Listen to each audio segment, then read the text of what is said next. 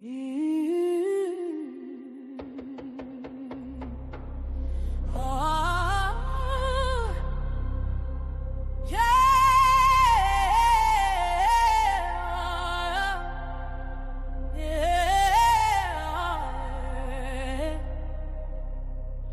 been walking through the fire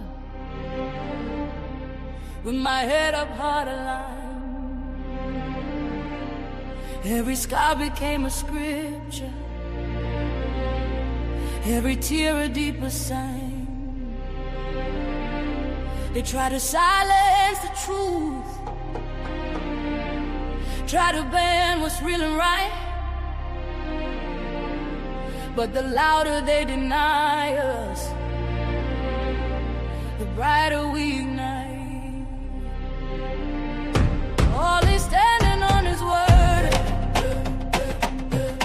fact is standing on the line. Still we do it for the people, still we never waste the time. They counted us out, but we counted the cost. Never lost a mission, even when we lost a lot. Truth in our lungs, hope in our stride. We don't move with fear, we move with God inside. Still untouchable, can't break what's chosen. Still untouchable, truth stays spoken. Our hands to the sky, feel the rise when we come through. Still untouchable, we level up for you. Hey. Untouchable, we ride. Untouchable, for the truth. Untouchable, hey.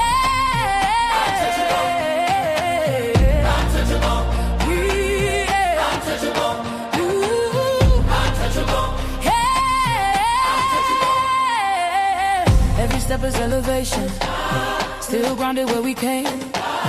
We don't fall for reputation, we don't run from saying names. Organ crying like a prayer, violence know how it feels. Tambourine shaking the ceiling, every note remind what's real. They said power changed the soul, but it sharpened our resolve. If we eating, then the people. If we winning, then it's all. No crown without the weight, no shine without the scars. We speak light into the dark, turn the wounds into the art. Still untouchable, heaven knows us. Still untouchable, doors stay open. From the struggle to the summit we break through. Still untouchable, we rise for the truth. Untouchable, right. Untouchable, right. Untouchable, hey. Untouchable, untouchable, untouchable, untouchable, hey. I sing for the ones who've been silenced, I cry for the nights we survived. Every note is a promise kept. We are proof that faith multiplies. Oh, we don't bow. Oh, we ascend. Oh, when truth calls, we answer again. Untouchable. Hear the anthem. Untouchable. Feel the momentum. Choir in the back, violins lift the roof. Still untouchable. Untouchable. We do it for the youth. Untouchable. Level up. Untouchable. Still chosen, never folding. Untouchable.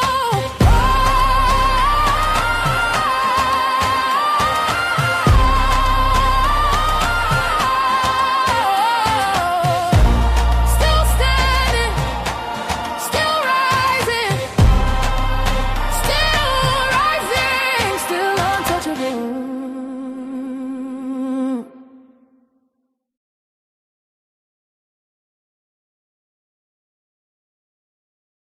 Time to take care of herself due to the workload and stress of raising her kids. She needs you, and she wants you. But this will not last, so you better get in while you can. Because once her kids get to the point where they're old enough to either take care of themselves or leave the house as adults, she'll backslide. She will revert to her old ways, and her demands and standards will be reintroduced. Once those kids are gone, she'll still be collecting Social Security and child support, and won't give it a second thought This is how it all ends. As long as she got her soap operas, pets, and penis from the married man down the street from time to time, she can now enjoy her individuality and lifestyle she initially sought out there 20 years ago. Welcome to America, brother. See you on the next one.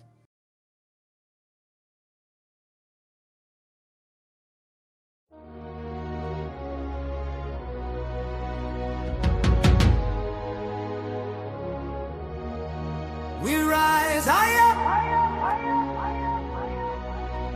to the fire. Hey, hey. Untouchable empire. Hey. Untouchable empire. Hey. Hey. We rise higher to the fire. Untouchable empire. Lift us higher. Hey. Oli and Fatty, bring truth to the streets. We stand for the people, never fall, never retreat. Untouchable empire, we don't break. We rise higher every step we take. Higher, higher, untouchable. Higher, higher, untouchable. Yeah, we step in the room and the whole crowd lifts. Truth in our blood, that's the realest gift. We talk power, elevation, transformation, untouchables. Yeah, we built this nation. We ain't chasing clout. That's for boys, not men. We chase money, purpose, legacy, and man. Ollie with the flame and Fatty with the spark. We light up the world when the whole world dark. Lift up the people that survive. We bring talk, justice, unity. Every time we swing, we don't bow down. We stand tall and rare. Untouchables, baby, we everywhere. Ooh, we rise. Through the fire, through the fire. Yeah. We stand together in the light. Untouchable forever. This alright, this alright. Oh, we rise higher, higher. To the fire, higher. Untouchable empire.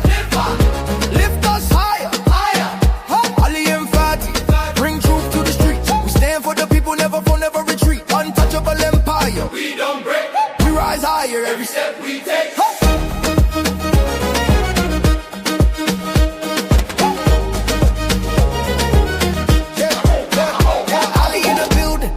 We move with the grace. Power to the people, that's a look on our face. We don't fold, we don't run, we don't hide. Stand on truth, yeah, we walk with pride. Fame don't move us, we built on honor. Heart of a king, real warrior armor. Empower the world, that's the mission tonight. Untouchables. Yeah, we always do what's right. From the city to the globe, we shift that tone. Building up lives with a righteous throne. We step in the storm and walk through the fire. Why? Cause we got made for the rise higher. Hands up, hands up. If you feel that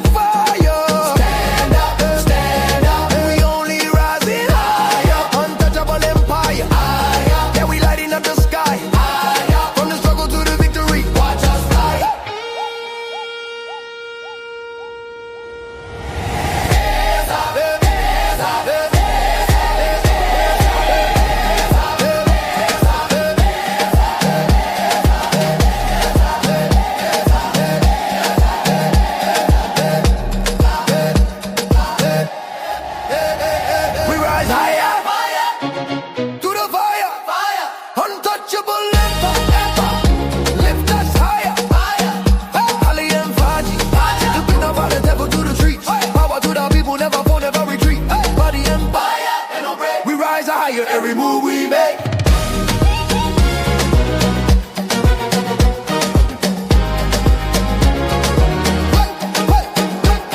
To the fire, we rise higher. Oh, touch, him play.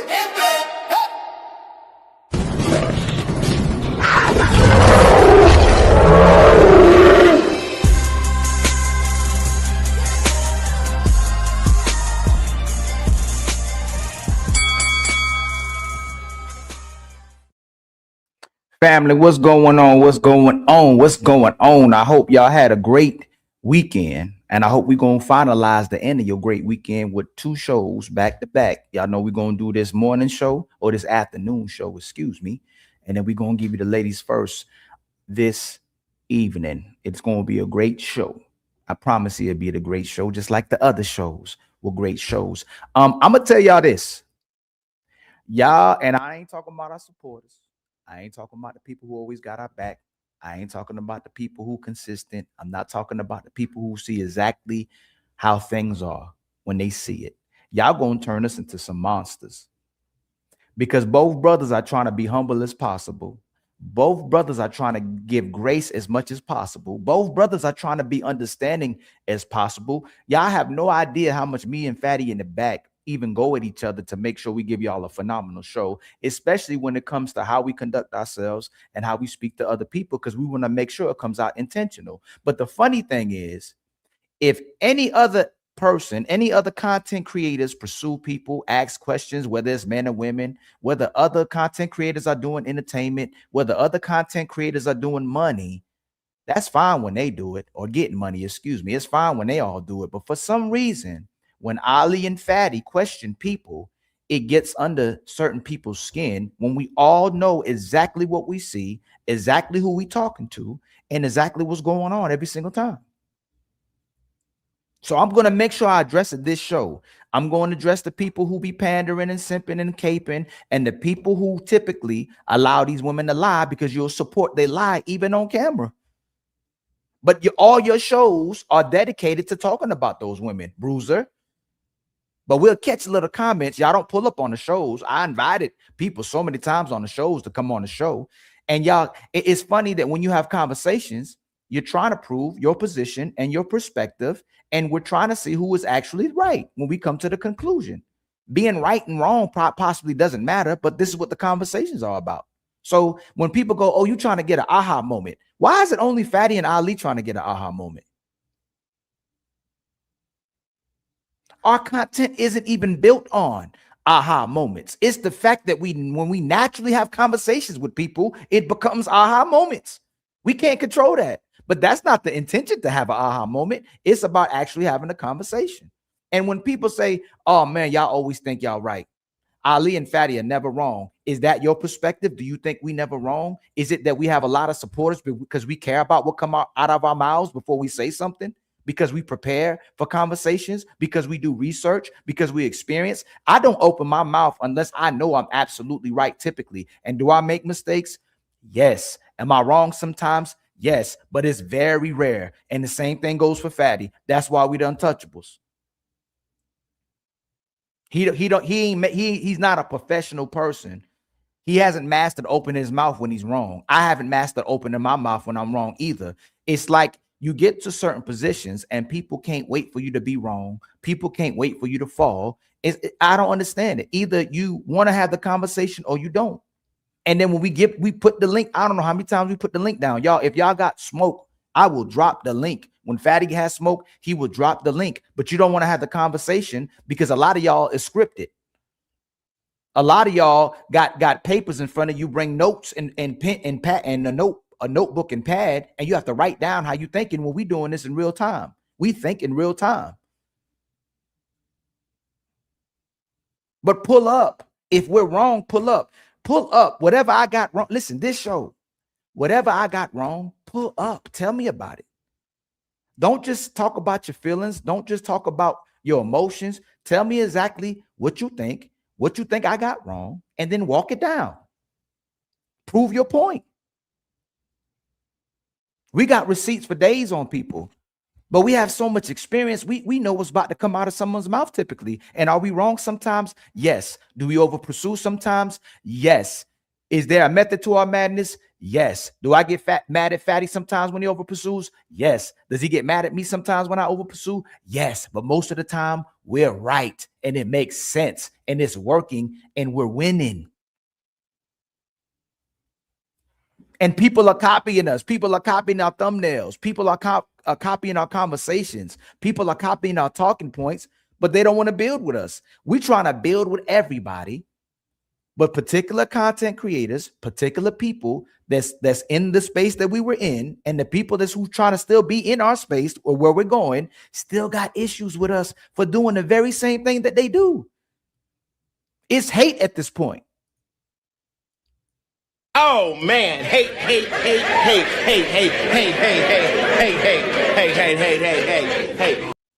If y'all can do it better, prove it.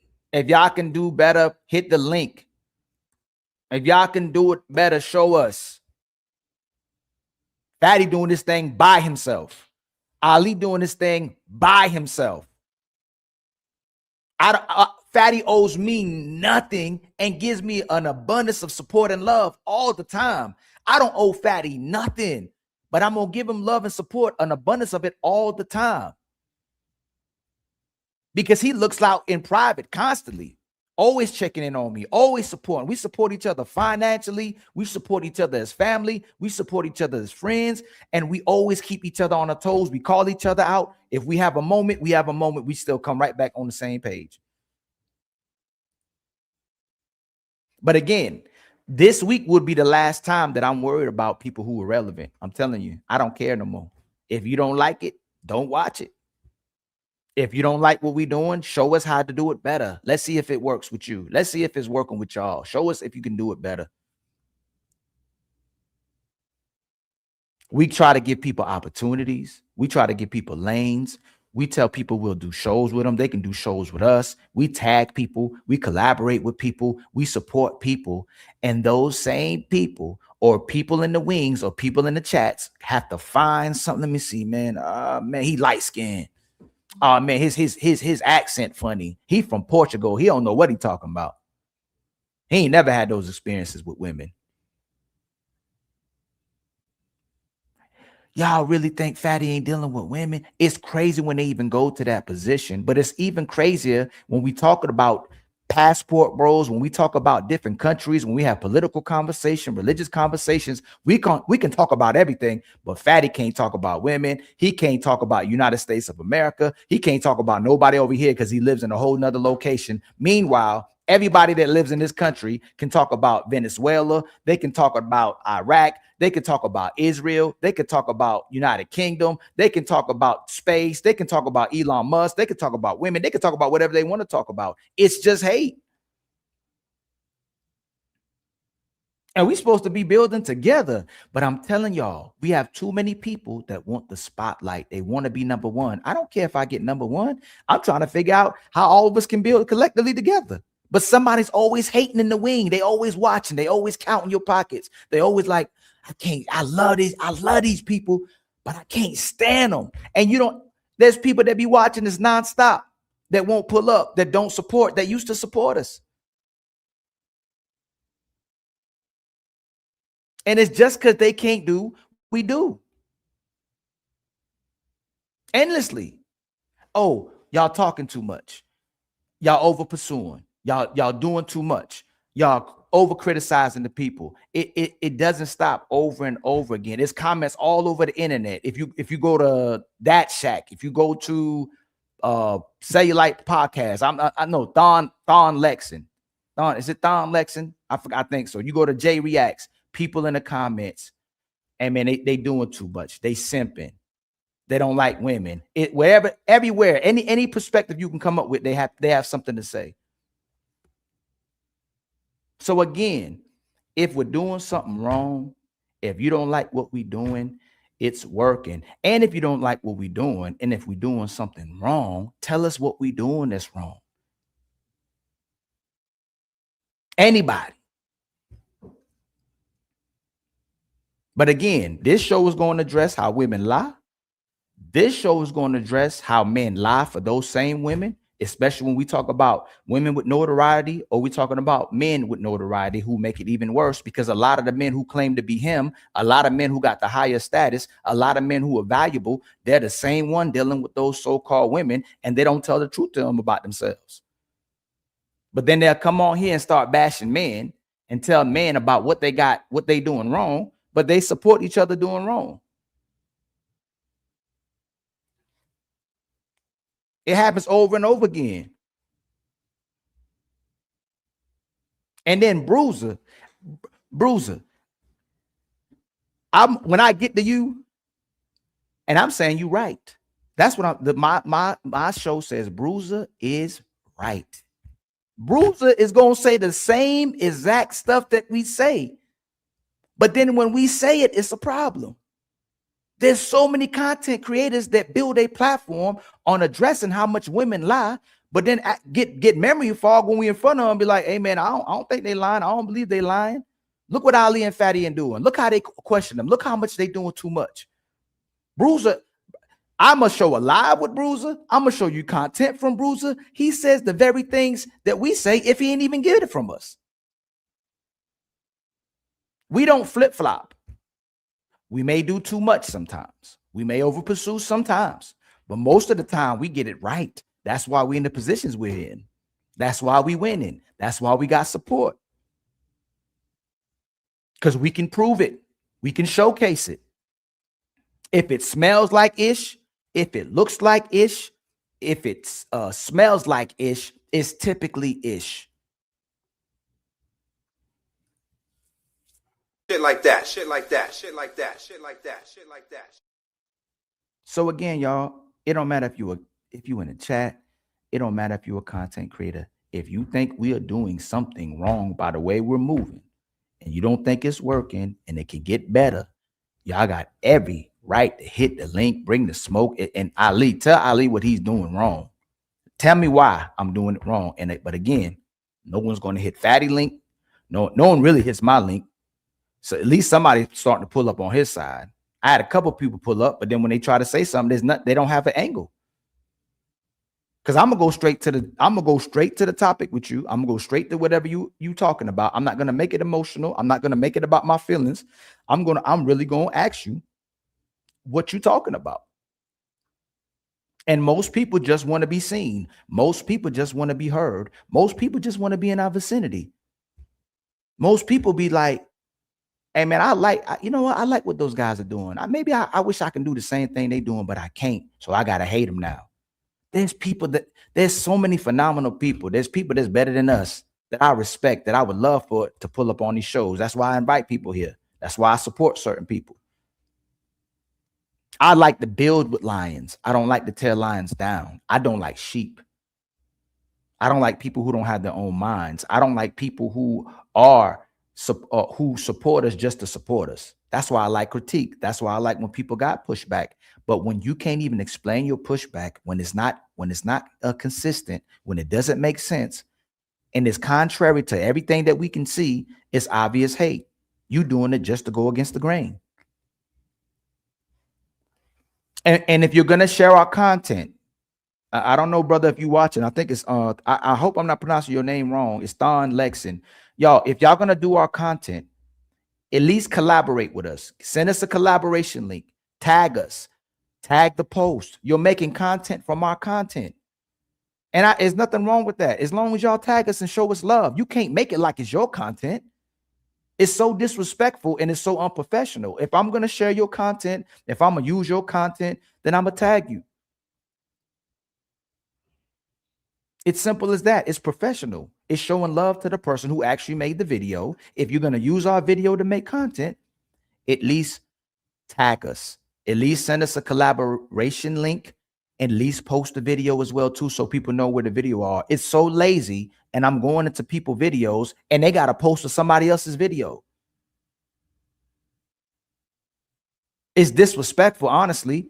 If I got people on my show and I don't send you the link, or I'm doing a review of your content and I don't tag you, and I don't have enough decency, or I don't have enough work ethic to at least tag the right video of you, it's lazy. And I don't care who hears it. I don't care who it is. I don't care if anybody uses Fatty don't care. We don't care if you use our videos. Just tag us, man.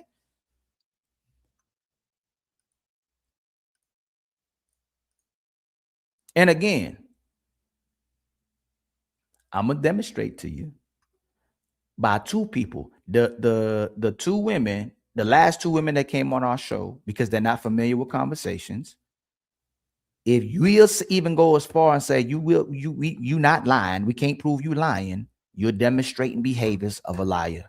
And that's what we're doing now. I can't call somebody, I'm not going to call people straight up coons no more. I'm not going to call people racist no more, but you damn sure got the traits and behaviors of people who are reflective of those type of people. So you might not be a hoe, but it looks hoe-ish. You might not be a liar, but you look a lion adjacent. We've done too many of these shows, man, to keep showing y'all different perspectives and walking down how people are so disingenuous. You can't, like when we get to the other sister, you can't say you conservative and you and you still single, but all the men you deal with is high quality. You can't say you conservative, but call affairs with God a blessing. And you can't say you conservative, but date like a prostitute. You can't say you conservative, but got a body count higher than the United States Army. You can't say you conservative, but deleted more babies than all the men killed in wars combined in the last 100 years. You can't say you conservative.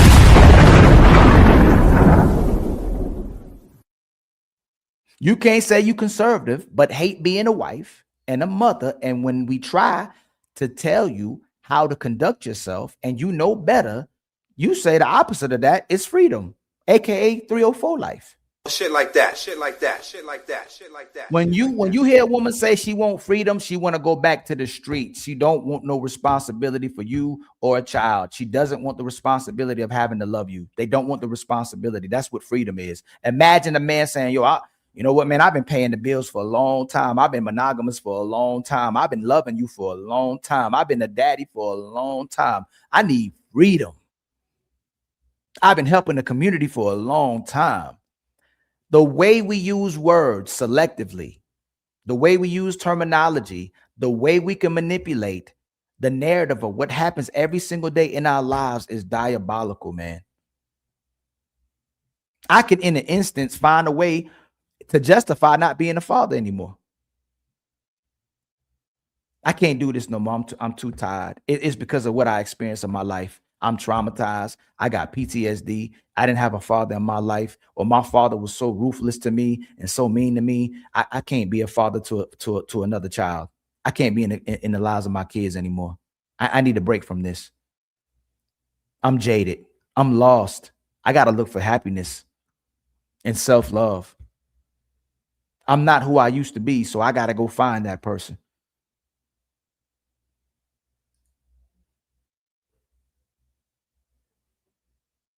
It's crazy, man. They were free before they were saved. They were free before they became a lady. They were free before they became a mother. And after they got everything they wanted, they can't stand it or the responsibility to it. And they want to go back outside again, aka freedom. Y'all can't tell me anymore that women don't love being hoes. They will be a hoe their entire lives. They will be a lady, young, then call it being groomed and be a hoe when life was good. That's how much it seemed like women love being hoes. You were a lady your whole entire life, but damn, I missed my whole phase. I got to go back in the streets. Or you'll be a hoe your whole life, then you want to be a lady, and then go right back to being a hoe again because you need your freedom. We can't keep believing the perspective of what a woman is anymore in 2026. And we're not going to treat people like they stupid for asking the questions and pursuing the question or pursuing the answer and pursuing the intent. This is why we have these panels. This is not an echo chamber. This is not about just everybody agreeing. If somebody sees something that I said wrong, you have every right to question me. If we're critiquing and we're making assumptions, or if we're trying to get an understanding of what's happening, that's why these panels exist. If I have a show and everybody comes up here and starts questioning me, I can't play victim and go, hey man, y'all over pursuing. Y'all asking too many questions.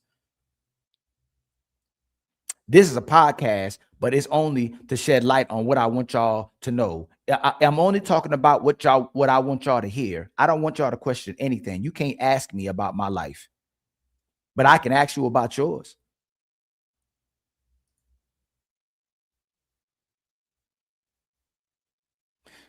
And I don't know what's happening and what we starting to identify, but either they hoes by nature, either they were conditioned to be hoes, or when they became a hoe, they could never go back to being a lady or woman because they've had too many interactions with men in life that they struggle to live with others.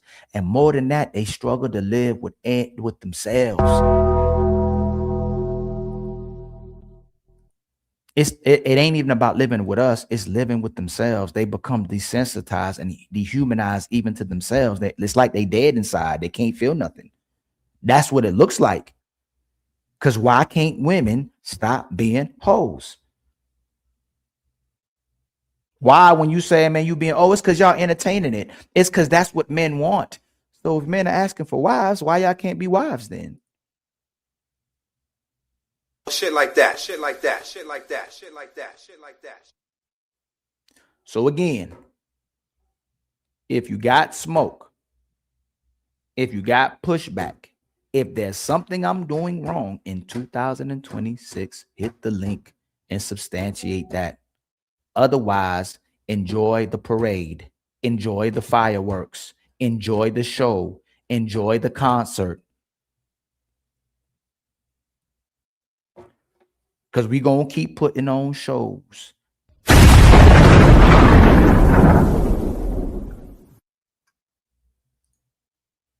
So let's go. I'm going to start. Let's see. Who we going to start with? Should we start with? Who y'all want me to start with? Y'all want me to start with Ann? Y'all want me to start with Enzy? Or do y'all want me to start with BRUZZIR? I think I want to start with BRUZZIR. Let's see. I think I want to start with BRUZZIR. Let me see BRUZZIR. Because I think BRUZZIR is right. I really believe BRUZZIR is right. You know, let's see what BRUZZIR got to talk about. Let's see, because I think he's right. I really do think BRUZZIR is right. Let's see what he got to talk about. Let me see. Maybe we got it wrong. I think BRUZZIR got it right. And again, BRUZZIR, you tagged. If you're watching this, you have every right to pull up. I think you're right, though. Let's see what BRUZZIR said. Let me find a video, y'all. Okay, let me see. Is it this right here?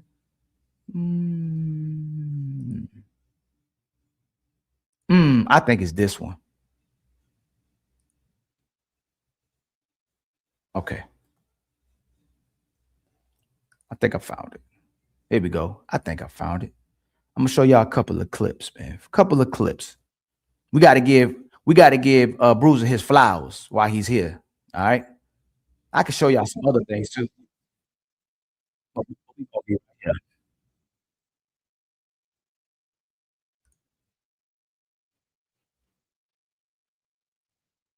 Gave you the context behind that marriage material. It all depends on what cultural background they came from, what recipes they live by. Okay, so hold on real quick, Sweeney. So you're gonna say it depends today. There's nothing else that say you say something different. Well, and they be killing me when they say depends, yo. Should you say sell crack? It depends. It depends. If I ask a fat woman, should a man who care about health and care about woman caring about herself, they're the fat woman say it depends. It depends. If I ask a thief, a man or a robber, should you get the death penalty if you get caught robbing? Should a thief get the death penalty? Man, I don't got a lot of time, but it depends. It's because they play both sides. When you hear somebody say depends, typically, sometimes depends can be understandably, right? We understand why you say depends, but most of the time, when someone says depends, it's because they're opportunists. They living on the fence. They playing both sides. And every time they get called out, when they playing both sides, they don't know what to do because they're so used to playing both sides. They don't know what script to read. This stuff isn't how they really live in. This stuff isn't how they really think, or if they think it, they don't know how to walk down their own minds. They don't know why they think what they think. They just hear somebody else say it and they regurgitate it.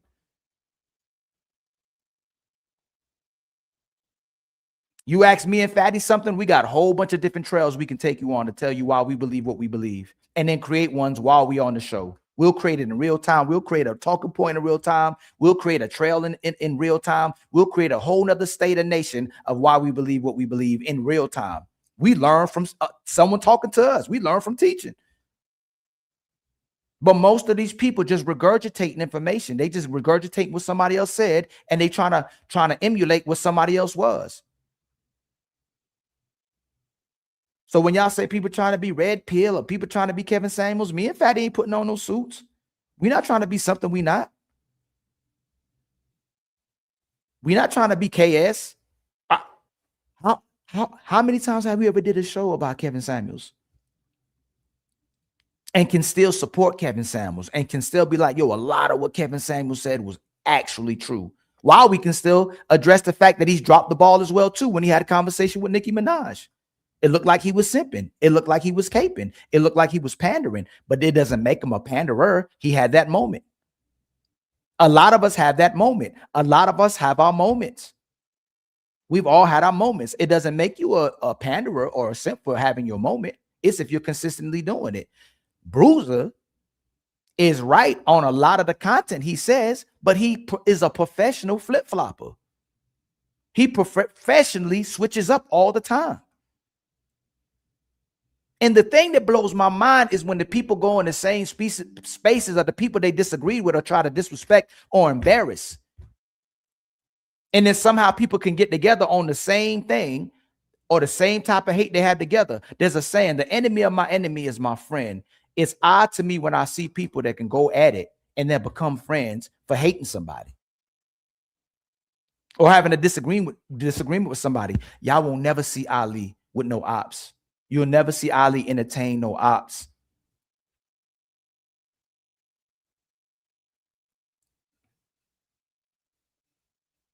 Only time you maybe see it is if I try to do an olive branch, or it may be business oriented, but we're going to go at each other. We're not about to be on there playing patty cake bakers, man. But again, the stuff I'm going to show you, he flip-flops in real time. And it's happened over and over again. The last time we ran into Lapeef, I don't think I seen BRUZZIR on Lapeef after that. Maybe one time after that. I don't even see him coming on Lapeef anymore. Because I was getting that man over and over again.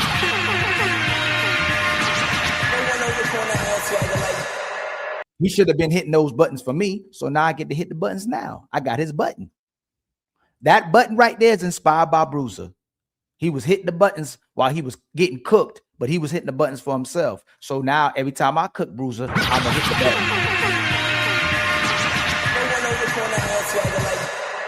So let's see what BRUZZIR was talking about. Let's see. Let me just help you, since you have a bad memory.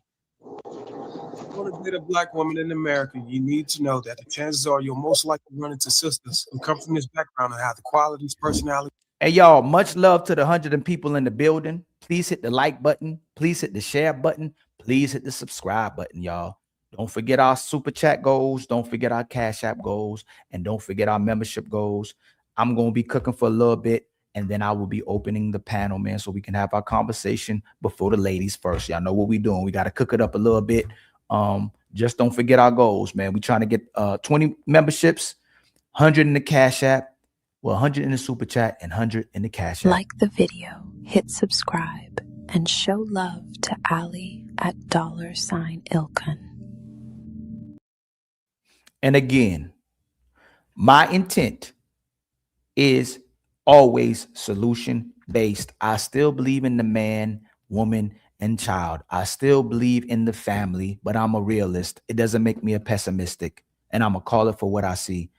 All the women that come up here with good energy, all the women who are respectful, whether they married, whether they single, because you have disrespectful women and you have very graceful women and ladylike women. I'm going to give them the same energy they give me. We're not doing that goofy, oh, a man don't match a woman's energy. Nope. I'm going to be a real man. Y'all can save all that. The man talk to the man and the woman talk to the man. A man's supposed to lead men and women. A man's supposed to address man, women, and child. They're supposed to cooperate with men. That's why we in the state we in now. Men talking to men, telling men to keep being better, and the woman playing goofy. They supporting and enabling each other and doing disgusting things towards each other, towards their men, and towards their kids. Everything they engage in is some 304 stuff. Living their best life and freedom and self-love and happiness. But we supposed to rely on women to make women better. And then they go, well, it's y'all fault. It's because of the patriarchy. Again, y'all don't want to be controlled. You want to be out of control. You want to live in this chaotic state. And then you want to blame it on the man. You say you have autonomy over your own body. You say it is my body, my choice. You say you're going to be equal to men, but you don't want the cons. You don't want the ramifications and consequences that men get when they drop the ball. and when they're not being men. When you're not being women, that's your right to not be a woman. You call that liberation. When you're not a woman, you call that liberation and freedom. But you want men to be real men. Oh shit! Oh shit! Oh shit! But let's see, man. Bruiser is right. That's the first part of the show. Bruiser is right.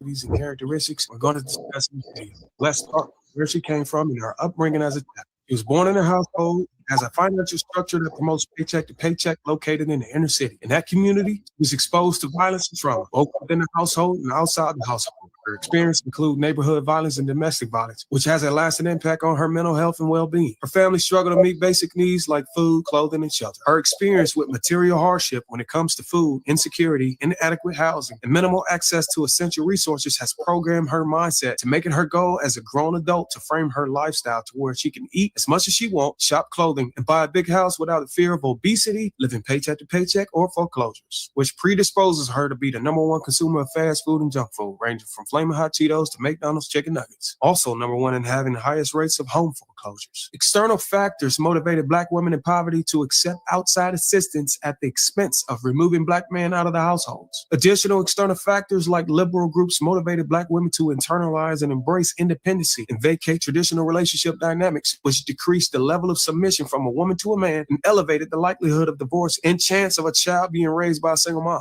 So, in this situation, as a young Black daughter, it is common for her to take on caregiving responsibilities for her younger siblings or other family members due to parental schedules, illnesses, or other factors, which impacted their ability to focus on their own education, extracurricular activities, or personal development. Also, it shaped her mentality to be okay with raising children alone so long as she birthed multiple children in which the oldest sibling can help around the house regardless if the kids come from a single man or multiple men. Having knowledge that child support or Social Security pays less because the children will have to split the balance if they all have the same man on the birth certificates, which exposes a hustle and makes multiple baby fathers a more lucrative option for the woman financially. Okay, now moving on. She's graduated, grown, and out of the house and able to make decisions on her own. Need I remind you, as a highly likely non-virgin adult, right after high school, just before deciding to go to college, she experienced almost 20 years of stress, depression, anxiety, and neglect from her upbringing. In most situations, she had no control, no say-so up until now. The last thing on her mind is the idea that a woman is to be submissive and cooperative and dependent on a man to lead her and cover her as his wife. And the very idea of this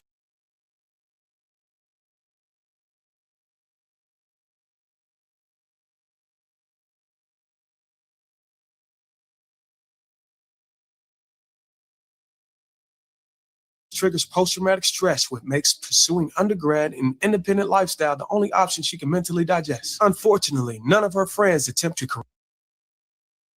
Does that sound like Fatty and Ali? He gave y'all a whole breakdown of the life before the woman became a woman. He talking about Black woman. Before she even became an adult woman, he gave the whole background. Does that sound like about like us? And then we don't even give you that part, but he's talking about the woman's inability to cooperate and submit. Does that sound like us? Oh shit! Oh shit! Oh shit! Let's see. Wreck her tainted memory of her mother speaking negatively about her father and efforts to change how she pictures Black men because they also come from similar upbringing and also have not considered therapeutic rehabilitation or reaching out to their fathers. Okay, moving on. Now we know at this time in between 18 and 20. Hey Ali, it definitely was synopsis. I was about to have a brain fart because I thought about two words at the same time and it was not going to come out like that. It was not about to come out like that. Oh shit! 21 years of age, any man who vets her and date her for commitment knows she will be most impressionable at this age. But because her unwillingness to seek help and surround herself by a circle of women who are successfully maintaining a relationship, her interests and focus are on building and working on herself, and which most women call single by choice. So anything that doesn't point toward individuality is dismissed. But that doesn't mean her need for attention, validation, and sex is dismissed, which makes social media, birth control pills, and casual sex a more attractive option. So she is for the streets by default. And the men she runs into in college will be entertained and get recreation so long as they do not try to mold her into what they want her to be. Because wow, yo, wow.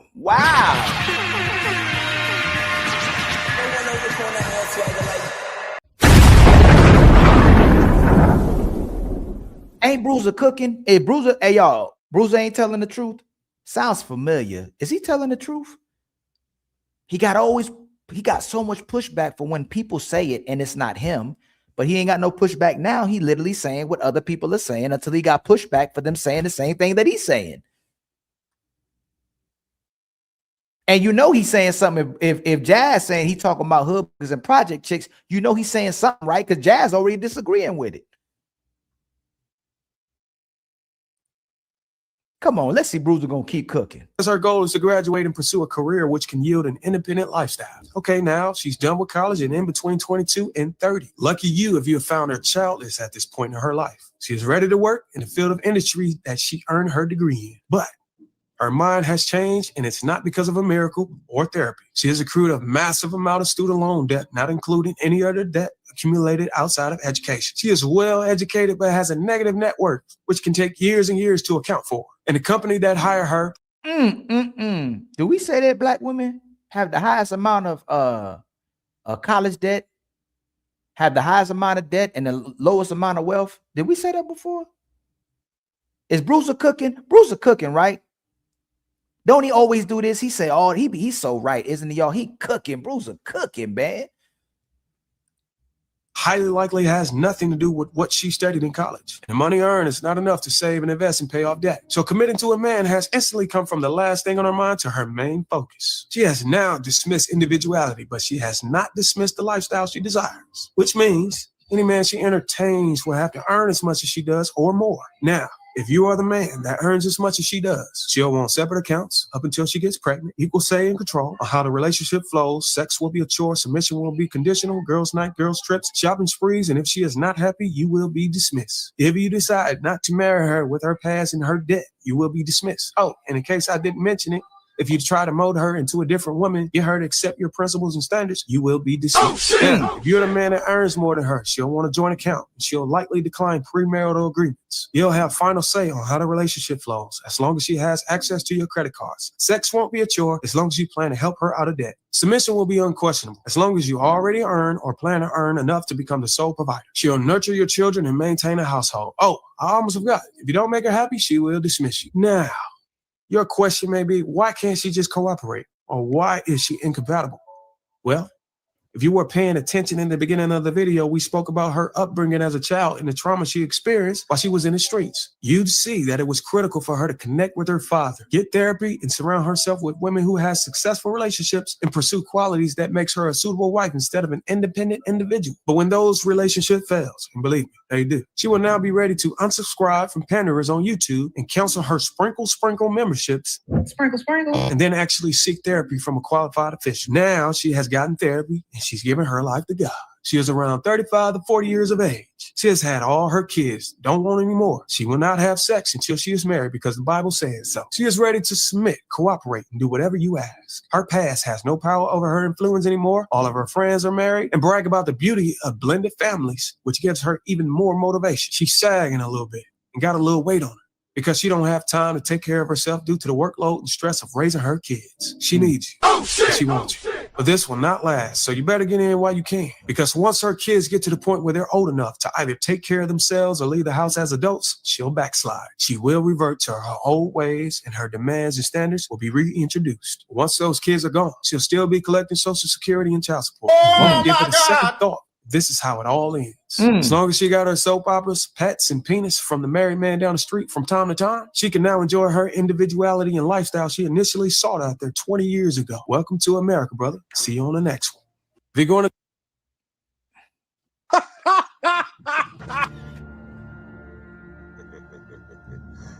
Shit. Got your ass. That's shout out to your rebranding, bro. Yeah. Shout out to you. So what's the question here, bro? Y'all need to shout out to your rebranding, bro. Yeah. Shout out to you.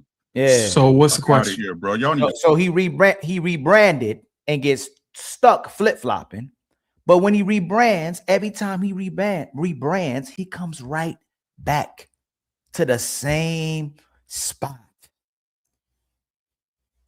And I'm telling y'all, like, y'all be begging to be embarrassed. Y'all be begging to be exposed, man. Y'all be just begging for it. I don't be messing with y'all. I don't even ask you to come to the show no more. You too good to come to the show. I don't ask you to come to the show no more. Let me see. Let's see what Bruzzers. Hey, y'all want to see what Bruzzers content is about? Let's see. Ali. Let me see. Let me see. Ali.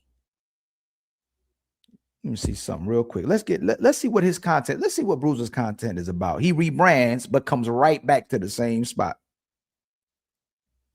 He rebrands, but comes right back to the same place over and over and over again.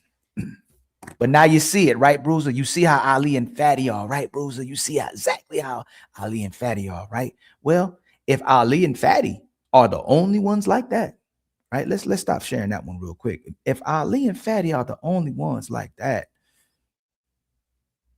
let's see. His brand should be completely different, right? His brand should be completely different, right, y'all? Y'all, can y'all see this? Let me see. Why older men don't date? She's filed for divorce because she unhappy. Why older men don't date again? Marriage is a scam, part 1. Marriage is a scam, part 2. Single mothers, unanswered questions. Men's concern with single mothers. The challenge for current single moms. The next big step. Then why do you broke men? Why do broke men still get cooperation? Why women won't cooperate with you? No leverage. Like all his stuff is still talking about the same stuff we talking about. Now, the difference between us and everybody else is that we go, hey, man, I see exactly what they're talking about. I know exactly what they're talking about. I know exactly what they see from our experiences and each other's experiences, from these married men experiences, from single men experiences, from all these men collectively, and even women experiences. We know exactly what's happening. But for some reason, they can't help at certain moments to open up their mouth and look stupid and contradict themselves and flip-flop. Tell me, hey, Bruiser, what is it that you see now? Or when we looked at Illa video, the video he posted from our video on his show. What is it you actually see that you wanted Illa to see? Because you the same person that disrespected Illa and his family. So you disrespected Illa and his family on the religion show, but then you want to comment when he shares that video. You see it now, Illa, don't you? It's funny how you like connecting with people, or people like connecting with other people that they supposedly don't like or disrespect, but then want to be commenting because they're not getting no show, they're not getting no support, they're not getting no spotlight. But then you got to use your numbers against us on the show and talk about how much followers you got. People don't even be watching your show, Bruiser, like that. They watching them shorts. They're not coming to your lives like that. If we took the amount of time to do those shorts and videos the way you do it, we'd probably be in a different position as well too. But you also flip-flop, so that helps you as well too. If you find your moments pandering and simping, but I see you sharing this kind of content. So why do you have something to say against yourself? Because we say the same things. We ask the same questions. You talk to single mothers, you talk to thoughts, you talk to so-called women who just want money. And then you got pushback about us when we got pushback against those same women.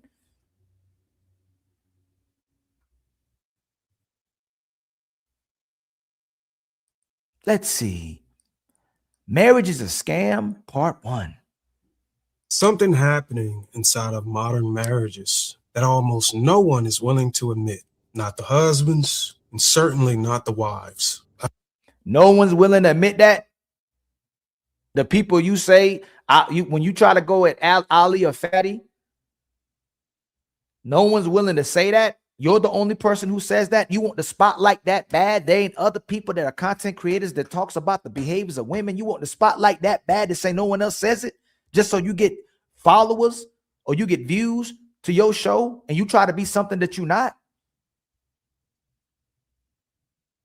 If you want to be the new Kevin Samuels, just say that, and we'll get out the way. But we don't wear suits. We don't share Kevin Samuel videos. We don't even talk. We barely talk about Kevin Samuel. So we're not in your way, brother. Why do you always got to find something to say? Why does something always have to come out your mouth that's contradictory, or at me or Fatty? And then when we say something, you'll play it back and go, oh, we all cool. Everything all good. But then what are you talking about then? What is it that you were telling Illa or asking him that he saw or didn't see? What was it? What is it that we doing that you're not doing? Every live lately on our lives, my live, you've been putting little eyes. We don't respond to you because we don't see you. We see you, but we don't see you. We don't respond to you because you flip-flop, you play both sides, and you are opportunist, and you're inconsistent. And you ask for me to do a live on you. You live in a comment. Why don't you do a live on us? Because you know we'll pull up. You drop the link, you know we're going to pull up. And then you're going to start stuttering. You're going to start trying to walk away. You're going to start pressing those buttons, and you ain't going to know what to say because you don't have your own thoughts. Or you have your own thoughts, but you haven't processed them too well. And they're inconsistent, and you all over the place. I have to catch myself because my brain moves too fast because I think too much. I have to slow. I literally have to say, Ali, slow down. Because I move. Y'all know it too. My brain works too fast. It moves too slow. I mean, too fast. So I have to tell myself to slow down. Just like what just happened then. I have to slow myself down. I think so much. I'm thinking while I'm talking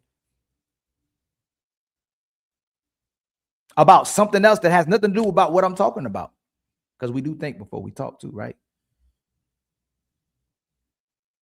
But let's see what you say. Husbands are experiencing it, but they're embarrassed. Hey, y'all, shout out again to the 131 people in the building.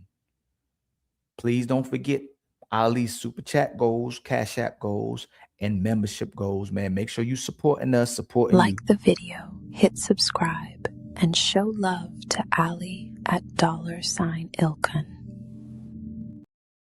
Shout out to my sister Doris, being a member for 27 months and always a consistent supporter. Much love to you, my sister Doris.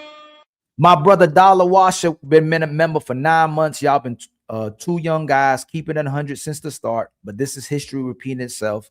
Black man. Oh shit! Oh shit! Oh shit! Much love to you, my brother. And Ali gave y'all 5 memberships. I might give you 5 more during the show as well too, because we get back as well too. All right. So much love to everybody that's in the building. Don't forget to like. Don't forget to subscribe. Don't forget to support. All right.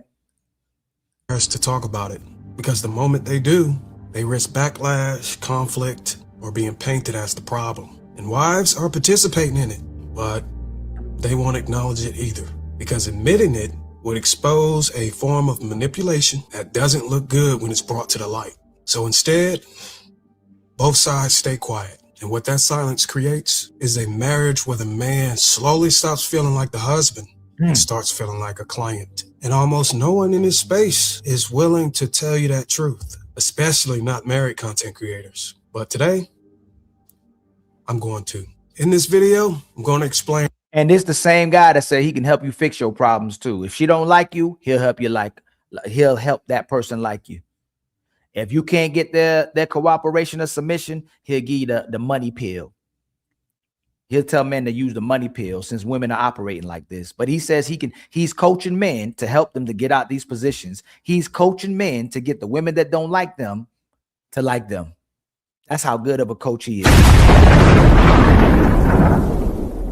How modern marriages are quietly turning husbands into tricks, how this dynamic forms without couples even realizing it, and how it may already be happening in your relationship. I'm also going to show you the exact behavior that accelerates this shift, the moment where duty turns into leverage and obligation turns into transaction. And later on in this video, I'm going to show you a clip that perfectly illustrates how this dynamic plays out in real life, not from a place of malice, but from a place of unspoken power. By the end of this video, you're going to understand why so many married men feel trapped, why so many wives feel justified, and why neither side talks about it, even though both sides know exactly what's going on.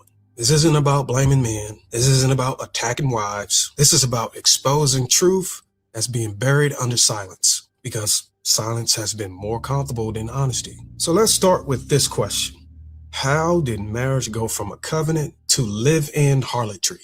Here's how it happens. Wives are not ignorant. They understand vows, they're educated, and are not confused about what marriage is supposed to mean. So this isn't about a lack of knowledge. It's about a lack of commitment to the duty behind the vows. What happens in modern marriages is what we call the bait and switch. The vows are spoken, but they're not embraced as permanent obligations. They're treated as temporary commitments contingent on feelings. And once feelings change, duty quietly dissolves. When feelings take priority, principles goes out the window. Standards go out the window. Fairness goes out the window. And in many cases, feelings even outrank God, family structure, and long-term consequences. We've seen this play out repeatedly. Now, here's where the shift happens for the husband. The husband continues to do what he's obligated to do. He provide, he protect, he maintains the household, show up consistently, carry responsibility whether he feels like it or not. That part never becomes optional. But the wife's duties slowly become conditional. And that's where the husband stops being a partner and starts becoming a client. Instead of intimacy, cooperation, and affection being part of the marital covenant, they become leverage. If he doesn't do more than his duty, if he doesn't emotionally perform on demand, if he doesn't give extra attention, validation, or energy beyond what was agreed upon, then what was promised to him gets withheld because. So then why are you coaching men to fix that? And I'm trying to find a video on Lapeef where you just constantly contradict yourself and you coaching men to do different. You gonna coach men to get women to do different for them. You're gonna improve a man's life by getting him to get the women that he can't get. Right? That's what your goal is, right? I'm trying to find, and this is why again, I'm trying to find where the video is. I wish Lapeef would tag us too. My brother Lapeef, man, I hope you start tagging us, man. This makes it so difficult when we trying to look for people on your shows, man, that it would help drastically the people that come on the show if you tagged us, man. Truly, it would be very appreciative if you did that. I'm trying to find out which show it was that me and BRUZZIR were on. He didn't pay the new price. And here's the key part. That payment is not always money. Sometimes the currency is emotional labor. Sometimes it's validation. Sometimes it's consistent reassurance. Sometimes it's sacrificing his boundaries to maintain peace. And if he doesn't make those deposits, he risks losing intimacy, cooperation, warmth, peace, things that was never supposed to be transactional in a marriage. So now the husband is in a position where his obligations are fixed, her duties are negotiable, and access depends on compliance. That's not a covenant. That's a client relationship. And most husbands feel this shift, but they don't talk about it because admitting it means admitting something deeply uncomfortable, that they are married but operating as customers. So what happens next? The man starts running the numbers. He weighs the pros and cons. He asks himself, do I pull back? And again, let me show y'all. Let me go back to the other one. Let me go back to the other one. I want y'all to see the other one where he tried to get out of it as well too. Hold on. I'm going to bring this Lapeef video up. I'm just trying to find it. What y'all call it? A grifter? Is that what we call it? A grifter? The person who knows better and is trying to make money and finance from it? I think he knows better. It looks like he knows better. So what no one tells you about dating black women, the brutal truth. She is for the streets. She is for the streets by default.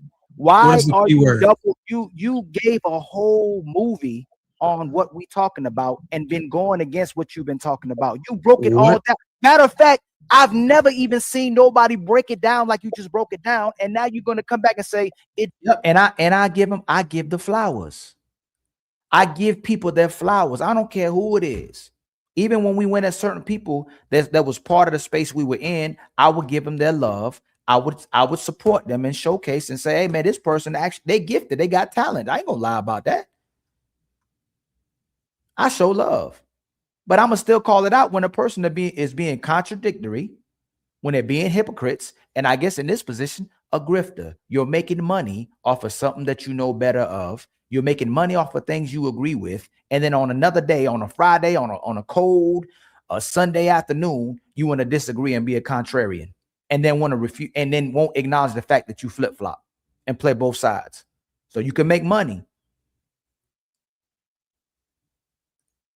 Depends, but you just said the women are default for the streets by default. And what the truth I never said that. Why you came from me anyway, what was your initial question before you played this video, Ali? He about to be like a woman. What he's gonna do is make it about women instead of acknowledging the fact that I know that when he said that, it's talking about black women. But he's gonna try to go to women instead of acknowledge the fact that he was talking about black women. But Bruce will be talking about women in general as well too. He ain't just talking about black women. But then what he'll do is try to run away from it.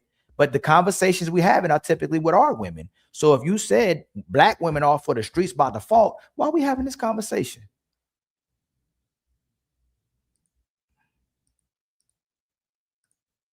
Fuck, I want to know. Why did he come for me anyway? What is your initial question, Ali, before you play that video? You to give me the opinion about if most of our women are marriageable. No, you didn't. You didn't say our. You said are most women marriage material. And I said it all depends. Now you played a video about black women. Oh, so you're changing your answer. So I didn't change nothing. Hold on. You changed the narrative. Hold on. So honestly, when we've been talking about this, when I'm saying most women, you think I'm talking about different races of women. This whole time we talking about black. All this we've been talking about black women. All of a sudden, I said black women. Forget the other ones. Right. Every time I made a statement, it was on women. Every time you made a statement, it was on women. It was never a black women. No. Now remember. That's why y'all be hearing me say, hold on. It's not to stop people from talking. It's when they're being disingenuous and they're trying to talk over me, trying to address the fact of what they're doing. When you hear that, hold on, it's because they've already made the mistake. They're being disingenuous and they're trying to talk while I'm trying to address the fact that they're deflecting or derailing from what we're actually talking about.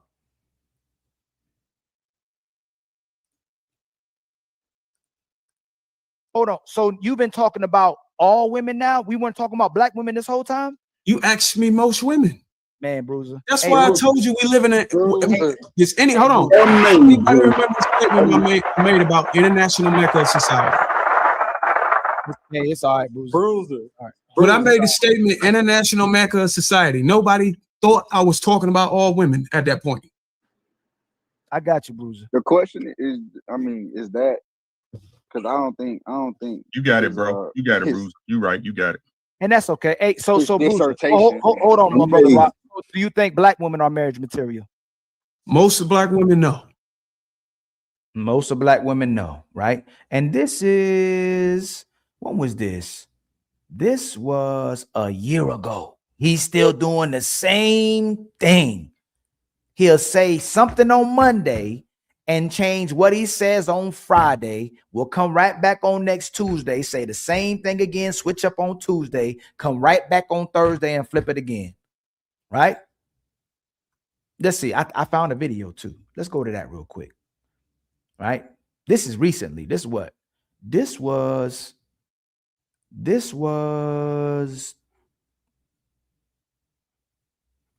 was this? 1 month ago. Right, 1 month ago, and my camera was acting up. All right. So account of the own perceived value that the man is bringing on the opposite side. That's the context that's left out. Bro, she just said she was screwed Future. Well, that's beside the point. I don't know why you stuck on that. She must have hit a nerve. If she still got you going back to that. I don't know what. Look, he not addressing it, right? Even if it's Jay Prince addressing the fact that I think it was Naomi that said that she would still have sex with Future. And he said that's beside the point. Instead of addressing what he's saying. That even though you watching how Future conducts himself, even though you see how many baby mamas Future has, women will still break it off for Future. They'll still have sex with Future. They'll still entertain Future. They'll still bust it wide open for Future. And then talk about the rest of the men that they won't give no time to that would take care of them, but would talk about men in the eyes of Future and the way they perceive Future. So when they're talking about the men that they can't control, when they're talking about the men they can't get, they got to talk about Future, but they're not, but majority of men would do anything for them. Future ain't got to do nothing for majority of women because they'll do whatever he's asking for when he's in that position, what type of position he is as a man, whether it's because he has money, whether it's because he got resources, whether it's because he has power, reputation. But the main one is because other women make him the target. Women like who other women like, so much so that even when they connect with that man, they realize they don't even like him because they only like them because other women like them. Oh my God! You give her false value. Who gave her I don't know false what's value? going on with my We got Ali back. Bruiser, don't. What was the point you trying to make? Because it seemed like you went. That wasn't Anybody valid understood point. what I was saying? No, I mean I'm asking you, so I didn't understand. That doesn't matter if they don't understand. Well, and again, if I got anything wrong, if you think I'm doing something wrong, you can tell what Ali what he's doing wrong in 2026. You can ask for the link. I'll drop it down in a hot flash, hot minute. I can substantiate what I'm talking about all day. You could come up here and substantiate it. If Bruiser, you watching, I know you probably thinking about it. Should I hit this link? Hit the link. I'll gaslight you to hit the link. But if you got smoke, if you think I got something wrong, and if you think I got something wrong in general, you more than happy. I'm more than willing to drop the link. Obviously, you couldn't understand because your internet connection keep dropping. I told you I didn't understand, so I'm asking you, what did you mean? I could restate it again. There's a critical amount of context you leave out. When I made the statement that most Black women are not marriageable, it's not just on the account of them, their own self-worth or what they bring to the table that deems them worthy of marriage. It's also on account of the man on the opposite side, on him being able to fulfill the void where she's lacking at, or him being able to instill his principles or his direction to guide her into being a worthy wife. If any man, I'm gonna tell you right now, you cannot accomplish getting a woman into a actual marriage or grooming her or making her malleable enough to get to be a suitable wife if you don't even know how to do it, if you don't even know what a wife looks like yourself. I know I'm breaking the rules here, but we give a lot of men too much damn credit when we come to the table. So he just rambling. This is what Bruiser does when he's caught. He'll ramble. He just keep monologuing. And he's a Christian. He believes in the Bible. He believes a woman should be a wife. He should believe women should be submissive. You ain't got to teach her a damn thing. If she wants to learn, she'll want to learn. She'll want to be a wife. She has to want those things.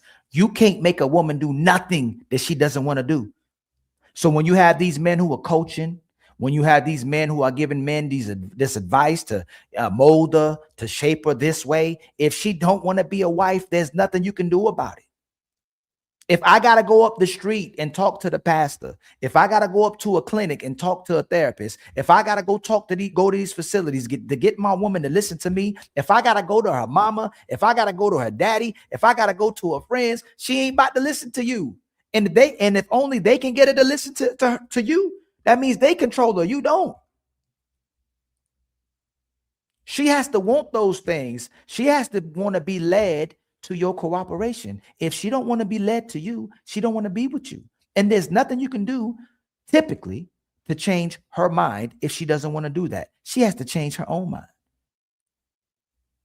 If they know what, just like we penalize women for not knowing how to recognize leadership in a man and a wife, we don't look at the other side. A lot of us, bruh, I'm telling you, I've been in here. I got 10,000 hours long.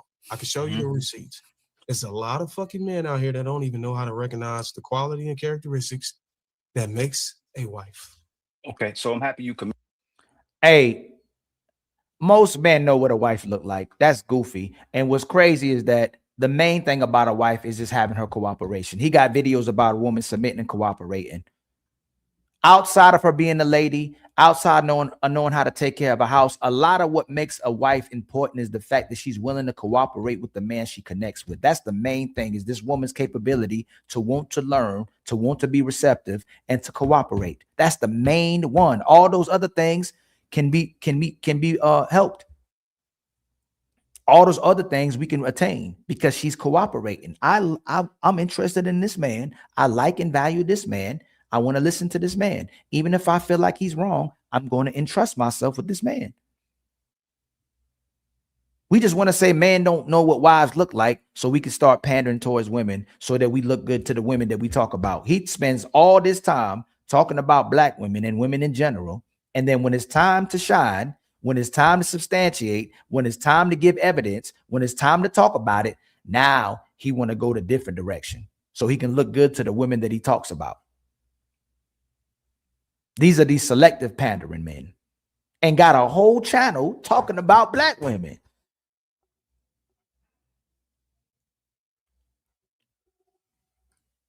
committed to that one because that's a Not contradiction. committed to it. I'm just let you looking land. at it all totality. I let you land, right? The I let you context that land, you're right? leaving I out. let your mouth close so that I can speak, right? Go Right. So ahead. you contradict. Y'all saying most women don't want these men. Women will admit they don't want most of these men. Oh, no. Tell Don't me, leave. you cut me off. You cut me off. Address what I said. That's what I'm doing. I am. Address the. Okay, So do you understand the if you triggered, context? I'll mute. If you triggered, I'll mute. That's what I'll I'm do. not triggered. I'm just making sure. Oh my God! Let me know when you want me to talk. I'm making sure when you mention my name. When brothers is caught, they're gonna do just like sisters. They're gonna start rambling. They're gonna be triggered, and they're gonna try to stop you from talking because they're afraid of the aha moment. They call it an aha moment because me and Fatty got so many aha moments, but we're not trying to get an aha moment. It's when you lying. It's when you being disingenuous. It's when you contradicting yourself. It's when you flip-flopping and being a hypocrite. We check it. Because if it don't matter if we disagree, y'all. We disagree with people all the time. We have good faith conversations where we can disagree. It's when people are being deceitful with it. It's when they trying to be disrespectful doing it. It's when they're doing my favorite word, being disingenuous. They know better, but they pretend like they don't know better. And then they try to make you look a certain way for addressing it or questioning it or talking about it. And then it's up from there. He know exactly what we talking about because he do videos on it. Now he don't want nobody to talk. Hey, and you mischaracterized me with the left out context that I just articulated. That after you receive that information that was left out, that you can embrace it and understand it, and then you can address it from that angle. Because what we don't want to do is for me to argue. And Jazz, please, for the love of God, stop doing that. August does it too. Why would a man be mad that you want a man to have his stuff together? That's crazy. And that's at easy. Like, who said that? And where in the chat did any man say that? There's no man that don't think that you should be with a man that got his stuff together. Who don't nobody want you to be with a man who don't got his stuff together? I mean, completely not together. If you young and y'all are both building, that's understandable. If he's a 40-year-old man, 30-year-old man, 60-year-old man, and he's really struggling because he's lazy, he don't have no work ethic, that's one thing. But if this man is working and don't have his things together, if he's intentional and don't have his things together, that's a different thing because majority of women are broke. Majority of women live in check. Excuse me. Most men are living check to check. Most men and women are supposedly broke, not just women. So most of us are going to have to build with each other. Most of us are living check to check. So a lot of us don't have all our things together. So two people should be building together. And typically the man don't need you to have money. You're asking a man to have money. That's what you mean by having stuff together. You want him to have a house. You want him to have a car while you living with your mama. But again, both people in that department should give each other grace. It is hard to live by yourself in today's economy, but people are doing it. But you should be open to building with somebody. You should be investing in each other. Don't ask for a man to have his ish together if most women don't have their ish together too, and most men still out earn most women. So if we're not going to date each other because he don't have his stuff together, then most of y'all need to stay single too, ladies.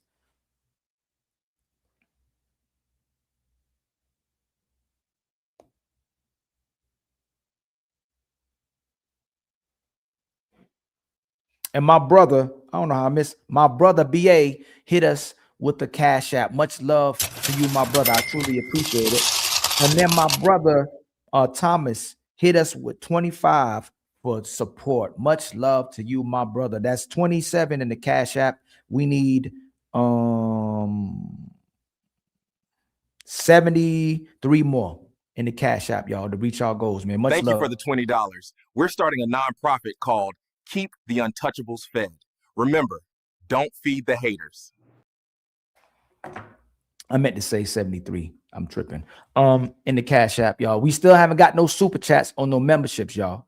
Make sure y'all help us helping you. Make sure you support us supporting you. Hit the memberships, hit the super chat, and hit the cash app. Like the video, hit subscribe, and show love to Ali at $Ilkun.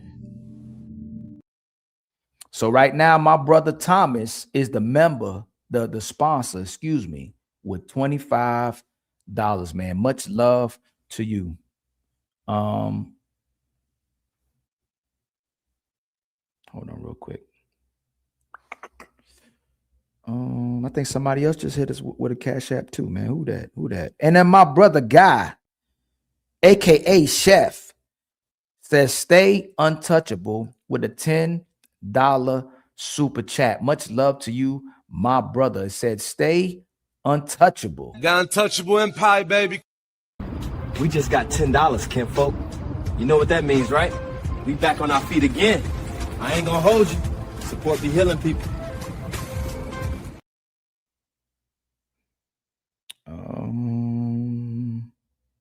So that's 63 more we need in the cash app to get our goals, man. We need some super chats. We need 20 more memberships, man. We'll reach our goals for the show. Y'all know we got a grind on today till we get to the ladies first. You know, we're gonna be opening up the panel soon. So much love to everybody in the building. I dropped the link if you had any smoke. Obviously, nobody hit the link. So I'll be opening up the panel soon. All right. Please like the show. Please subscribe. And please hit the share button at the bottom of the screen, man. Again, much love to all of y'all. Let's work this down. Intellectually articulate the left out context, and then you feel to just move past it. No. I want you to feel that what I just said. I want you to understand it. So you can be like, you know what, dog? I understand what you said now, bro. I'm glad you said it. Yeah, it is fucked up on both sides. And we've just been looking at it one-sided. For the sake of contact, for the sake of the audience. And he's doing what the women, again, that's what women say. It's messed up on both sides. Men and women are both doing it. Nobody disagrees there's things happening on both sides. But when we talk about the abundance of who's doing the most hardships, making it harder to have relationships, who has the highest expectations and standards, who's impossible to please, that's women. And he knows that too. That's what majority of his show speaks about. The majority of his show addresses. And Jazz, you know, it's just me up here. If you would like to come up, Jazz, I will drop the link. It could be just me and you right now if you got smoke in the chat, Jazz. And you know it's positive smoke between us. We ain't got to disrespect each other. It's just a conversation. But again, you saying the average woman is literally dating and marrying men that are shorter than them and making less money. The average woman is dating men who are shorter than them and making less money than them, Jazz. Oh my God, Jazz, this is what I be talking about.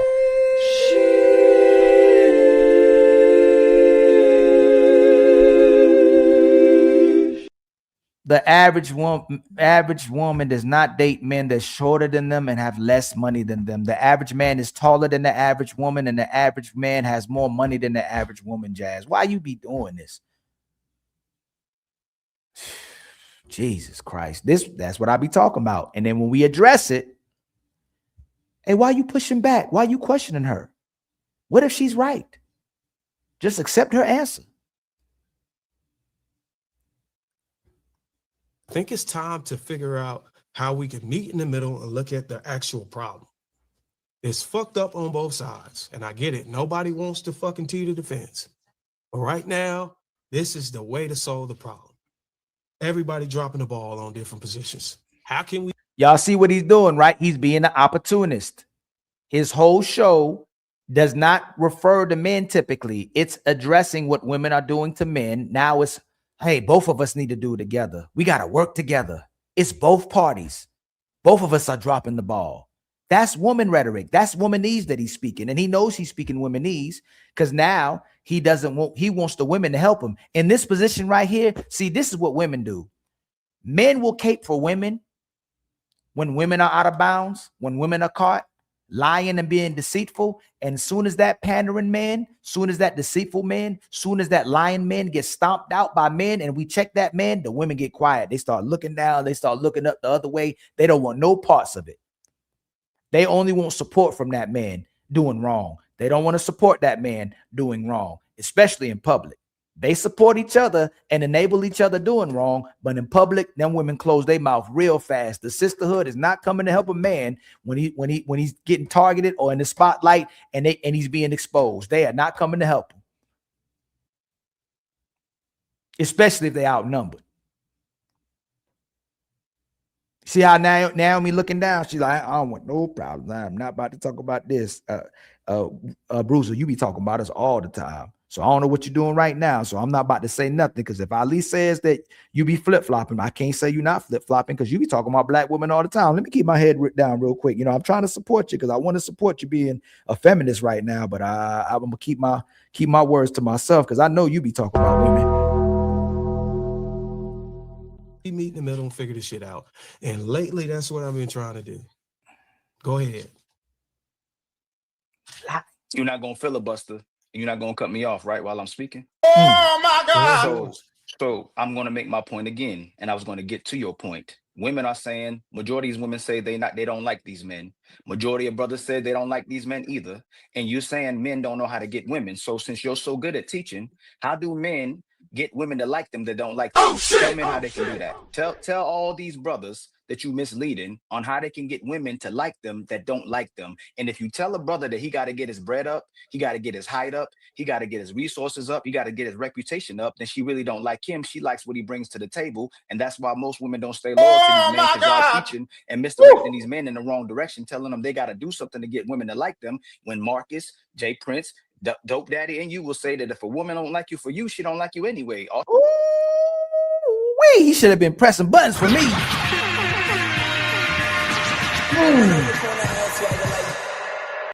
He wasn't pressing no buttons for Ali. He should have been like, Shit like that. Shit like that. Shit like that.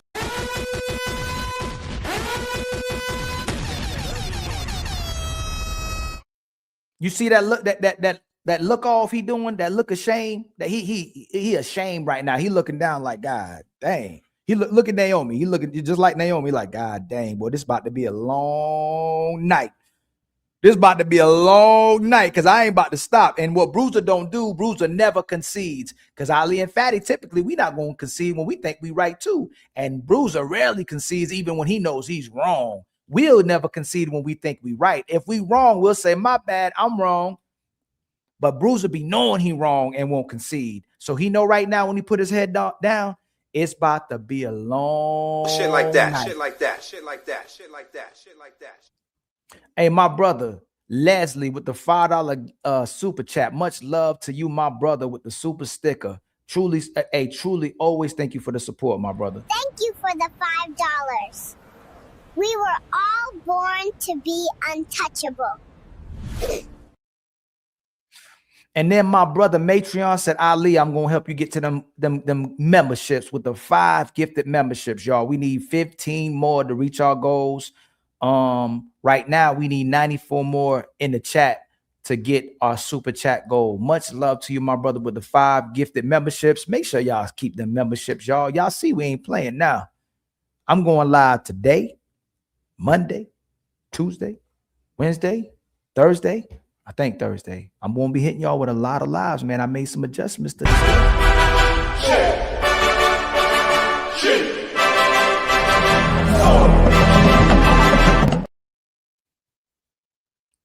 Nobody still asked for the link, and I'll be gaslighting. Nobody asked for the link yet.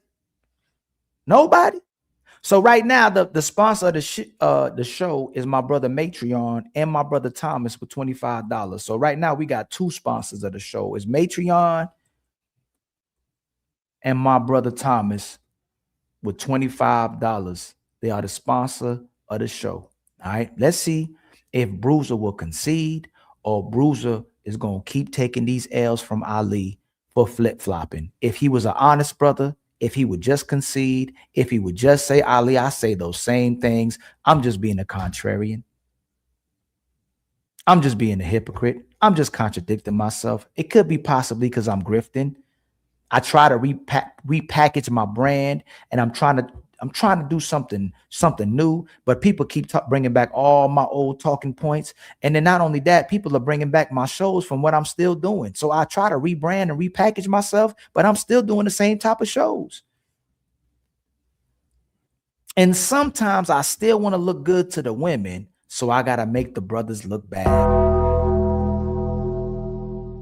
Or at least try to make the brothers look bad. I gotta hate. Oh man, hate.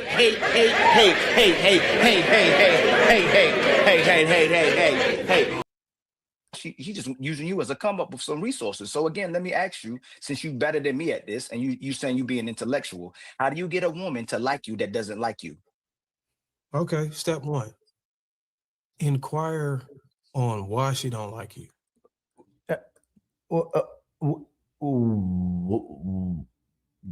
What? Shut the fuck. Shut. Did I say no? Oh shit. Say it again. Say something else. Oh, say something else. Say something else, nigga.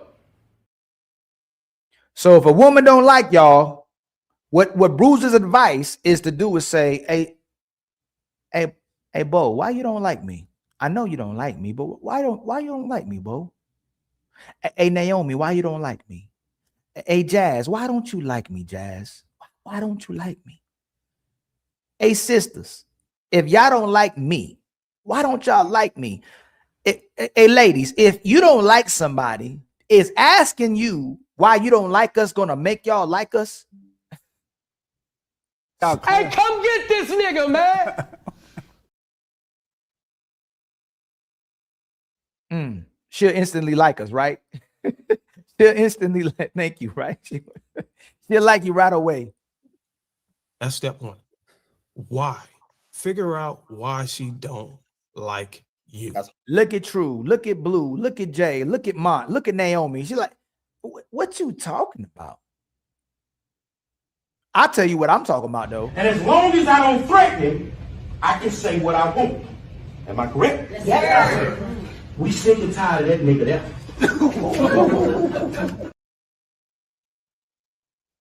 Hey, Bruiser, everybody sees it, man. And again, if I come on Lapeep, don't be on there when I'm on there, and because you want to play this role, you want to play the bad guy. I'm gonna be on your all show if you let me on the show when I come back. If I come on Lapeep, I'm off script. I'm coming straight at Bruiser. Hey, Bruiser, why you keep talking about black women but get mad when another person talk about black women? Why you keep talking about the money pill but tell men that they should be with women who actually like them? Hey, Bruiser, why you keep telling men to get married but you tell men that marriage is a scam? Why you keep talking from both sides of your mouth, Bruiser? Pick one side. That's a man. That we pick one side and we stay to it. Pick one side, brother.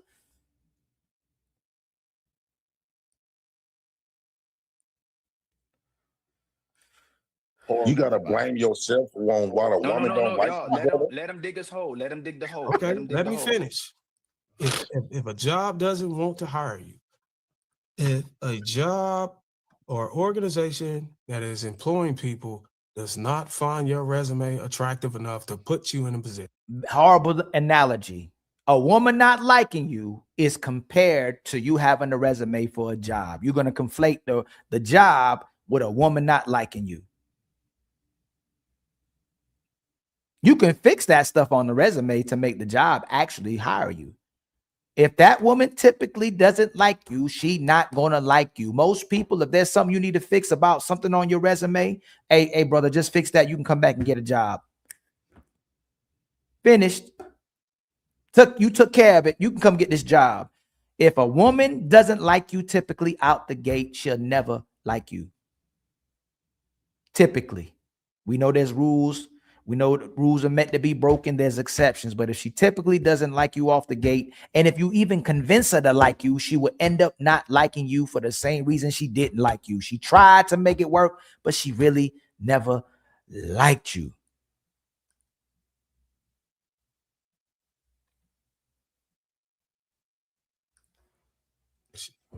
What do? Find out why the employer. The man is the employer. No. Let him land. Let him land. And look. Y'all see, Ali is asking for him to land. I'm not talking over him. I like for the people that like to talk the way that they talk to make a mistake. I like for them to dig their holes. I like for them to make mistakes. I'm not going to let you stop talking. I want you to start talking. I'm not going to cut you off. When y'all see me cut somebody off, it's to get them right back on the same page. It's to get them to reiterate exactly what they said and then address what I said. I'm not trying to stop nobody from talking. I want you to talk. Just y'all remember that. When I cut off people, and y'all probably know that, it's because they derailing or they're deflecting and they're not answering my question. Fatty does the same thing. And instead of people going, hey, man, y'all know they doing that because they ain't answered the question. And that's a minority of people. Most of y'all see it. Y'all know what's going on. Instead of people that be doing that, why y'all don't let them talk? Why y'all over talking them? Going, hey, they ain't answered their question. And even if we let them talk, why y'all let them talk? Why y'all simping? Why y'all pandering? Do y'all like women? Oh, y'all doing too much for women. And it's the minority of people again. But I'm just telling y'all what keeps happening over and over and over again. That's why there's a show I was doing, Talk Over Ali show. I'll probably still try to do that as well too, because the point is people, when they're caught, they want to keep talking. They want to create a narrative. They want to repackage themselves. They want to rebrand. But we already saw what you just did. To relationships, but go ahead. It's okay to look at yourself in the mirror whenever the fucking job market bypass your resume and tell you that they're gonna go in a different position. But when a woman bypass your ass, you don't want to look at yourself in the mirror. That's why you niggas are losing. That's why you are losers. You have to look at yourself. Oh, we're losing. Now the men are the losers, man. Ooh.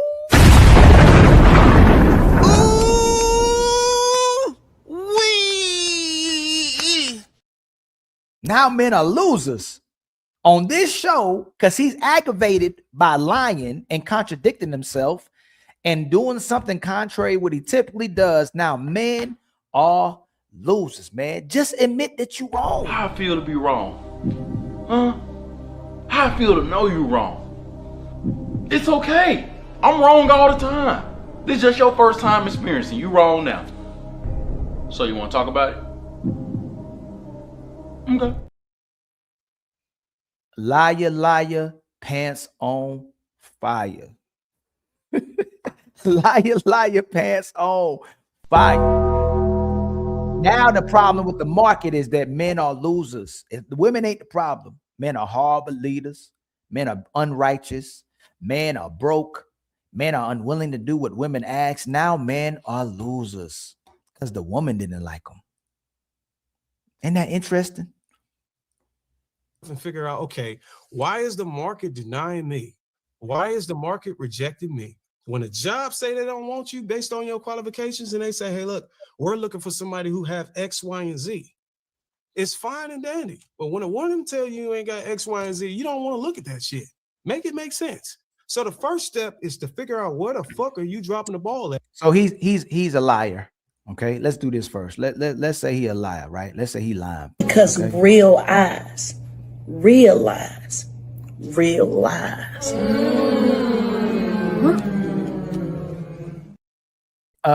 Men do assess why women may not like them, especially when it happens repeatedly. That's why men build personality. That's why men build charisma. That's why men get skills. That's why men get experience. That's why men want to deal with women and learn how to deal with women. They want to be around women. They want to learn women. They want to be productive. They want to get a job. They want to make money. Men really care about women liking them. And they want to learn about women liking them. And just because a man can't get women, that doesn't mean he doesn't know women or doesn't want to learn women. There's just a lot of men that women just don't want. And there's nothing you can do about that. Women don't even want the man that they want. They don't keep the man that they want. They don't keep the man that they like. They don't keep the man that they love. And that's what I will keep saying repeatedly over and over again. Most of these sisters are single because they don't want a man enough. They don't value men enough. They don't truly value commitment and loyalty. Otherwise, they'd stay with that first guy, at least the second guy, at least the third guy. But a lot of sisters don't stay with nobody. And there's nothing wrong with observing that. But I know most men will still crash out over women, will still be divided over women, will still lie like BRUZZIR and pander over women. It's their nature to cape and love women, including me. I love women. And I'll make compromises for women. Most men will. Most men will try to understand women. Most men will try to be patient with women. Most men will only change for women. Most men ain't gonna change, but they'll change for a woman.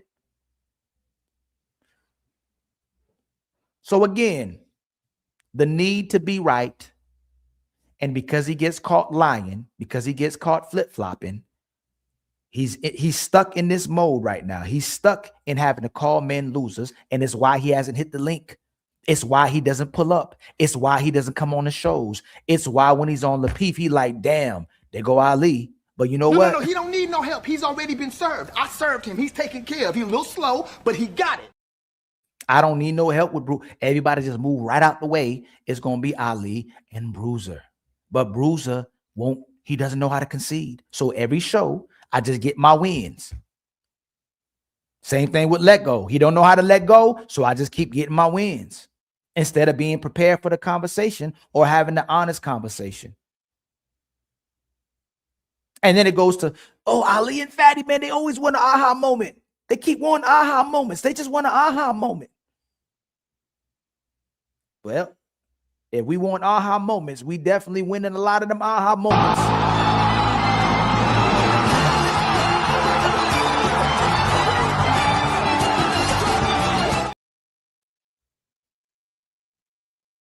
Again, if y'all got a problem with what we doing, do it better. If what we saying is wrong, stop saying what we saying. And that's why the show is titled Bruiser is Right, because he talks about the same things that we talk about. He just did a whole dialogue or diatribe about how much black women are for the streets by default. But when Ali and Fatty said they don't like women, they doing too much. They over pursuing. The problem in our relationships is because we don't over pursue. The problem of our relationships is because we don't question. The problem of our relationships is because we see women in a certain eye, the way we've been conditioned our whole lives. We think they're love at the core. I still think they're love at the core, but they're not moving like love at the core. So I still have grace for women. I still have love for women, but that's not what they're demonstrating in real life. It looks like women like men, but don't love them. They like all the benefits of men, but don't actually love them, where we love women, but we don't like the way they treating us. We don't like the fact that they don't value us. So we don't really like them because of those things, but we love them. But they don't love us. And again, man, shout out to my brother, Tony Golden, one of the day ones, man. Shout out for gifting us another membership.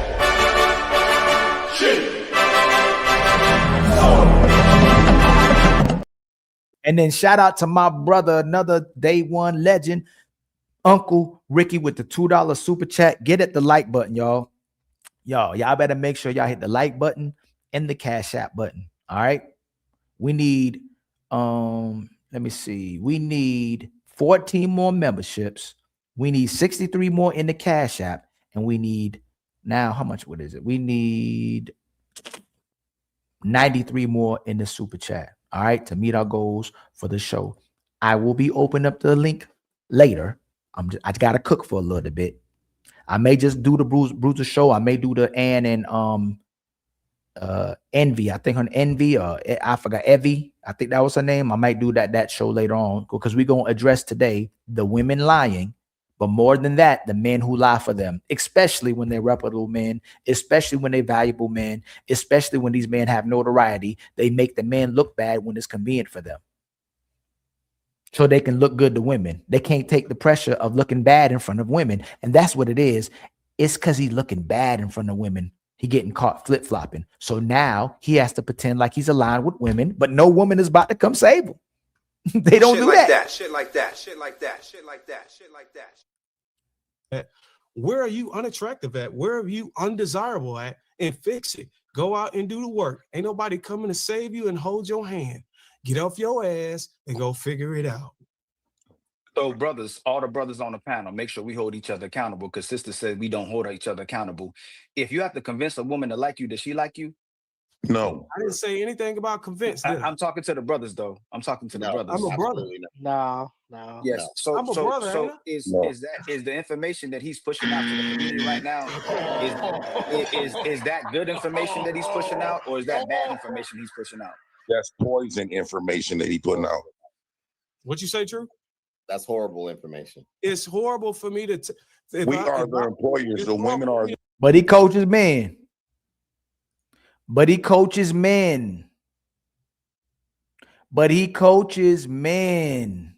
And the men are saying that's horrible advice. And they not in the so-called position that he's in, but he's coaching men and telling men to ask the women why they don't like him.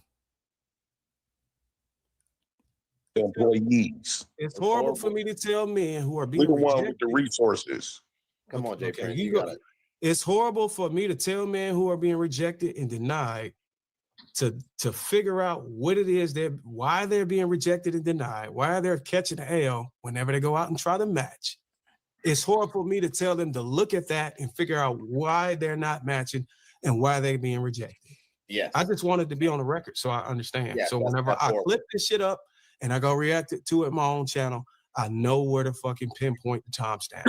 Yeah, that's horrible. Okay, you good, don't got have to require it. You're not gonna shoot for a 99% from the zone. That's just not how that works. I would only give that particular advice if you're talking about the woman you've actually acquired and there's shifts in your connection. Then that will be a position to where you'd be like, you know, what changed?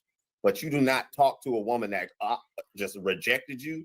You have not established no rapport with, and be like, why am I missing? You are setting men up for failure.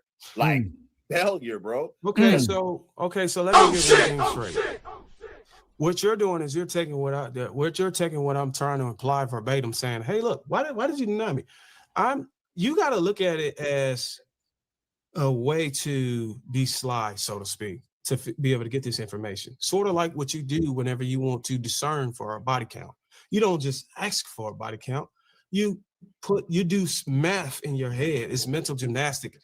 You inquire about information that's related to her dating history, and you use that information to calculate a particular number in your head, and you go off of that.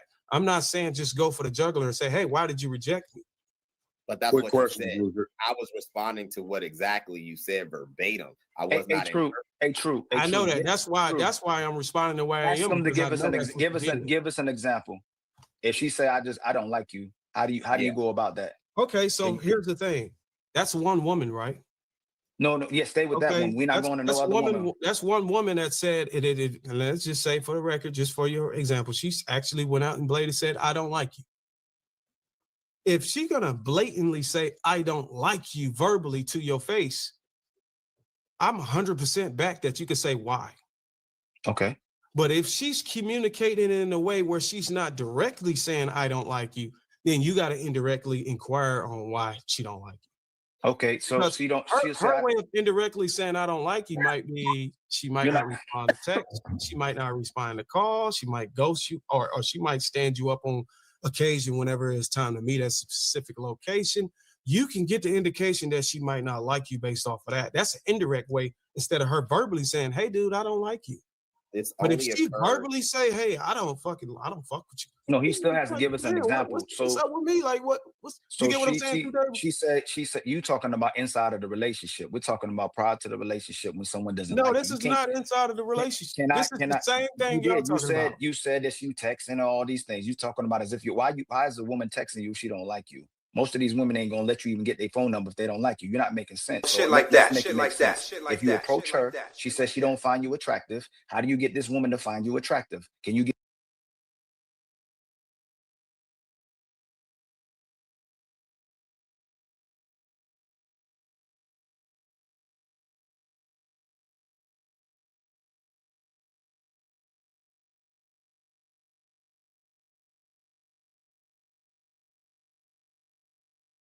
Ooh, a rookie mistake. So what he's doing is what a lot of women do. Women will say, and men will say, men are logical and women are emotional. So when women become emotional with the question, they make it about how they feel. So they don't answer the question. They derail and they deflect. Same thing what a man will do if he doesn't want to answer the question logically, which is supposed to be what a man does, right? They would derail and they would deflect. So we got to bring them right back to the original question we asked. That's what's called a bad faith conversation. All you have to do is address what we asked you. And then you can give context later. That's why when people ask us, we got to give you the question that people catch us too. And it seems like we're not being genuine. I got to answer the question, then I could give context. Give me an example. First of all, if a woman says she don't find you attractive, she just don't find you attractive. So how do you get her to find you attractive? You said you But convinced her here's to the like thing. you. But here's the thing. You have to convince me that there's a great deal of men who are running into a woman. He's derailing again. He's deflecting again. He's not going to answer the question because it doesn't make sense. So he's going to deflect again and derail and talk about something that we didn't ask. And that's what a lot of sisters do. That's why a lot of men don't trust or listen to what a lot of sisters do. We watch what you do, and we observe by your actions. Who's verbally communicating? You're running away from the conversation. You was going hard on Jay Prince, and you was going hard on Jay Prince and everybody else. So you can't run away from the question. Who's verbally communicating to, hey, look, I don't find you attractive. You have to convince me that there's a great deal of men that actually want to know why that person at that moment don't find them attractive. For me to say that, for not necessarily that they want to, that they want to actually try to change her mind at that point. Because you're not answering the question. Because I would argue, you're not answering the question. All this gonna happen. No, you're not. You said if the person don't find you, you're asking me to show you how. You're asking me to show you how somebody would do something that I don't believe they even want to do. I don't believe men are running into women that are verbally saying, "I don't fucking find you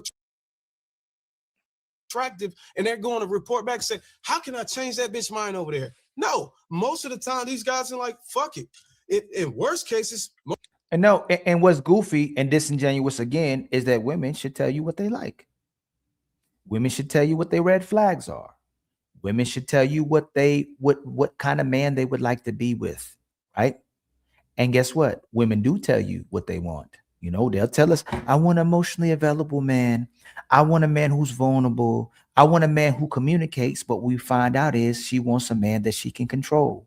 She wants a man that she's attracted to. She wants a man that other women are attracted to. She wants a man she can benefit from. But even when she gets that man, she doesn't stay with that man.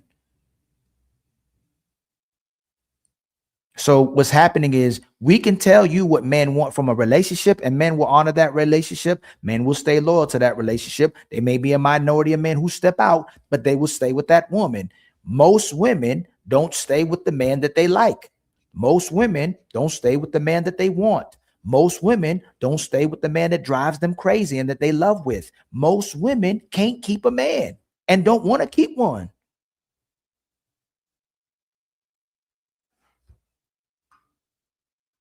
So until you can tell me how a man can keep his woman for life, there's no reason to coach. All you can do is prepare a man for reality and give him a reality check and tell him that for the most part, most of us can't keep a woman happy. Excuse me, add to her happiness. She should be happy before us. But most men cannot add happiness to a woman's life. Most men can't change a woman. And again, man, shout out to the 165 people in the building. Please like and subscribe. Please hit the share button at the bottom of the screen so it can help the algorithm. Please do that.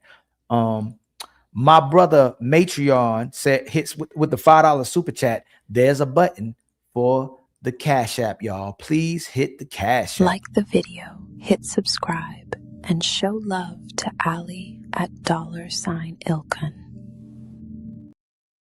And then my brother Wolfman with the $2 super chat. Modern women don't give relationship security. They don't, man. We just got to keep it real. Most women aren't loyal. And if y'all, this is a thing. How can women ask men to see women? How can women ask men to know women? Y'all don't get us. Say y'all don't get us. And then when we finally get you, you're upset that we get you.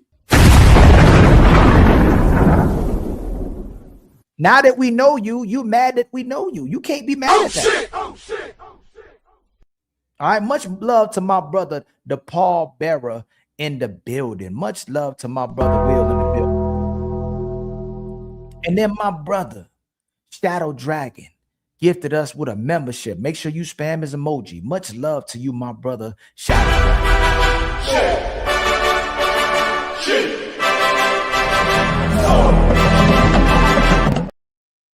Y'all make sure y'all spam Matreon emoji. Make sure y'all spam my brother Shadow Dragon emoji. I will be switching out emojis. The people I see here the most, the people I see chat the most, the people I see financially donate the most, those will be the people who have emojis. All right. Whoever support us, we supporting you back. Whoever love us, we loving you back. Whoever donating, we're going to find a way to donate with you back. If you being a member, if you're not a member, but you showing out, we'll try to come to your shows if we can, man. We some busy people, but we'll still do something to find some kind of way to contribute to your show or support your show, y'all. All right. We trying our best. Whatever you do though, don't be no flip-flopper. All right. It's one thing if you have a misunderstanding. If it's one thing, if maybe you didn't really know about what you was talking about, and you can concede and go, okay, I can see how y'all say I'm talking from both sides of my mouth. But it's another thing when you know you flip-flopping and you still won't concede. All right, y'all. Make sure y'all help us. We need, let me see. We need 2, 7. What we got? 6, 7, 13 more memberships. We need 94 more or 96 more in the no, hold on, 86 more in the Cash App. And we need, Super Chat. And we need 63 more in the Cash App. All right. Hit the Cash App. Like the video, hit subscribe, and show love to Ali at $Ilkan. And again, if anybody got smoke, I done told y'all for the last almost 2 hours, you can hit the link or ask for the link. All right. Most of them guys will say, well, fuck you. You ain't shit anyways. I hear that more often than, hey, man, can you tell me how I can go back over there and change her mind? Because she's so on you're changing your argument. You told them no, that. I'm not changing my I never no, agreed. You are changing your argument. No, I'm not. I never agreed that a man is trying to change a woman's argument. Yes, right you did. On point. You said ask her level why. of attractiveness for you right on point. I never agreed to that. I don't believe men are trying to on the point, on the spot, at the time of rejecting, trying to flip it. Say, hey, look, how do I make her attractive to me? No, you said ask her why. No, you just recommended to the next. You move on to the next joint. You I ain't never been out. I've been in the game, bro. I ain't never been out in the game and tried to get a woman who said to me verbally, hey, look, I don't like you. I don't find you attractive. You moonwalking away from the question. You moonwalking away from the question, Bruiser. You repackaging what you said because you didn't say nothing about what other men would do or what they wouldn't do. You recommended the men to ask her why so they can convince her different. So I'm asking you again. You told the men to ask her why. They didn't say they'd ask her why. You just said in general, men wouldn't even ask. Can you let me? Can you let me? Can you let me? A pattern. Can you let me? No, you didn't. That's not what you said. That's not what you said. That's not what you said. So let me just make a statement. You're pigeonholing the words that I'm saying. Let me make a statement. Try to drive a point. I'm talking about being rejected consistently. This is what you call triggered. This is triggered. He is not going to stop talking because it's just going to get worse. He won't stop talking because then I got to keep talking and it's just going to keep getting worse because he won't concede. So he got to keep lying. He got to stay on what he's talking about while everybody else is addressing them and calling them out. I'm not on the Lapeef network like that anymore. That's my second or third time in the last who knows what. So his relationship with the people on that show is different than my relationship than the people on the show. So they calling him out for not staying on point and for switching his argument as well too. Let me make a statement. The average man go out twice a month based on paycheck to paycheck frequency. If a man on the average is going out twice a month on paycheck frequency to go out and try his hand, Bruiser, you know. Don't you, hey, hold on. Don't you be having smoke? I could swear you be having smoke, but you never pull up too, man. I thought you said you had smoke too. Because I think you'd be disagreeing with us on some points as well too. What's your name? Rafiq Turner? I could have swore you got smoke. Is there a full link to the Full Reaction podcast discussion? I'm not sure if you're asking for that link to that show. I can drop the link to that show, but I could have sworn you had smoke too, my brother. I see you everywhere where somebody has a disagreement with us, and then you say something to those people, and you'll say something in the chat, but you never pull up for the smoke, my brother. I'd love for you to pull up for the smoke. Tell me what I got wrong. Tell me where we going wrong, please. We live, right? You know we twice live, a month. That's, you know we live, right? What is that? 52. You know we live, 104 right? times. Naomi, you see how decisive he is? Does he know we live, right?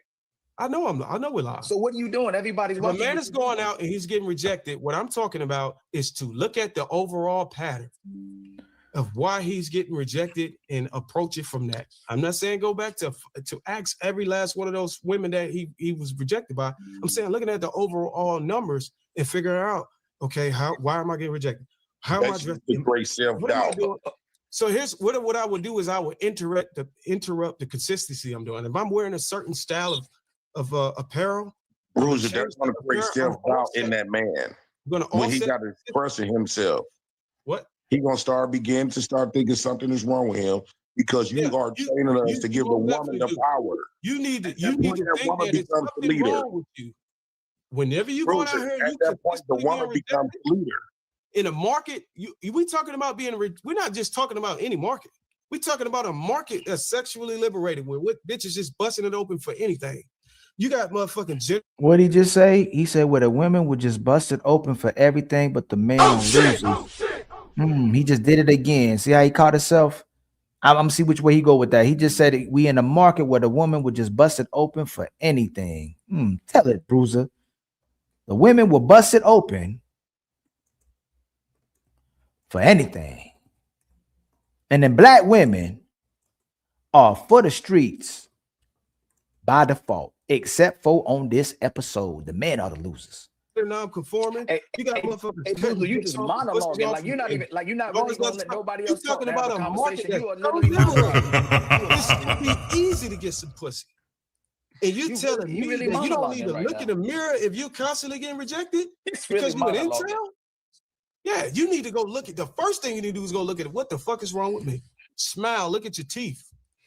Check. Why would you go look at what's wrong with you if you just said women are literally busted open for everybody in the market? Why would there be something wrong with men if you're saying women would bust it literally open for anybody? Who's asking for the link? Somebody asking for the link? Okay, there we go. Bruiser. Bruiser is asking for the link. Oh, man. Come on up, Bruiser. Please come on up. Please come on up.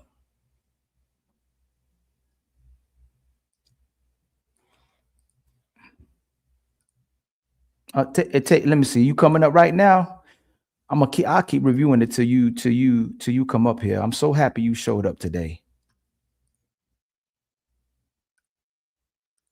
I know you got on that church jacket, but Bruce, you are not preaching today. You are telling us to put the woman next to woman our leader. Use my memory, but it's two women that told you about your grooming. It's two women on this panel that already rejected you. Two women that's been rejected out of life already. They done. To say, hey, look, Boheen, Naomi, why wouldn't you try me? Like I heard you said you would. You talk about you getting on camera, right, Bruiser? Okay, thank you so much. Okay, hold on. Might not be suffice for me to be on camera like that. Who? I mean, you could put a shirt on though. You just put a shirt on real fast. I mean, if you want me to do all that, then maybe we can have this conversation later. But I thought you wanted me to address you. Why wouldn't you have a shirt on? Do I need a shirt on to address any of the complaints you got? Yeah. So that I don't get no strike on my channel for somebody to have a shirt on. I just don't want to strike on my channel. Would they put a strike on you if I had? I'm just asking you to put a show on. If you pulling up, I would think you ready for the pull up. So I would think you have a shirt on. I wouldn't pull up. Look, I understand you want me to put a shirt on, but my question is, if I didn't have a shirt on and I was off camera, would you still get a strike? I thought you would get a strike for not having a shirt on, but I'm not having someone come on. That's not what I'm at.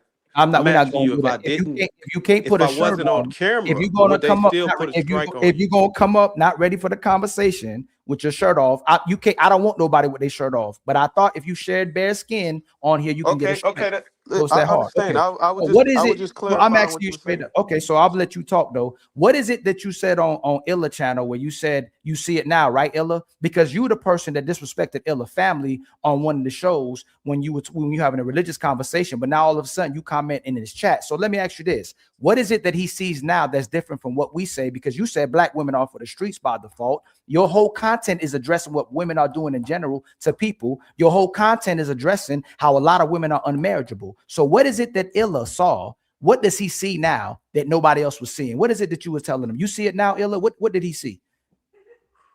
Hold on, you talking to Illa or are you talking to me? I'm talking to you. You commented on his chat. He didn't comment You that. You confusing said, me with. Okay, "Oh, hold I'm on. confusing you." Okay, hold on. I'm Okay, so confused. you said I said it on his channel. Are you saying that I say it on his channel, or did I say it on a comment under his video?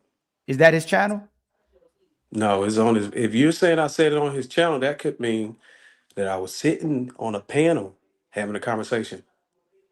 No. If you made a comment, is that on his channel? Okay, so there we go. So I made a comment under his video and I said, "You see it now." You're gonna do now. Look, people saw you did this in real time and on the other show, but instead of answering the question, you're gonna play this type of semantics game and not answer. What were you saying that he saw now? You said, Illa, you see it now. What is it that he didn't see So I made before? a comment You see saying, it "You now? see it now." Yeah, what is it? He said that being fair is now simping, and I made a Mhm. comment saying that you see it now. See what? Well, that being fair is called. You could be called simping for being fair. That's what he see now. That's what my comment was in reference to. Oh, it had nothing to do with me and Fatty. Did I say Fatty or Ali? Well, why didn't you say? Oh, you didn't want to say it directly, but you said you Okay, so see it now now. you It's on our. It's on. No, did it's I? on our show. Oh, It's hang on our on. show. Hold on. Did I answer your question? Hold on. I know you're gonna play. So how Well, about this? I got Since a I question can't too. prove it, I know for a fact y'all had beef with each other. But you've been dropping comments in our chat Okay, with so eyes. But let me so what? So land out real of quick. fair, if you want me to, Let me land okay. real So you quick. asked me to put a shirt on. You asked me to answer a question. Let me land real quick. But you're not being fair with this conversation. Let me land I real have a quick. question too. Let me land real quick. You ain't Go ahead. commented on nothing on Illa stuff because Illa obviously had issues with you because how you was talk about his family. He ain't had no family. Then all of a sudden, Illa shares a show from our show, and you put, "Do you see it now?" And you want us to believe that you talking about the fairness. If you're not being fair, you're a simp now. If you're being fair, that's what you're saying. Is that what that? Did you see his video? Did you see the thumbnail? How often you comment on Illa's posts? Rarely. Did you see the thumbnail? I answered 3 questions. You haven't answered not one of my questions. Yeah, I saw the thumbnail. Okay, well, okay, thank you. What was on the thumbnail? What do you mean? What was on the thumbnail? The girl. He had a thumbnail of the girl and me and Fatty, and the What girl was was written? What was the It wording? said Illa Capes for IG model with me and Fatty is on the thumbnail, and the girl is on the thumbnail, right? Thank you. Now, So why don't you comment on his other posts? Okay, what was on the title? I just told you. I answered it. That Illa you Capes. answered. You answered what was on the thumbnail. What was on the title? Illa Capes for IG model. Fairness is the new simping. At Ilkan Ali, at Team Fatty, at Esme. Fairness is the new simping. When have you been addressed for simping for being fair? When have I been addressed? Yeah. Who called you a simp for being fair? Oh man, I can't. I don't remember the name. I know you don't. I know you don't. And even if I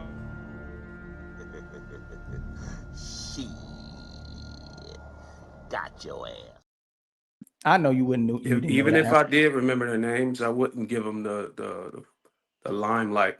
I wouldn't give them the credibility, publicity. The who? What they call it? Publicity. Sort of like LeBron James. Whenever he tweet and somebody saying something derogatory, and he's asked about it, you don't give people that much credibility. Yeah, but you can't remember who called you a simp for being fair. And there's never a time where people call you a flip flopper. No. They call you a flip flopper for contradicting yourself. They could call me and it whatever looks they like, want. hold on, let me land. They call you a flip flopper. They call you a contrarian.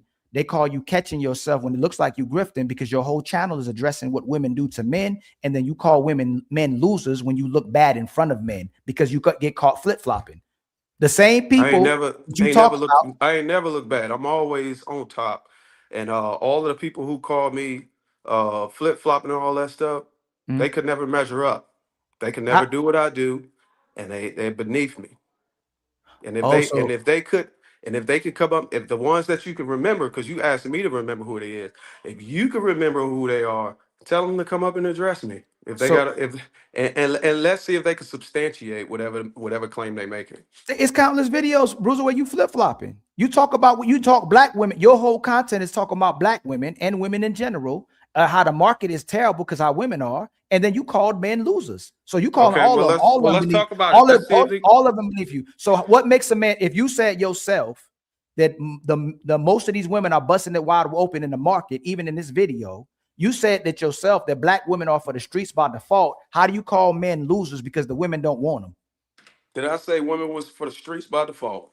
You said black women. You're doing it again, what you did on the show. I said black women this time. I didn't say women. I said black women. Did I say black women was for the streets by default? You said black women were for the streets by default. We just reviewed the show. Where did I say that black women were for the streets by default? Man, oh man, oh man. You got the clip up, so this is crazy. I just played it. I'm not gonna play it again. We just played it. Everybody already saw it. You said the title of your title was "Black Women Are for the Streets by Default." Okay, unless you can play it and show me it, there's no way I could agree to that I said it. Or if given the clarifications, there's no way I could clarify what I said either, because I don't remember saying it and I didn't see myself saying it, and you didn't give me no evidence of me saying it. Just like you don't remember why being fair is called a simp, because you can't remember what you say because you're an opportunist and you be lying on these panels and you flip flop. That's why you can't remember. I could remember. If I say black women are for the streets by default, I could remember saying that. You can't remember none of these things because it's scripted. I never said it. I don't. You first did of all, say it. I don't. Not only do I remember saying it, I don't agree that I said it. So now what? Well, that you a liar. So that's what that is. Well, then now you got to prove that I'm a liar. You just a liar. We see you. Stop lying. We will not have it. Well, if you need somebody to run memes for you, that's sad. Why you can't just have a grown up one-on-one conversation? Oh, I got better ones. Look. I got better ones than that. That's the best one. So now you say I'm a liar, and then you can't show me the proof. So what does that make you? No, I can show you the proof. Hold on. Okay, let me play the video. Let me play back See the how video. I did that? You don't have to know. This is the thing that you know you do it. So you we all seen you do it. Hold on, you got to show the proof now. I'll show you again. Now you're on the hook. Hold on real quick. I'll show you again. Hold on. We're gonna hold on. Pull it up. Let me see. Black women are for the streets by default. Pull that shit up. I'm working on it right now. But let me play this video too. Yeah, go ahead and work on it. Let me play this video for you before I get to that. Working on that. We gonna walk this slowly because you want to come up here and be embarrassed. That's what we're gonna do. So this video doesn't say black women. It says she is a 304. I'm getting that other video for you too. This video says she is a 304. 10 reasons men categorize women as for the streets. You said these women. You didn't say black women this time. You said women are for the streets. No, that ain't what we want. Oh, we getting to that too, though. We gonna get to that. We want the one you're working on. Go and get that. So, hey y'all, make sure y'all pay attention. I'm gonna get this video, and then I'm gonna get the other video that has the thumbnail because we got receipts all day. We want the one you said out loud. We gonna get to that. We gonna get to that. Hold on, we gonna get to that. Well, we got time. We could talk. Let's have a conversation instead of playing something that ain't got nothing to do with that. Hold on, let me remove this. Let's have a conversation. I got questions. So I'm just asking a question. Why is y'all niggas all on my nuts about what I do with my content? Let's see. First of all, that's a serious question. It's actually the other way around. Why you keep coming back into our chats and putting the eyeballs down on the chat when we live? We don't come nowhere. Hold on real quick. Can you hear me now? I can't hear nothing. Hey, can y'all hear me? In the chat or is it BRUZZIR? Is it BRUZZIR? Ali or either myself. Change the title. I can't even see the damn chat. Yeah, it's BRUZZIR. So let me work. I got the 10 reasons women are for the streets, and then I'm going to get the other video. You got to restart.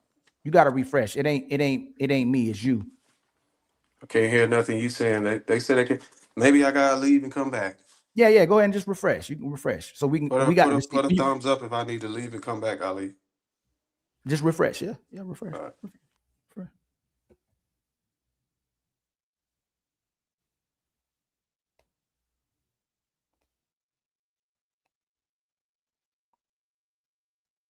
Now this is what I'm demonstrating to y'all.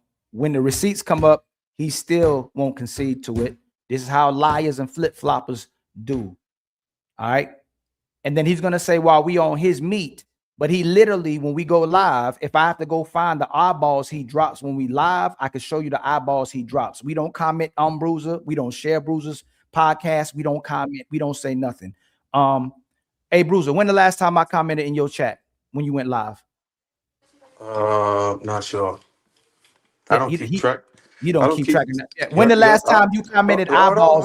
Hold on. Okay, hold on. You answered. When's the last time you commented eyeballs in my chat, though? Oh, I do that in everybody's chat. Everybody I subscribe to. No, I didn't say everybody. It's not like a politician. I don't know when it was. I don't know when it was the last time. That's an emotional answer. You said why we on your meat? Why are you in our chat? So I'm asking you again. It probably was a couple. You doing it again? You rambling. You know what? I don't know exactly when it was, but it probably was a couple days ago. But the reason why I don't keep track of you or any of the guys that probably feel like I'm their nemesis, I don't keep track of y'all, man. I just let y'all do y'all thing. I don't bother y'all that much. Let me know when you finish. Oh yeah, I got a question. So if you don't keep track of Illa, I do got a question though. Let me respond to what you just said. I thought you just said let you know when I finish. Which one is it? And like I said, I don't know if there's something struggling. It's a mental issue, BRUZZIR, but you demonstrate this on a show too. When you feel emotional about something, when you feel caught and triggered, you have to talk over somebody else. So you told me that we on your nuts. When's the last time Illa or Ali or Fatty commented on anything of yours? I'm not sure. Exactly. When's the last time you commented on something on Illa's channel and whenever you put eyeballs in me or Fatty's channel? When's the last time you did that? What does it got to do with you and because you said we on your nuts. Why are you in the chat? We don't even respond to you. So I don't even respond to you. So why are you if I'm on your nuts, why I'm not commenting on your stuff, but you leaving eyeballs? No, again, why are you leaving eyeballs? Why are you leaving eyeballs? You are commenting on my stuff. Why are you leaving eyeballs in our show every single week? Hold on, wait. Aren't you reacting to something that got something to do I'm with reacting to somebody that can't say it in public. Hey, then you right. So you're talking about me. When was the last time you're not responding again. When have I ever reacted to your content? I'm gonna let you stop. I'm gonna let you talk. I'm gonna show what hey y'all, I'm gonna show y'all what happened. This is why when people say don't talk over somebody, he can't answer a question. Have I ever reacted to your commentary? That's just a serious, simple question. I've never reacted to neither did none of y'all stuff. You react to my shit, and there's a reason why. Because my shit is fire. Go ahead. But if I can ask a question, my question is, first of all, what is the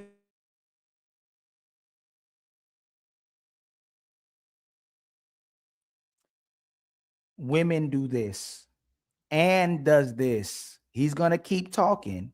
If I stop talking, he ain't gonna have nothing to say. He's only talking to interrupt me. That's the only reason why he's talking. He's gonna come back, and when he starts talking, he's only gonna talk to interrupt me. He not gonna have. He say we on his nuts, but he's commenting in our chat every show. We only responding because he can't say it in public. Yes, sir. So okay. So if people would ask who's on whose nuts, if you're commenting on our stuff and we're not commenting on your stuff, who's on whose nuts? Until today, who's on whose nuts?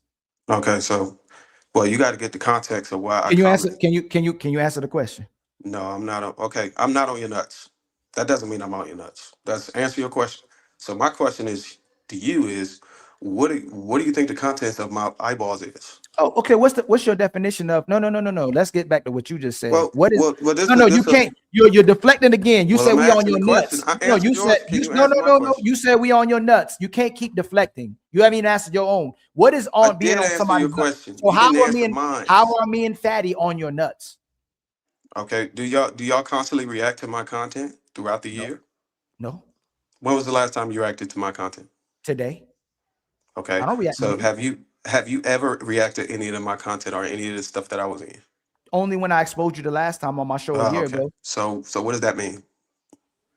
What do you mean? What does that mean? That mean you on my nuts. No. You was on my show. You came on my show on Checkmate. You came on my show, and I was reacting to you, flip-flopping and calling a man dusty because he ain't had no teeth and he had bad experiences with women. So you came on my show, and I was reacting to you flip-flopping. So again, you was on my nuts. No, based on you. I don't think if people come on my show, they on my nuts. You said we on your nuts, but you pulled up on my show. And then I exposed the fact that you said black women are for the streets by default on that show.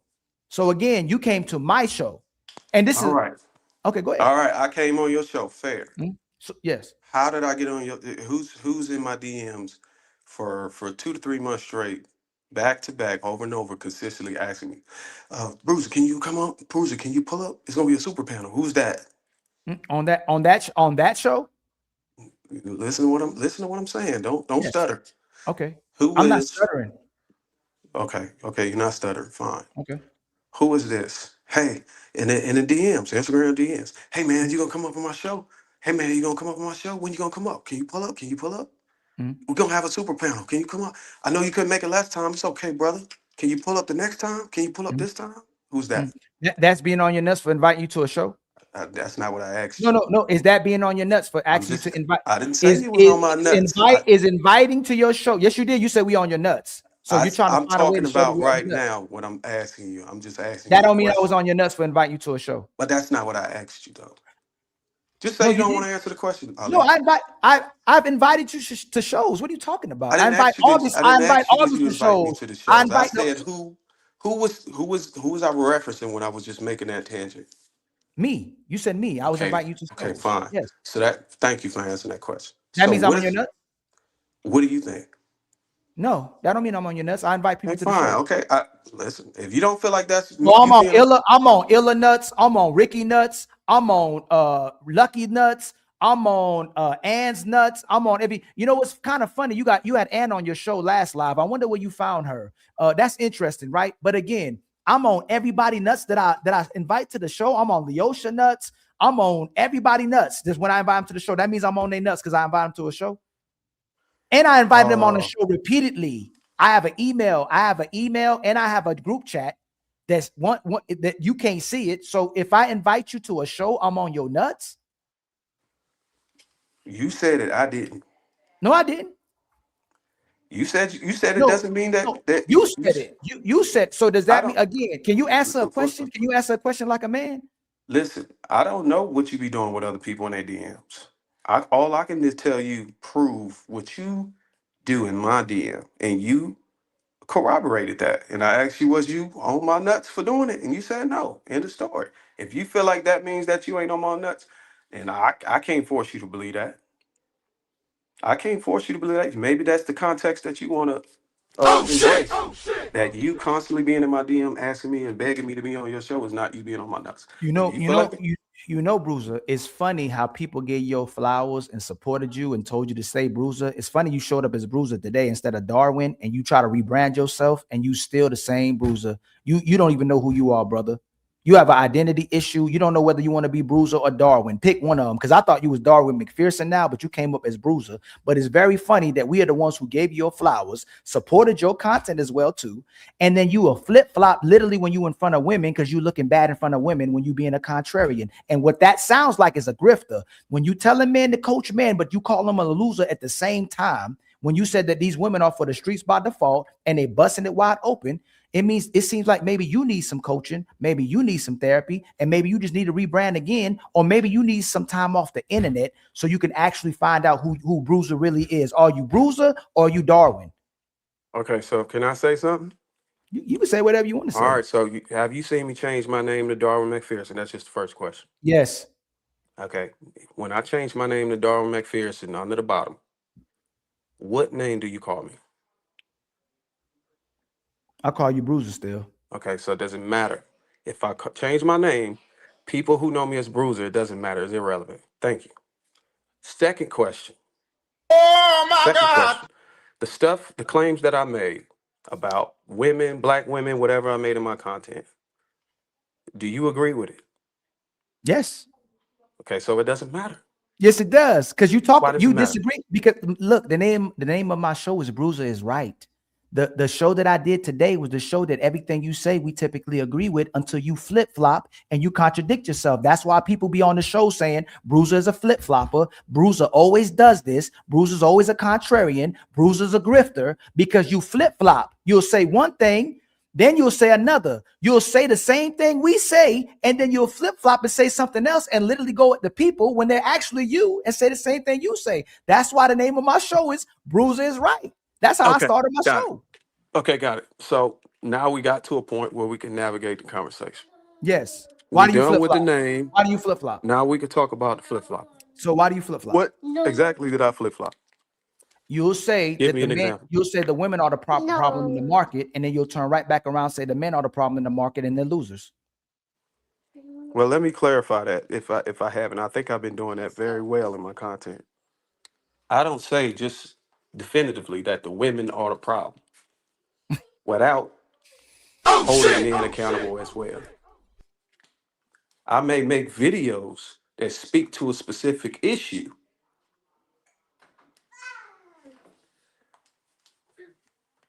He ain't talking about a location. He's talking about your lifestyle. Let's not play dumb. When a man says she's for the streets, he ain't talking about a location. He's talking about your lifestyle, mindset, and history. Your damn resume.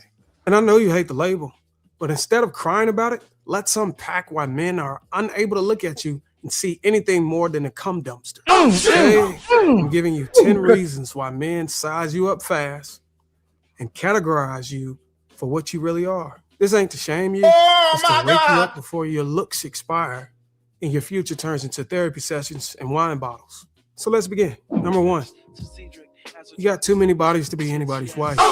He ain't talking about preferences. We're talking about the number of men who gave you back shots, deep throats, and cream pies. And when I say cream pies, we're not talking about little Debbie's. You can lie to your homegirls, you can downplay your past. But when a man of value meets you, he can sense the mileage. Your emotional depth is gone. Your intimacy is disconnected. And your walls aren't holding up tight. Oh my God! You're loose and loud. Let me make this plain. Every man you let smash took something from you. And now you're mad because the men you actually want are treating you like a rental.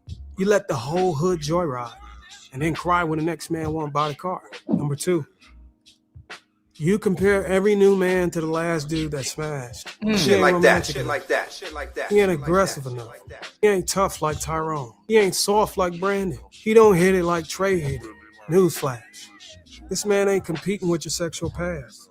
He's not gonna align with your trauma. If you can't enter a relationship free from your past with a clear mindset, you're still mentally in the streets, even if your body's sitting in his living room. No man wants his value to be measured using the performance of your previous partners. Number three, your current children were created from recreational use, promiscuity. You weren't covered, you weren't married, you weren't intentional. You were fun. Now you're mad. Because the fun came with a lifetime of responsibility. Let's keep it a buck. You had a kid with the dude that had the best pipe, not your best interest. You laid down with a pookie and woke up with a car seat and court papers. And now you want the next man to move liability into his house and pretend you're safe because you're a part of Bible study club. No, ma'am. You don't get to welcome into the world the bloodline of degenerates and ask another man to raise them as their own. Number four. Damn. You think submission is a transaction, not a requirement. You got it twisted. Submission ain't negotiable. It ain't earned, it ain't situational. It's divine. But modern women treat submission like, if he makes six figures, he buys me this, and takes me there, then I'll submit. Did you say black women or did you say modern women? What did you just say right there? Rewinding back and playing. Oh, you don't remember what you said, right? That's the problem. When you say stuff, man, come out your mouth. Make six So figures. here, so buys me No, this. hold on. so are we gonna takes me watch there. this? Are we gonna watch this whole video? If you make six figures, Let me go. buys me this, and takes me there, then I'll submit. You're not submitting to a man's order. You're submitting to Amazon orders, designer bags, early retirements, and the ability to go brag to your friend groups on how you made a man submit to the lifestyle you wanted. That's called materialism, not marriage. Let me make this plain. You're not a wife if submission is contingent upon a brand or account balance. You're a liability waiting for a man to buy excess just to argue with you about your tone later. Submission, like, if he makes six figures, and buys me this, and takes me there, then I'll submit. You're not submitting to a man's order. You're submitting to Amazon orders, designer bags, early retirements, and the ability to go brag to your friend groups on how you made a man submit to the lifestyle you wanted. That's called materialism, not marriage. Let me make this plain. You're not a wife if submission is contingent upon a brand or account balance. You're a liability waiting for a man to buy excess just to argue with you about your tone later. Men don't submit to ultimatums. They walk away. Number 5. You are not authentic. Everything about you is bought and surgically attached. Your body, fake. Your lashes, fake. Your lips, injected. Your hair, imported. Your attitude is the likes of a hyena. You're a highlight reel, but for attention. But you're mad men don't treat you with intention. Look, men don't mind beauty and elegance, but they do mind deception. You're out here looking like Betty Boop, but the moment it rains, your whole identity washes away. You don't know if he's dating a woman or a painting. You want commitment? Try authenticity. Number 6. Hey, Sweeney and Will, y'all can both come up here because Sweeney, you be flip-flopping too. You do the same thing as he does as well too. You do the same thing, and you come sit here and support him when he does the same thing as well too. Y'all can, Will and y'all, both of y'all could come up here. Y'all could come up here too. You want to come up here too? Will and Sweeney, y'all could both come up here. Both of y'all could come up here.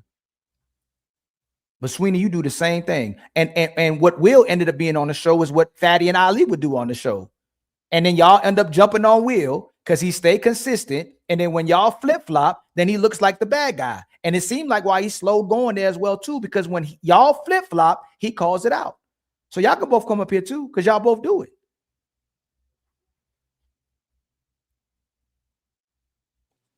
No, don't bring nobody up here to Performance of your previous partners. Number 3. Your current children were created from recreational use. Promiscuity. You weren't covered. You weren't married. You weren't You talking about intentional. bringing it up here? My bad. You were fun. Now you're mad. Because the fun came with a lifetime of responsibility. Let's keep it a buck. You had a kid with the dude that had the best pipe, not your best interest. You laid down with a pookie and woke up with a car seat and court papers. And now you want the next man to move liability into his house and pretend you're safe because you're a part of Bible study club. No, ma'am.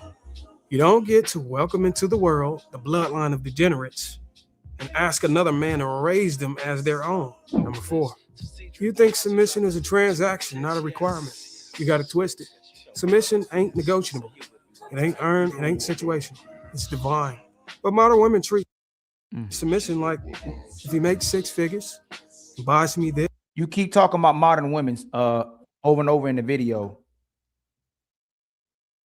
You there, Bruiser? You keep talking about modern women over and over and over again. You're not saying black women. Let's You're just saying modern women. So are modern women struggling with submission? Are modern women busting it wide open? Are modern women staying loyal in marriages? And then what you're going to do is you're going to deflect instead of answer the question. But go ahead. Yeah. You saying why are you addressing modern women? Yeah, they struggle. Yeah. Yeah. Okay. So why didn't? So then why flip flop? Can I ask the question? I'll be answering all of your questions. No, you don't. I didn't just answer your questions. No, you answer some questions. You don't answer all my questions. You deflect from most of my questions. Well, I answer your question and I try to give you context, but you don't give me the floor to do that. I do. You just don't answer the questions. But go ahead. So my question is, first of all, are we going to watch this entire video that you got up? No, I just took it down. I wanted to point the fact that you say modern women. Okay. So what is the problem with my video? I told you again, you flip-flop in front of men and women when it's convenient for you, when men catch you in a lie, or when you flip-flop and you start going at the men to look good in front of women, you say something completely different. You start calling the men losers and say men aren't equipped for today's women, but you say it's women who the problem. All your videos, most of it is addressing women. Most of your videos don't address men. You barely talk about men. You say how women make it hard for relationships, how women make it hard for marriages. And then in front of people, you keep playing both sides of the fence. That's the problem. But that wasn't really the problem. I left that alone. I know what you're doing. So you couldn't take the pushback. You started flip-flopping. Thank you for coming on with the professional camera. You started flip-flopping, and then you started the eyes was fine too. You putting the eyes in the chat, but then when you go, hey Illa, you see it too? Knowing daggone well you in the chat of somebody that already was calling you out for talking about his family as well too. You was already doing the issue with that. When y'all having a religious talk, you was talking about his family. So my main point is this: if you don't want me to say nothing to you or comment about nothing involving you, why did you find the moment to do it? And now you deflecting when you know you talking about us. Okay, so that's a lot, but I don't know what your question is, but this is what I'll try to say. I'll try to respond in this way. First of all, just to clear up the Illa, I never said anything about his family. Yes, you did. That's on camera too. Well, we could talk about that another time. Secondly, this thing about flip-flopping, you still haven't given me an understanding on that. You're just making a claim. But what I will say about that, there's a such thing as me being able to talk about two different problems that can simultaneously happen on two different sides between men and women. I've been able to effectively do that with my content. A lot of times I will go heavy on one side, but that doesn't mean that the thoughts that I have about the other side is negated when I decide to go heavy on that side. If I decide to make a video about modern women for 2 months straight, or maybe 10 to 20 videos straight, it's probably going to push the message that I'm on one side of the fence. I can agree to that. I can understand that. But I do reserve the right to speak to the other side. Like when I do speak to the other side, which is men, about their problems, about their issues, about how they're showing up subpar, it doesn't negate everything that I said about the women in my videos. Because if it did negate it, then I would have to remove those videos. So it doesn't nullify anything I said previously. It just adds to the mix. You get what I'm saying? So I'm able to speak to both sides. That's why I've been able to outgrow a lot of guys like y'all who are my competitors, because y'all don't know how to speak. Y'all don't know how to hold men accountable as well as you hold women accountable. That is the difference between me and y'all. Y'all call it flip-flopping, as if I have to be forced to stand on one side of the fence and throw rocks at the other side. I don't have to do that. The reason why I don't have to do that is because I have the luxury of being able to define my revenue, my income, before I became a content creator. Unlike a lot of y'all are fixate. A lot of y'all income relies on your content and the algorithm and the analytics. So y'all have to stay hidden on one side. I could suffer a blow. No, it's me and you right now. Who are you talking about? Just let me land. No, but who are you talking about? You just rambling now. You said that we speak. I don't gotta rely. I don't have to rely. I'm talking about Fatty, any of the guys who he don't have to rely. He don't have to do YouTube. I don't have to do YouTube for money. So who you talking about? You gonna let me finish? No. Who you saying? You're talking about us two. Why are you talking about other people? You just rambling right now. I do. Okay, I got it. Fine. Everybody already knows what I do for a living. You correct. I did YouTube. You correct. So why am I talking about anybody else? But do you recall earlier in this conversation when I was talking about you being on my nuts and being in my DM, you did bring up other people. You did. You gotta be careful, boy. That's a lot of evil going on. You knocking down stuff. No. I'm saying you brought up other people, right? You're all over the place. You can't stay on the first. See, we were at your nuts, but then you went to somewhere else. You can't stay on one thing. You said we were on your nuts. No. So you said we were on your nuts, and you conflated inviting people on the show as being on their nuts, which we refuted. Whenever I brought up you specifically inviting me, you felt the need to include other people you invited. Just like I talked about my content versus yours. I talked about all of my competitors who are in the same boat as you. But then you said it's not about them, it's just about me and you. But you didn't have that same sentiment when I was talking about you coming to me, specifically inviting me. You loop everybody in that you invite.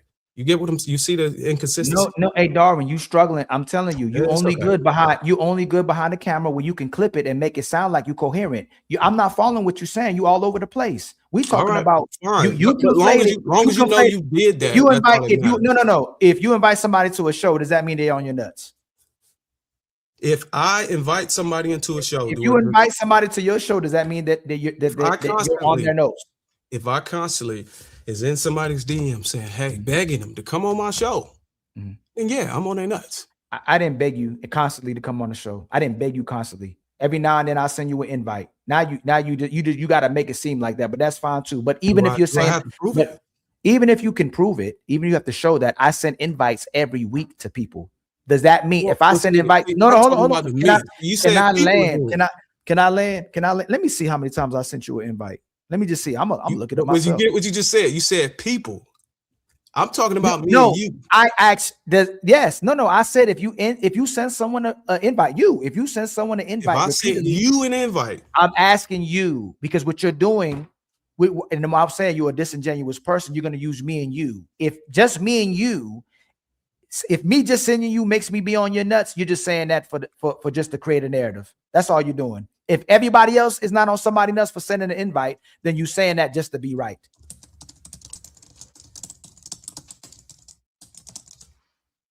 Okay, so what was that question? My bad, I didn't hear what you said.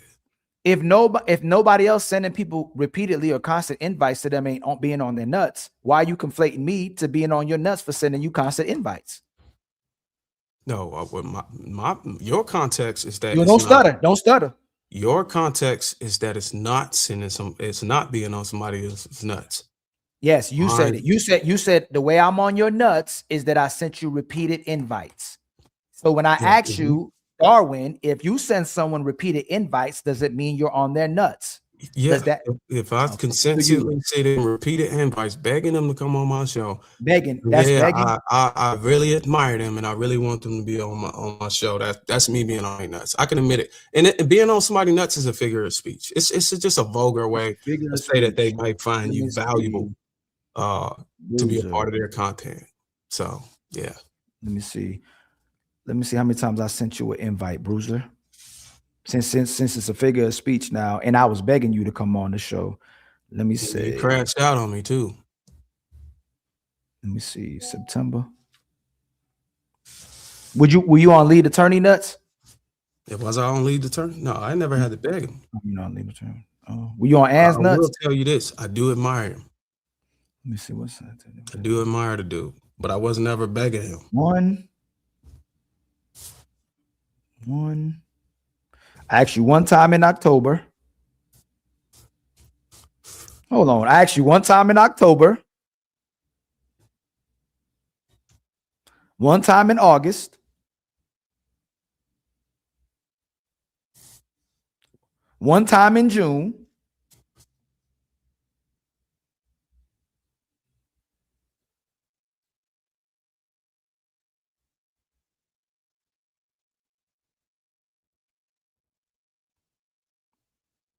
One time in May. That's begging. It's time before I send you an invite. That's begging you. And that's DM. What about text? That's crazy. I'm looking at text. That's the text. And you look at the DMs too. Well, look. I mean, no, is this is begging now? Why you ain't say, "Hey man, stop begging me"? Why you on my nuts? Why you ain't say it then? That's very interesting. Why'd you say, "Yo, Ali"? Why you didn't say, "Ali"? Ali, why you on my nuts? I don't find it a problem. I have a lot of people that's on my nuts. I don't find it a problem. Oh, okay. You know, if they're fans or they really admire me or they look up to me, it's totally okay. So if we were on your nuts, what made it? How make it to your show? So why'd you? So what happened? Why were you putting eyes in our chat every time we started going live? What is that called? Well, somebody might have said something that was enlightening. When somebody says something that's enlightening to me, then I'll put eyeballs in there. Somebody says something that was enlightening. So every week for almost, I don't know, 3-4 weeks in a row, you was putting eyeballs in the chat. That means somebody says something that was enlightening. Well, when I watch it, yeah. If I watch, I'll watch your channel every now and then. So whenever I do watch it and I hear somebody say something that, okay, That man had a bar. Because real eyes realize real lies. That's crazy, man. So if somebody drop a bar, I will put an eyeball in there. That's to crazy. say, I see that. I see what you're talking about. That's my thing. It's been my thing for a long time. I don't really say much in the comments. Let me see.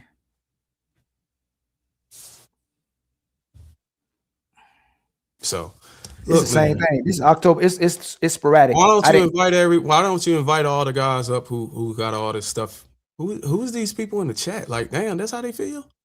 Why don't you invite you talk? Hey, you know what? That'd be perfect. Hey, yo, do any ladies or men feel like he's a flip-flopper and he talks from both sides of his tongue? It ain't just Ali. Anybody in the chat that want to come up, that feel like BRUZZIR is a flip-flopper, would y'all like to come up? I will drop the link. Not just me. Am I the only one who thinks that BRUZZIR be flip-flopping, playing both sides, and be grifting? That doesn't matter. You still haven't been able to. You asked for it. That'd be good. That'd be good. I did substantiate. No, you played a clip, but you never substantiated where I flip-flop at. You never substantiate me flip-flopping. Because I did. That's because you want me to do it over and over and over and over. The reason why again. Go back and watch the last 2 hours. Then go back what I just did with you. You just said you weren't talking about women in general. Then you said you were talking about modern women with the videos I shared. You flip-flop. You will talk about women being the problem. Soon as somebody catches you in the corner, you'll start talking about men being losers because someone catches you in a contradiction, and then you start saying it's the man who are the problem. You flip-flop. Now, if you say there's a minority of men, if you said there's men who don't pay bills, there's men who bums, then there's men who not leaders, nobody going to deny that. So here's the problem. You said men are losers. So most men are losers to you too, right? So here's the issue. Can you answer that question? Are most men losers? Are most men losers? Yeah, most men are losers. Hey, y'all remember that too, yo. Yeah, most Just men remember, are losers. if most men are losers, context. If most men are losers, women are justified with the way they feel about men. Don't tell Boheme she's wrong. Don't tell Pretty Intellectual she's wrong. Do not cut me off. I didn't cut you off while you was talking. Okay, go ahead. Don't tell Boheme she wrong. Don't tell Pretty Intellectual she wrong. Don't tell Pearl she wrong. Don't tell none of the women on Lapeef that they wrong, because you just said most men are losers now. So they're justified to talk about men. Well, let me get context to why I believe most men are losers. The reason why most men are losers is because it's kind of set up that way. It's set up that way socioeconomically and systemically. And the fact that most of these guys, in whatever particular demographic you want to what you mean? So if you what do you mean by that? I'm gonna try this one more time with you, Ali. No. So you gotta say what you say. So listen, look how about, are you saying if a man don't got money, he's a loser? I didn't say that. What are you saying? So can you? You gotta let me finish what I'm saying. If you gonna force me, because this is you're gonna make so many points. I just need you to make a point. I need you to make a point. This is your show. You cut me off with memes, and whenever I try to give you context, you don't let me give context. But then when I give you context, I don't want you to be. You're a victim. All right, I'm trying to have a conversation with you. Okay, so the context is important. You can't just run with, okay, I think most men are losers. There's context behind it. It's the way they're set up after they go out on their own from the household. A lot of them are not, unfortunately, able to bounce back from that situation. And there's systemic and there's socioeconomic reasons why it's like that. There's also the parenting, how they're brought up, and the reason why I was one of those guys that was a loser coming out of the household. I was a loser. So I can relate. But did I stay a loser? No. I was able to find a group of people that brought me into their wing and showed me how to get out of the situation I was. And one of the options I had to take was go to the military. A lot of guys are not going to do that. A lot of guys are going to try to figure out other ways to go. That may be an extreme way, but nonetheless, this is one of the very examples of how you can stay in that situation if you don't do nothing about it. And there's layers to it. We could talk about it, but this is something that y'all don't do. Y'all just run with the first layer, and then y'all try to push a narrative saying that, oh, he said this, and try to mischaracterize somebody. So can you make one reason that men are losers and stay on that so we can address that? What makes most men losers? What is one point that, and you said socioeconomic. So are you saying that because if a man is broke, he's a loser? Yeah. Okay. If a man is broke, he's a loser. That's So one example. I can give you a second one. No, I want to address that one. So one is a broke woman a broke woman is a loser too, right? Is a broke woman a loser? Yes. No, not in financial broke. If she's broke physically, femininity wise, fitness wise, then yeah. The way we look at resources for men and women is totally different. Okay. So a woman can be broke. She could have money, but she could still be broke. Okay. So if most men are living check to check, most men don't struggle with the resources to provide them. You're saying they're a loser, correct? I'm saying if a man can't be a stabilizing force when it comes to in terms of the dating market, when trying to pursue somebody for a fulfilling relationship, yeah, he's broke. Okay. My brother Will, you have any take on that? You believe broke men are losers? Wait. Let's. I thought we had more.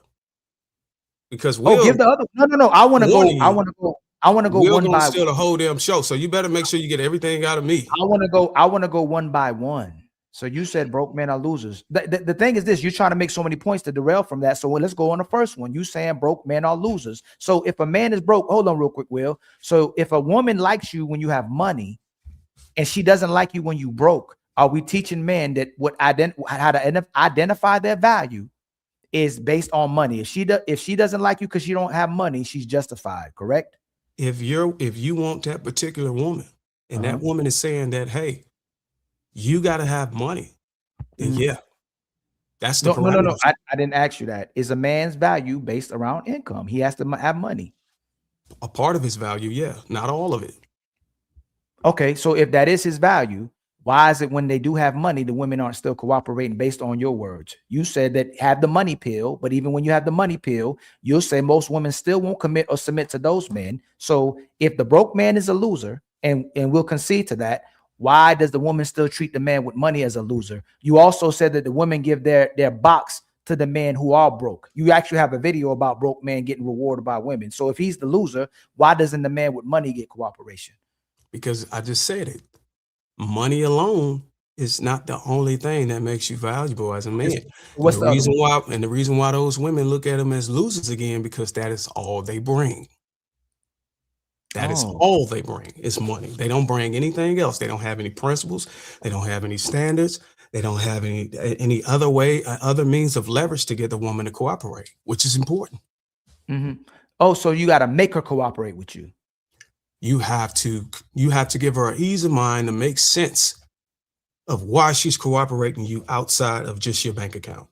Okay, so break it down. So if he has money now, what else he got to bring into the table for her to cooperate with him? Well, this is all contingent on a particular woman. So, like, we can't do that. This is not a one size fits shoe for all women. But you talk about one size fits all. You say modern women are for the streets, or black women are for the streets by default, and you say modern women have this marriage issue. I didn't say that. I did not say that. You say modern women have this issue. So what is it? Look, if modern women have the issue, I'm giving you context that you wouldn't otherwise get by just looking at the first layer, by just looking at the videos, but we're able to break it down. So there's other things that you have to present to women to get them to cooperate. Money alone is not going to do it. Break it down. Once we get past you being financially stable, it is all contingent on the woman that you are, that you desire. So there may be a woman who wants you to have some type of emotional intelligence. There might be a woman who want you to be a doctor or some shit like that, or there's many other things. It is all contingent on the woman that you desire. She have these terms and she's utilizing her own leverage to compel you to measure up to those terms. And if you want to be with her, if that woman is the one you want, then you would figure out how to measure up to those terms to be able to get her to cooperate. And if she don't cooperate, if you don't measure up and she don't cooperate, then you move on. It's simple. That's the game. I don't make the rules. That is how the market works.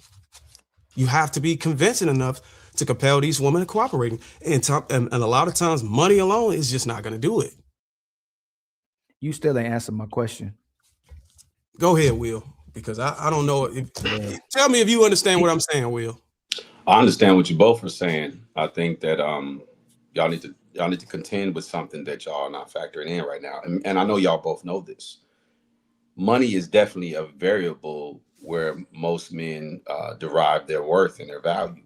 But I don't think money is where men's value come from. I think it's what a lot of guys think, and it's what a lot of women think. And Ali is right. Just because you have money don't mean women will submit to you, respect you, follow you, love you, be loyal to you, because billionaires get divorced, millionaires get divorced, and the money does not keep them there. You have to be a man that steadfast on what you believe. And no, Darwin, you're wrong about a man has to measure up. You don't have to measure up. If you try to measure up, you will be forever playing catch up, because it is a goalpost that is at the infinity line. You can never reach the goalpost because you can never reach infinity. What women don't know how to do is properly assess and value a man. So Ali is right and you are right. You're not completely right, Darwin, in the sense of, again, measuring up, but money is a factor that men in general believe they need to be of value. And it is a factor. It's the number one factor that women use to assess you initially. It is not the factor that she will necessarily value to stay with you, because men with money get left all the time. So I think you two are missing each other, because I don't know how much y'all are listening to each other, because one of y'all are speaking while the other one is speaking. So I can sit here for about 30 minutes and help y'all moderate this, because I think y'all both are making strong points. I just think y'all are over talking each other. And Ali, you got to present the video where he said that, I don't know what video you're talking about, but I think you said that he said that women are whatever, women in general, black women or something like that. Black you played one women of the videos. For the streets by default. Oh yeah, by default, yeah. Do you have that video? Yes, hold on. And you know, for the record, I don't know. Let me just respond to what you said that I was wrong about measuring up. Right. When I say that he have to measure up, I mean if he wants to get her to cooperate, if he's, let's just say he come back to me and said, she said I'm not doing it. She said I don't have the plan. I'm not able to articulate a 5-year plan or vision for her, and as far as how we gonna deal with kids, how we gonna do a daycare, who's gonna work. And she said she don't want to cooperate with me because of that. How am I wrong if I say that, well, if you're not able to present that, then how can you expect her to cooperate with you? No, you're right in that regard. What up, CJ? You're right in that regard. So he does need to leave, but the problem is the thought process, the mentality of trying to measure up. I've met a lot of women in my lifetime, and all the women that I've met wanted me, for the most part, wanted me to pursue them and try to appease them, please them, make them happy, impress them. And by default, we have a little bit of that in us as well. We want to peacock for women to some degree to try to get their attention. I don't think there's anything wrong with any of that as far as in the attention phase. We're just trying to get their attention, not to maintain their attention. That's where you lose it. That's where you're wrong. I need you to notice me. I may do something for you to notice me, but once you notice me, I'm not going to continue in that vein. I'm going to introduce you to the real me, because I cannot maintain this facade of trying to constantly impress you. When men do that, they're wrong.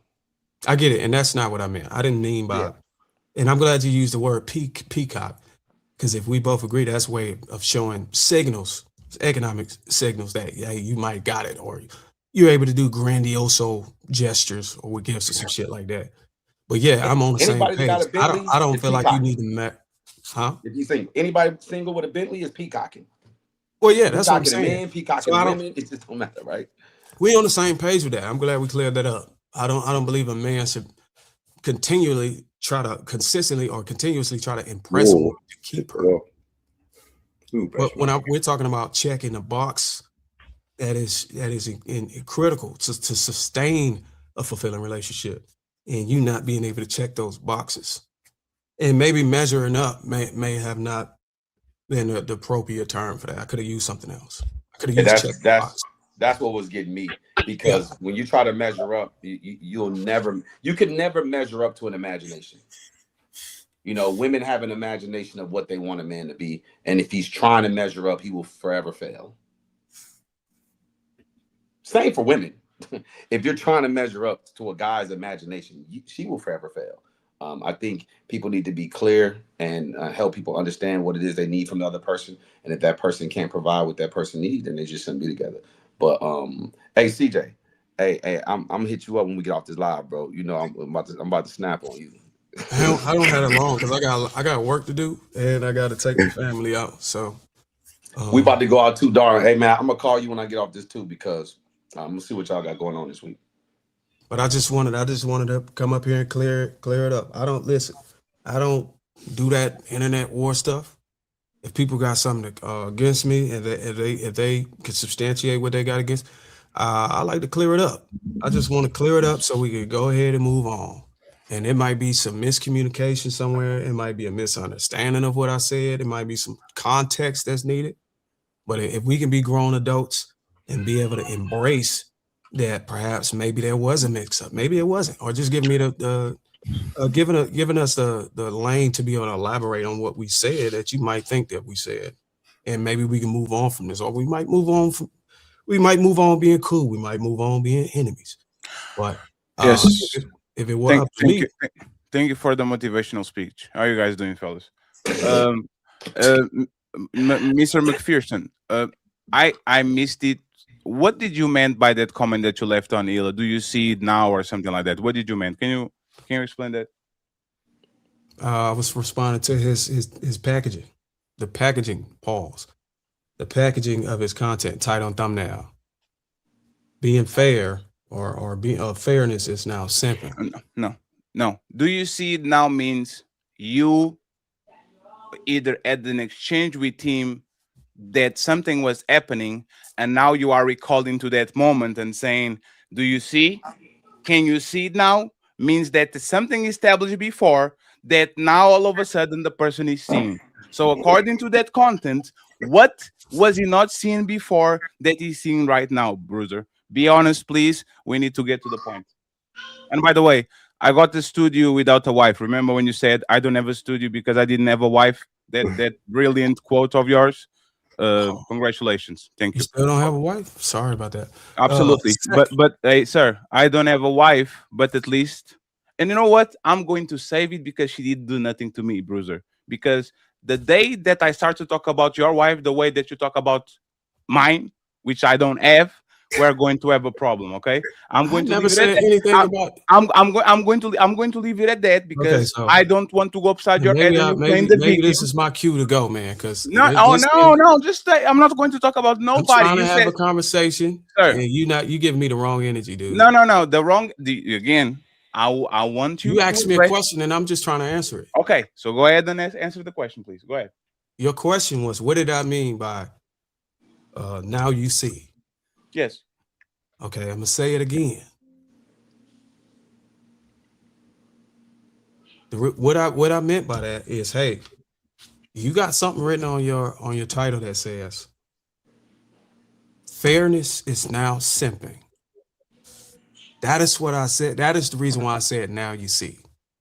Because there's occasions where I've been on these discussion panels and I played fair, meaning I was able to see the bullshit over here on this side for the men and the bullshit on this side for the women. And whenever I speak to it fairly, what happens? Simp. He couldn't identify who did it either, Fatty. He couldn't identify who the person when that happened. When he was being fair, they were calling him a simp. Nobody called you. Nobody in this place calls you a simp. They call you flip flopper. Like Mr. Let Go. Nobody calls Mr. Let Go a simp. You asked me to answer, and I gave you an answer. No, but that's the thing. What you're saying is a coward way of actually moving. You, for whatever reason, Bruiser, and then once again, you think you are better than us, right? You think you are better than us. That's what you do. You are a condescending prick that just because he thinks he got it right on the second time he got married, and because you started to do shorts and now your shit blow up when you can't even get 2,000 people watching your shit when Lead the Turn is on your show, which is ridiculous in my opinion, right?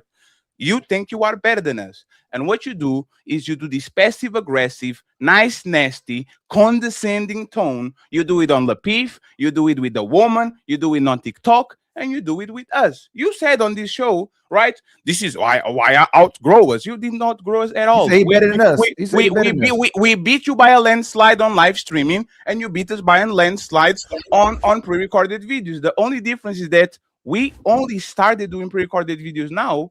You've been doing live streams for a while, and you can get it right for whatever reason. So give time where give time. We're going to get there. My thing is, once again, is this, Bruiser, right? And I'm going to ignore everything you say. What makes you better than us? Can you explain that? Like, I really wanted to know, because you are superior. What makes Bruiser better than us? Can you explain that? Because you keep talking about, oh, people need YouTube money to like they come in and they need to get YouTube. You're talking about who exactly, Bruiser? Who are you talking about? Get that first, and then tell us why you are better than us. Put names on the people that need YouTube money to actually be something when they probably spend 35 years, 40 years of their life without YouTube money. Explain who are these people, please. All right, here's one reason. One of the reasons why I'm better than you. Sure. When you woke up this morning, when y'all, whoever is speaking about me today, y'all woke up speaking about me. Guess what I woke up doing? I woke up kissing my sons and my wife. And I woke up to y'all speaking of me. That's one clear indicator that I'm at an elevated level. You have a chance to reply? No. Wait, when you woke up, no, one second, Will. When you woke up and did the full show about Bo, when you woke up and did the whole show about Kelly, when you woke up and did the whole show about all these O's on the other side, are they better than you? When you woke up and put him and spend 1 hour doing a thumbnail with a clown nose and a title and all these, is Bo better than you because you woke up the other day and decided to do a whole show about her? Was she better than you? Y'all saw that? Don't deflect like a bitch. Answer the question. If you are better than Ali, hold on, wait. If you are better than Ali, because Ali say, let me talk, please. If you are better than Ali, because Ali put you on the title, and hey, sir, stop. Don't get emotional. Hey, Bruiser, stop the nice, nasty shit. You are Bruiser. Hey, stop start dropping those names on me. Stop the Darren McPherson shit. I know Bruiser. I saw you got on this place. I know you, sir. The military, rah. These acts, the Kevin Samuels deck is not going to work on me. So now that we established that, got something else to say? So now that we established it, I'm not going to insult you anymore. I'm not going to insult you anymore. So somebody want to moderate this? We are going to talk very calmly, okay? Hey, Ali. Hey, 1 second. You know what? This is what we're going to do. I'm going to match your energy. Bruiser. Sorry, Darren McPherson. Oh my God! You said that, Ali, you are better than us because Ali was talking about you. Okay? This is what you said. He was not fatty. He was not nobody. He was Bruiser. I was on his nuts. So now that we got that out of the way, okay, when you woke up and you decided,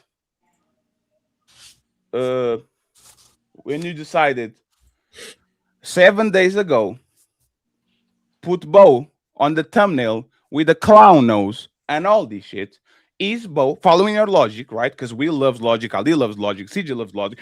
Is Bo better than you because you spend 50 minutes pre-recorded, which is probably 2 hours, more a thumbnail and all this? Is she better than you because you decided to put her on the thumbnail and to make a show complete about her? Is she better than you? No.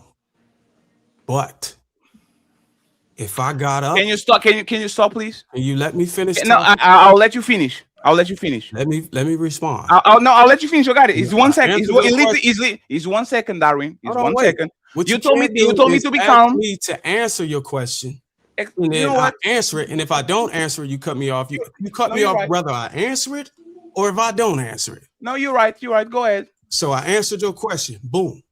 The only way Bo would be better than me in reference of parallel the way I said that I was better than y'all is if I woke up and I made a live video talking shit about Bo, about what she said in her content on her channel about what she wanted to talk about. Oh my God. I didn't do that. What I did was I clipped up a video that I participated in and I let it play. I didn't sit next to it. I didn't do a live. I didn't do no commentary. I didn't do no reaction. I literally let the footage roll. Sure. That's a difference. Okay. Lastly, if you reference my name or you refer to me in a way where you have to include acting or whatever being a bitch, then I ain't got no conversation. But I don't have no respect for you to give you to allow you to You talk. never add. I don't like you never add as much as I wanted to say it to you. I didn't say it. I'm not going to say it because I'm going to maintain my character. So all I do is it's not about character because like I said, hey, Bruiser, for the same respect, so we could continue to have this conversation. I already said I wasn't going to insult you. You don't have to lecture me. I already told you I'm not going to insult you anymore. Well, So I didn't cut you off when you was So I will cut you off when you was talking. All I'm saying is we don't need the lecture part. We already answered the question. We don't need the lecture part. Hey, can I ask y'all a question real quick? Do we need the lecture part? I think y'all need a moderator. No, Bruiser needs to stop going on things that have nothing to do with the conversation. The day that you woke up and you posted that video, Ali woke up kissing his kids and hugging his woman.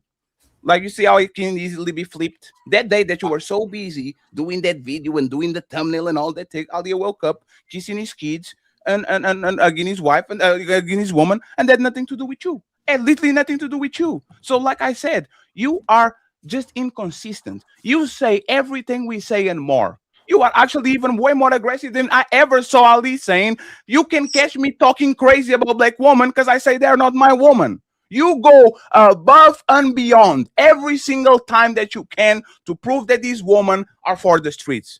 And all of a sudden, you turn around and you say, oh, can you prove that I say this? Can I prove that I say that? Bruiser, nobody has a catalog on exactly your words and your expressions.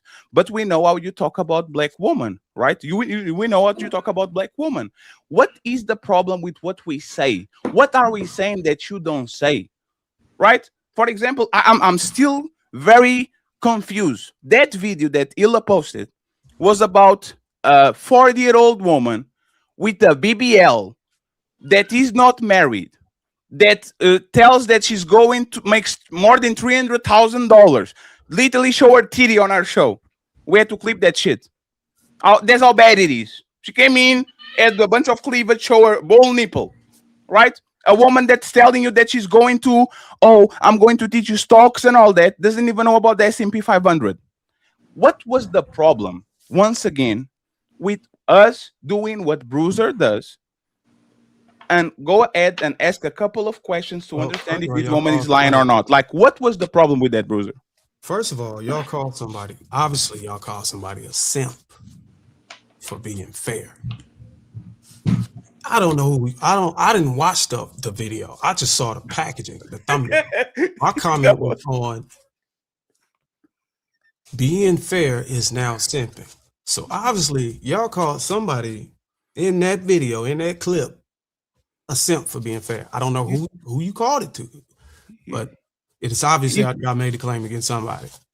Hey, Will, did he say that he didn't watch the video and he commented anyway? Oh my God! Yeah, I think you said did he say? Packaging. No. Did he say that he didn't watch the video? No. Did he say that he didn't watch the video, but he commented anyway?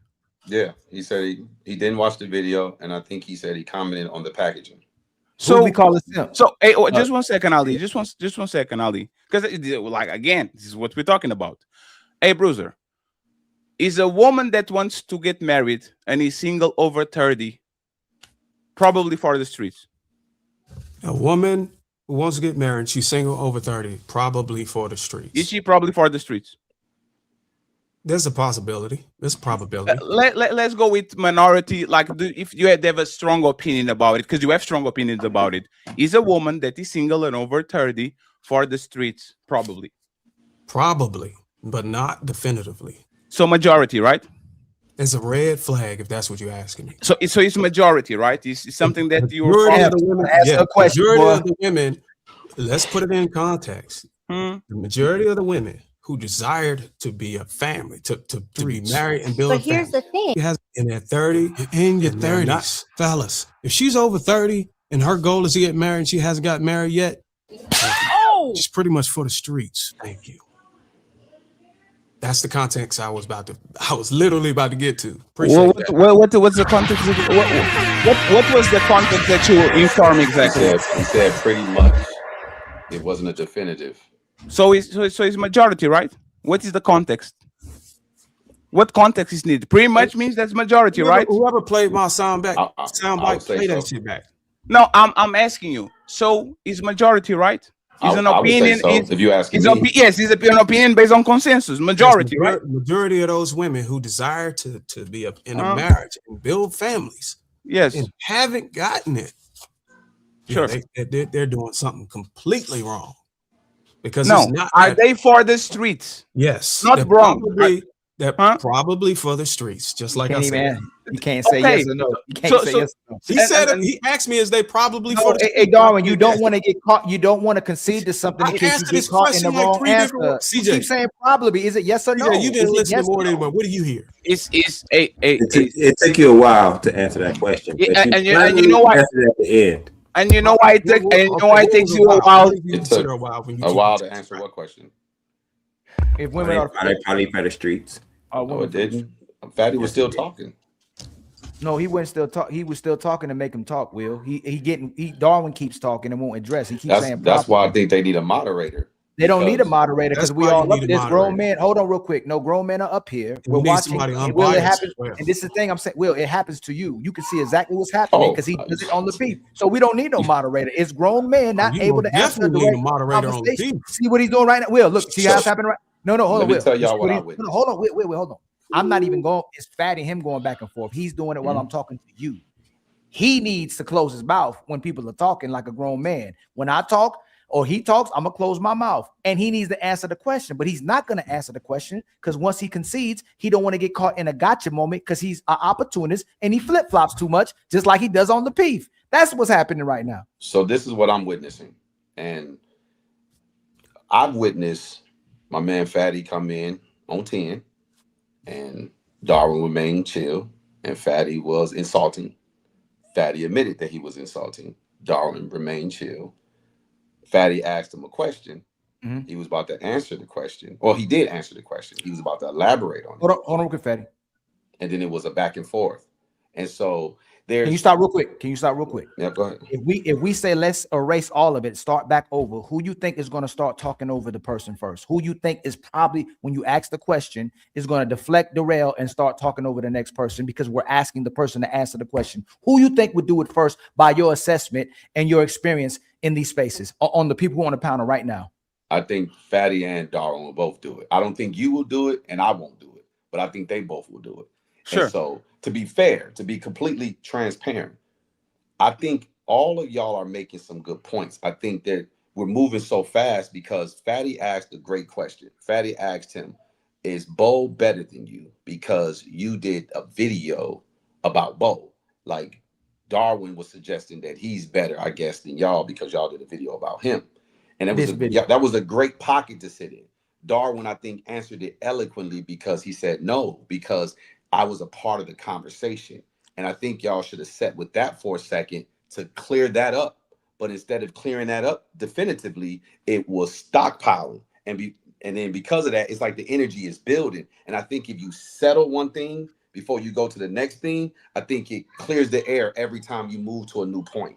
But if you got stuff lingering, it just starts building up because people didn't fully answer the question. and people was jumping to conclusions and things like that. And I think if y'all just focus on one point, get to an understanding on that point, then move to the next point, even if there's interruptions and interjections and everything like that, I think y'all will still flow with the conversation. Sure. So Ali, just 1 second. Ali, but just 1 second. Fatty came here. We tried it with Bruiser. Bruiser stacking. He goes to the next point. Goes to another point. Goes to another point. Ali, it's not even that. Hey, 1 second, Will. It ain't all of us, Will. It's not. No, 1 second. Hey, 1 second. Hey, Will. Perspective is like if everybody complies like that. Hey, Will. I might look like a bull on a China show, but I say shit precisely, and I'm not going to cuss because it's Ali's show. I am very precise. I literally said this man likes to be nice, nasty. Just because I'm talking louder and he's talking lower doesn't mean that he's not passive aggressive. And let me give you an example of what Ali is saying. Oh no, I understand. Is the moving the goalposts. This man said on the debate with me, Fatty, woman make you better. You are a YouTuber without a studio because you have no woman. And then I come in and I make a passing on something that he said, right? Oh, I have a studio now and I have no woman. And instead of even acknowledging that he was wrong, he says, but you still have no woman, which is a shot, right? So now we're going to move the goalposts and we're going to talk by the fact that we don't have a woman. And like I said, I could talk about the fact that he has a woman and now he is and all that, but I refrain from it because I'm on Ali's show and I'm not on mine, right? So what I'm saying is just because Bruiser now talks like a gentleman when he was actually talking like a bruiser 2-3 years ago when we met him, that doesn't change nothing. You can be passive aggressive. Actually, those people are the worst. The people that are condescending, the people that talk down on you, the people that for whatever reason think they're better than you, but they only talk. They only win debates when they're talking by themselves with pre-recorded videos. When it comes to the panels, Bruiser doesn't do nothing. He does things against Bo and all those women that are unprepared and don't do nothing. As soon as you put a man in front of Bruiser blah, blah, blah, blah, blah, he's Mr. Let Go 2.0. So respectfully, and once again, respectfully, Ali is double of man on you because he picks a side, Bruiser.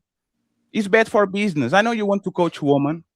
I know you want to be on TikTok and pretend, oh, you see both sides and you are balanced and all that. But in reality, you are just a coward.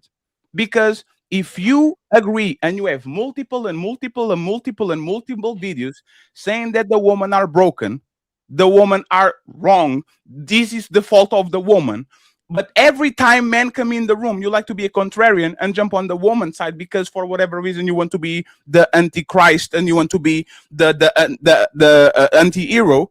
You are the one, once again, that are on both of sides of the road and you can't pick a side. It's not that you can criticize men, and you can for sure, but your live on YouTube, since you put that suit on, is flip-flopping and blaming men and women depending on the day and depending on the crowd that is in front of you. So once again, I am extremely confused as how you have any kind of, I don't know, resentment, think better than us. Like, I am very confused about that. Like, what makes you that? Like, what makes you?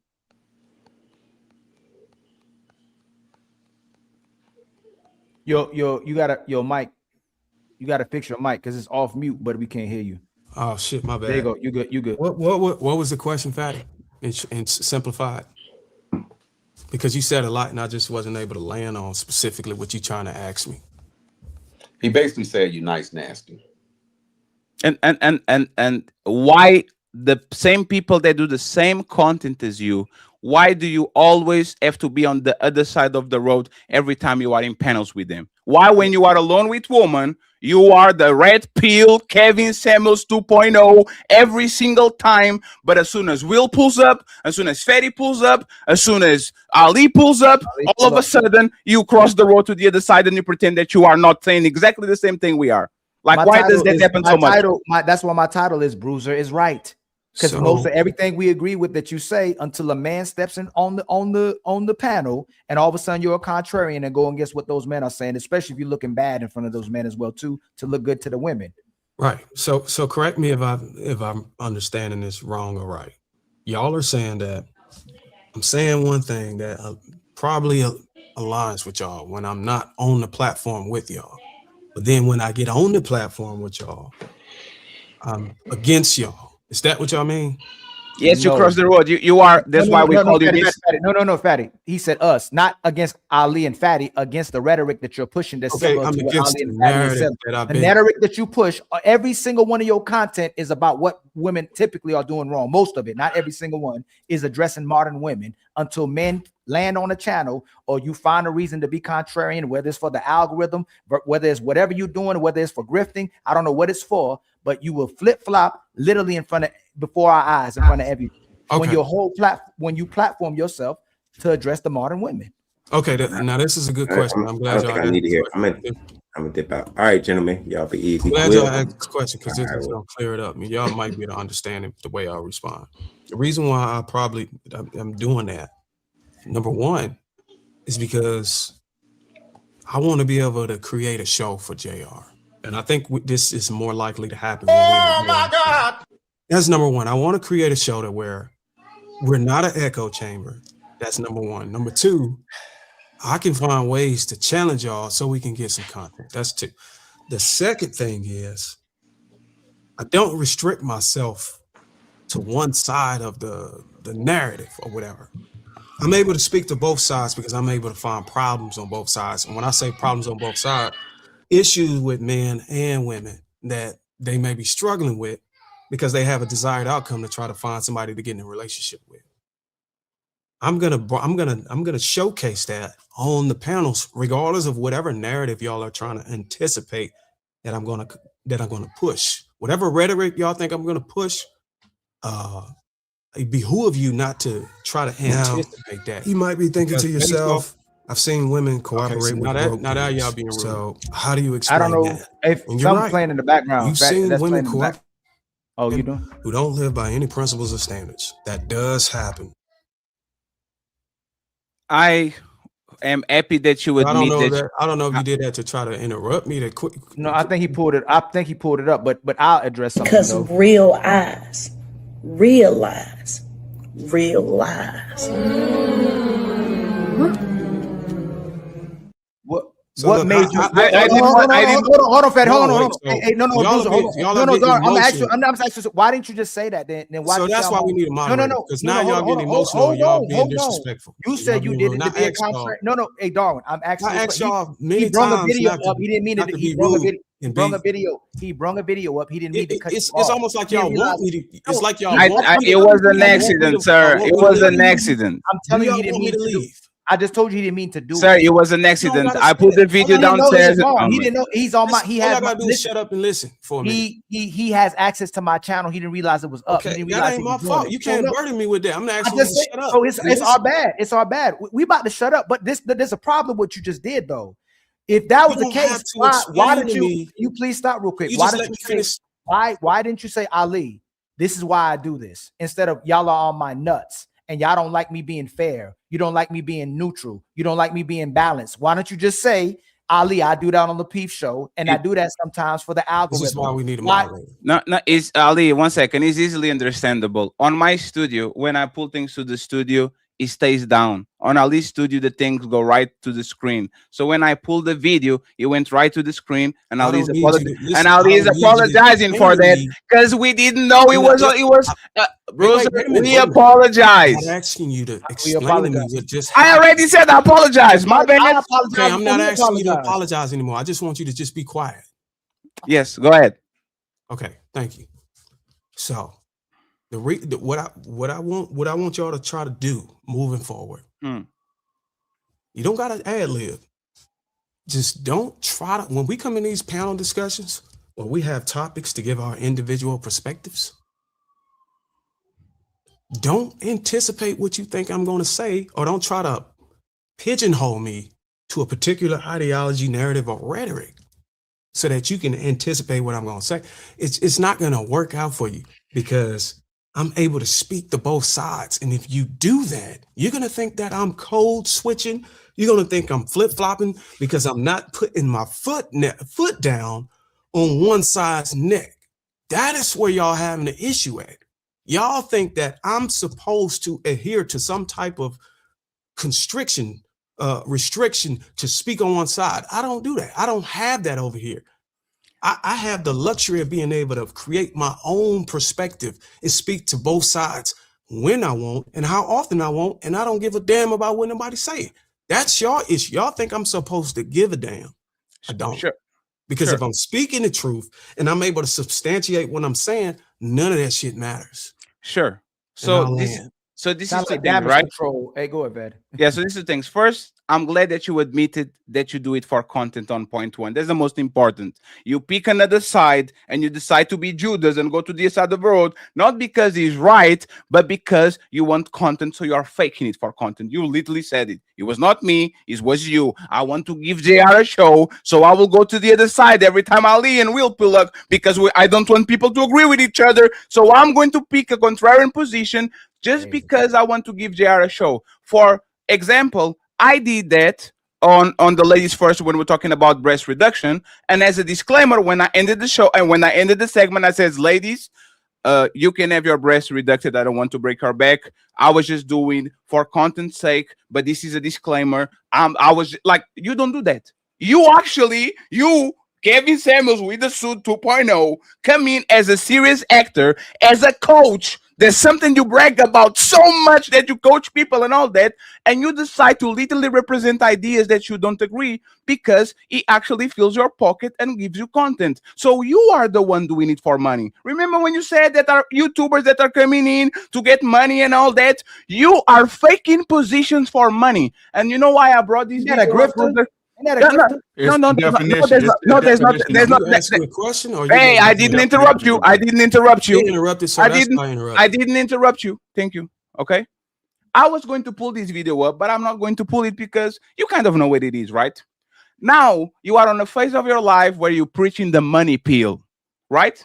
The money pill. If you get money and all this, and you have 2 videos of you explaining why women cooperate with broke men. Right? Which means that women don't need money to actually like you. If they like you, they go into the highway, they go into Mars, they go into whatever. But now, because it's actually convenient to you and you want men to money up and let me book a session with BRUZZIR, you are telling these women and these men, and it's brainwashing because it's very dangerous to tell women that those men need money to get with them when half of the population or most is literally broke. That the man needs money to get cooperation, to get submission, and to get all those things, when you literally are saying verbatim why women cooperate with broke men, brutal truth. Which means you don't need no money for her to follow you. If she likes you enough, she will stay there 1 year, 5 years, 10 years, build with you and die with you. So once again, you are performative. And this is the problem that we have with you. Everything you do, your tone of voice is fake. Your demeanor is fake. The way you dress is fake. You don't even know how to wear a dress. You don't even know how to wear a suit. You don't control nobody. Sir, I remember you. I remember everything you say, the dumbest shit you say, like, if I cheat on her, I'm going to pay a fine. But what if she cheats on you, BRUZZIR? Nah, if she cheats on me, she's free to go and there's no problem. There's no fine, no nothing. I remember every single time you sit on that chair and you sell people a dream and you think you are actually not getting caught by other people. Sir, my problem is this, and you can get it. If you are going to fake for the camera, don't get mad when people put you on titles, when people put you on thumbnails, and people called you out for being condescending and patronizing when you do exactly the same content every day, all day. If you want us to leave you alone, stand on something and move along. And what you said, prove what Ali said. You are a flip-flopper. Because if you do it for content and you do it for JR, you admitted Ali claim, and there's nothing we need to talk more because they already conceded. So we move along. The debate is over. BRUZZIR, aka Darren McPherson, is a flip-flopper for content and for Lapif, so we can get a little bit of traction, and he's doing content, and that's what it is.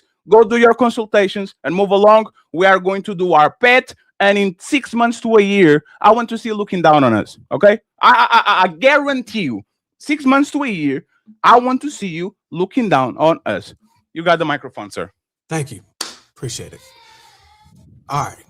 So let's clear up the flip-flop because this will be my 3rd time doing that. Oh my God. You took what I said out of context. Let me introduce the context of what I meant. The context and what I meant when I say that where y'all think I flip-flop is everything I said is true. Everything I stand for, and I speak from integrity, and I have the credibility to back it. None of the stuff I say, I don't go back on. I think that's what y'all mean, that I go back on the things I'm saying. I'm not going back on it. I'm not retracting. I'm not pulling back statements, not pulling back punches. What I'm doing is I'm holding y'all ass to the fire like I'm holding women's ass to the fire. That is what y'all are calling clip-flop. And y'all are conflating that with me changing up the context of the points that I'm pushing. So let's make sure we clear that up from here moving forward. So now that we understand that, there's no need for any more mischaracterization because it's sickening. It's sickening. How do we know when you're telling the truth and when you're not? How do you know when I'm telling the truth? Ask me a question. Since you admit it, no. Since what do you think I'm not telling the truth about? Since you admittedly do it, and you say you do that to make the show, how do we know? Do what? How do you know when you're telling the truth or when you're not? How do we know when you're saying what you truly believe and what you don't? If you're doing it and now you're telling everybody who's watching you've been purposely doing it to have a show, how does the audience know? I ask you a question again. How does the audience know when you're sharing your actual perspective and when you're not? How do we know? When I'm sharing my perspective, whether it's because you just shared it today. Yes, because you just shared that today. Let me repeat myself because I just cleared this up again. But you rephrased the question. When I share my perspective, it's true, fluid across the board, regardless if I'm speaking to the women, speaking at the women, or speaking to the man or at the man. It is the same across the board. What y'all don't like is that what y'all want, what y'all prefer. Y'all wouldn't have any smoke for me if I continue to put my foot on a woman's neck. And whenever I saw the bullshit in a man and didn't say nothing, y'all would be okay with that. Hey, Will, did he answer my question? That's why I interrupt. No, Will, is he answering my question? Hey, Will, is he answering my question? No. No. How do we know? He want to know how do he know when you telling the truth and when you. So he wants you to answer that directly. I want to know when you. This is how you know what I'm telling the truth. So I know. I go, hey y'all, that's Darwin. He acting. That's Darwin when he's giving us his truth. But listen, when he asked me that question about whether or not I'm telling the truth about it, I asked him telling the truth about what, and he's not telling me. No. What am I lying or what am I being deceptive? When do we know when you're sharing? I'm just asking. That's why we need a moderator. No, we don't, because this is what happens again. Like you'll go on a monologue and we have to come back and ask you the question. I'm just asking you. I interrupt you asking you truth about what? I think I did that. The question was the perspective, so it wouldn't be the truth. The question was, how do you know? How do we know? Like, for example, I know Bruce Banner from Oak. Oak is green. Oak is strong. Oak jumps a lot and he punches things. Bruce Banner is a doctor, right? So since we have Dr. Jekyll and Mr. Hyde, which is BRUZZIR and Darren McPherson, which one is telling the truth? Can you tell us? Is BRUZZIR the one that is telling? How do we know that you are actually saying what you mean and mean what you say? And how do we know? How are you doing things for content? Do you have a special hair at? It's like there's a special lightning on the back. Like, how do we know when you are playing a character just for content? How do we know? Well, you won't know if I'm playing a character just for content. But here's how you can know whether I'm telling the truth about my perspective, if that's the question. If I have a perspective and you want to see if there's any honesty in it, number one, you can ask me to substantiate the claim I'm making in my perspective. Ooh, that's number one. Number two, you can challenge me on my perspective and see if you can find a flaw or any essence of dishonesty in it. Oof. That has to happen within the discussion in real time on the panel. Unless you can bring up a claim I made on the panel when you were on the panel with me, and there was a confliction between my perspective and yours. That is the only way. Go ahead, Uncle Rick. Well, Uncle Ricky, I don't even make sense. Good afternoon, gentlemen. So that what up, Happy you're here. Hey Rick, we have to catch him on a like for us to know. Yeah, please. Hey, help us translate, Uncle Rick. Hey, Sometimes me and I Fatty got slow one and dumb question. sometimes. Hey, let's stop this. Let's stop this, right? I got one question.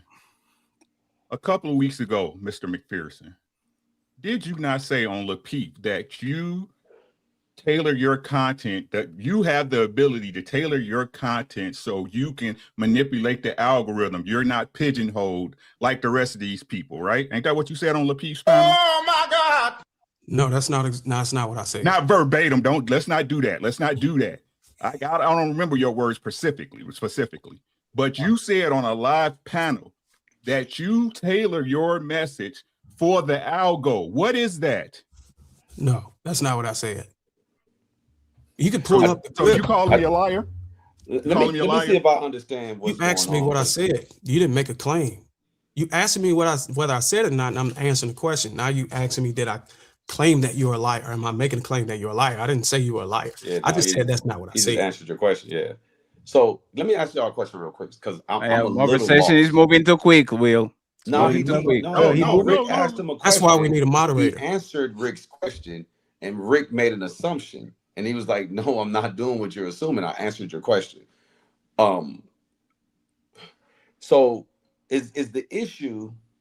And correct me if I'm wrong. I'm just trying to assess. Is the issue that Darwin has content that may seem to be contrary to what his position in real life is? Is that what y'all saying when y'all say he's No. Hey, so no, nobody say that. Hold on. Hey, Will, what you're asking, it could come off as disingenuous because he literally does it to you. They be doing it to you on No, the no, piece. I understand. I want to understand. But if you understand it, and we're all familiar with it, because he's done it to Uncle Ricky, he done it to Fatty, he done it to me, all in real time, and then he's admitting he does it for the show.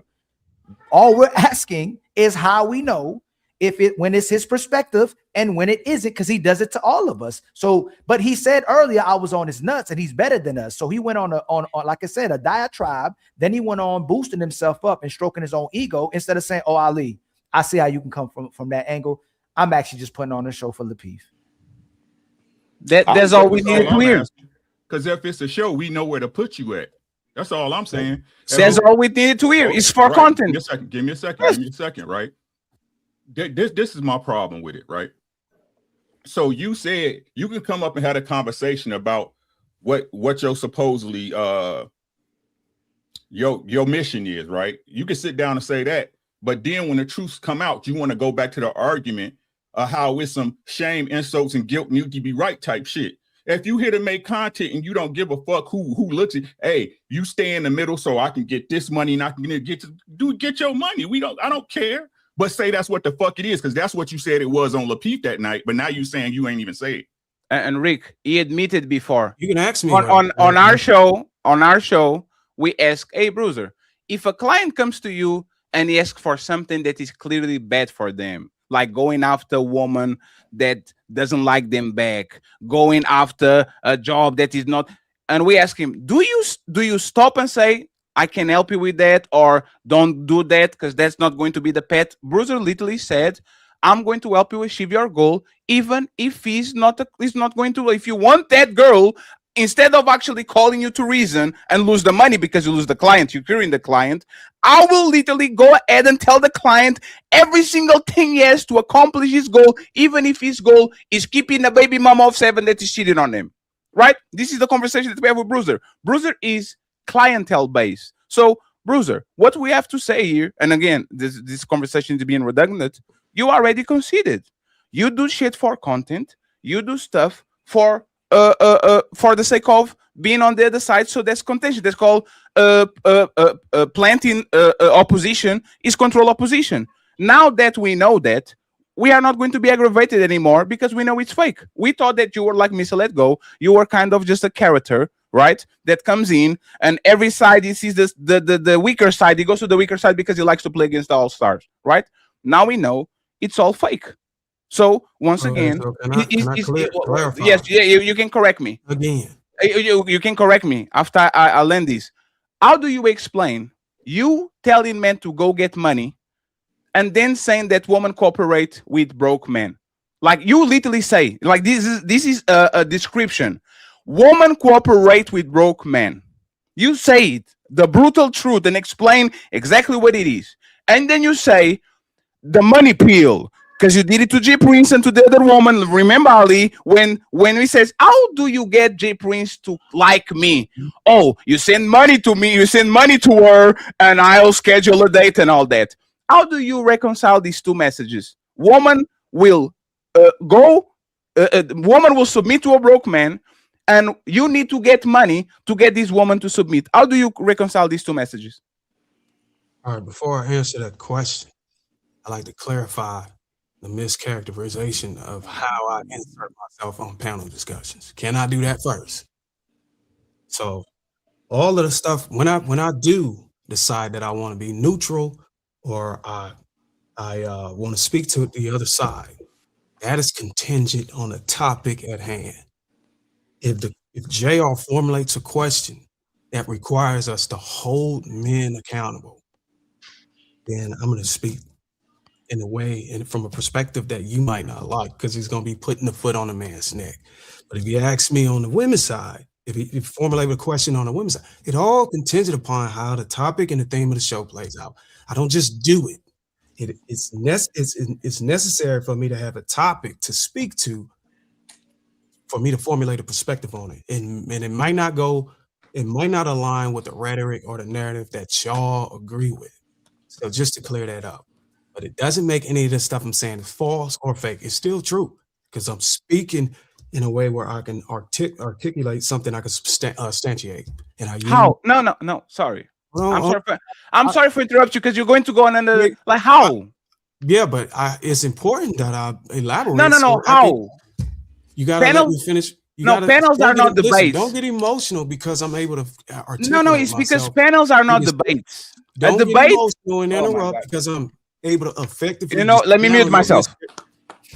Because I'm able to effectively dismantle your mischaracterization. Don't get emotional and interrupt. Just listen to game. And I'm gonna leave that alone because y'all stuck on that. You're gonna figure that out. The second question you asked me is, and I think you referenced Jerry. I think the reason why you asked this question because of the situation with Jay Prince and I think Naomi. I think it was a scenario that we made up. We made up a scenario that Jay Prince wanted to be with Naomi. Naomi has communicated, and she said that I would never go for him. And the scenario is that, what do I go? Jay Prince came to me and said, "Hey, okay, I want that woman. Yeah, she don't like me. Yeah, she would never go for me. But the desired outcome for me individually is that I want this woman." So if I'm the subject matter expert and I'm supposed to figure out how can I help this man reach this outcome, shortest path of least resistance, I would have to go inquire about how he can fulfill his outcome with Naomi. And the way to do that is I would have to go have a conversation with Naomi and ask her, okay, I get it. That guy over there, you don't like him.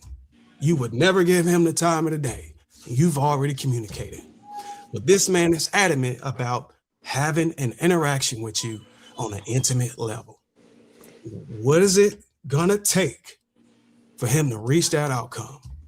And she would say, well, you know what? The only way he can ever reach that outcome with me is he got to ante the fuck up. And ante the fuck up means he got to bring some type of monetary resource. At that point, I will go back to Jay Prince and I say, hey, look, if you want it, you're going to have to pay it up. You're going to have to spin a bag. And that's the game. So if y'all are I hope y'all don't mischaracterize me no more after this, after I cleared it up. This is about desired outcomes. And if the man himself wants it, who am I to tell him, oh, you shouldn't go for her? If he asks me, what do you think I should do? I would say, if I were you, I wouldn't even deal with people who don't want me. I would deal with a woman who want me. No, you didn't. You said ask her why she don't like you. This is why we're clearing it up. But if you insist that that is the woman that you want, I'm not going to tell you not to go after her. I'm going to tell you, goddamn, go after her. But you're going to have to pay the tax.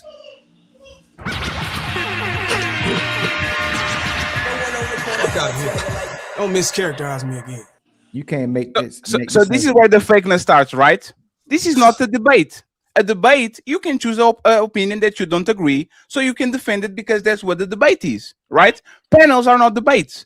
Panels is I have this opinion. JR will start the show and will say we agrees with this, we disagrees, and people go at each other. When you pick a position that you don't represent, you are faking it for views. That's fake. There's no definition or no explanation that you can have other than being extra fake. I knew it was fake.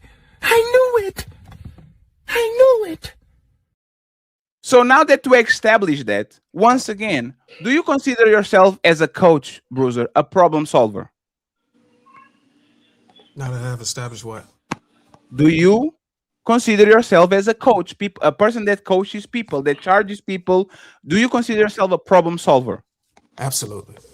So if a person comes to you with something that they want, that is going to actually enhance their problem, is going to create a bigger problem, is going to actually make that problem become a gigantic problem. Why don't you stop them instead of actually teaching them how to get what they want? Example, there's a baby mama of 3 that is $100,000 in debt and I want her.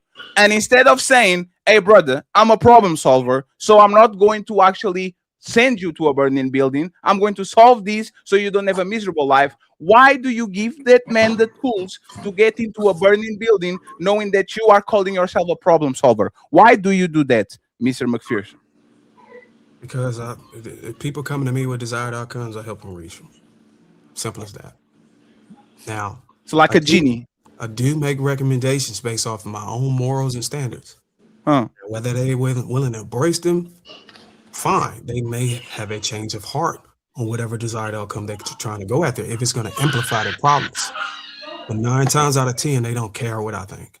They just want me to help them fulfill the outcome, and that is my position, and I don't sway away from it. That's how I've been able to be effective outside of YouTube, and that also allows me to continue to share experiences on my content and not regurgitate talking points, so to speak. I could curate my own points because I'm able to have the luxury of talking to people.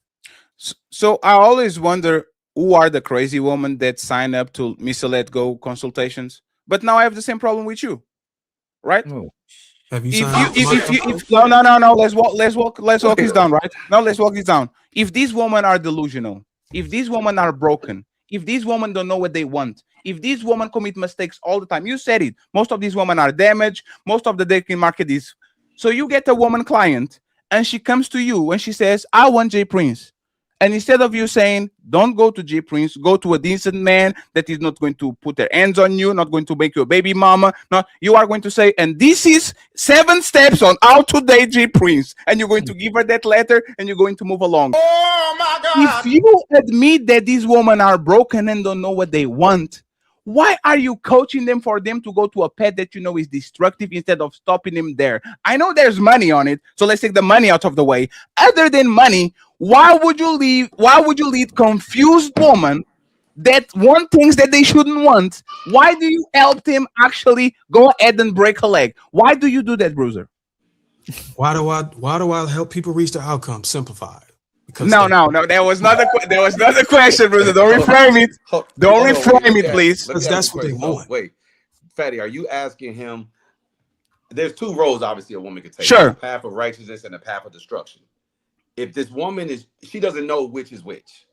Yes. Right? One second. Will. Before that, there's Bruiser.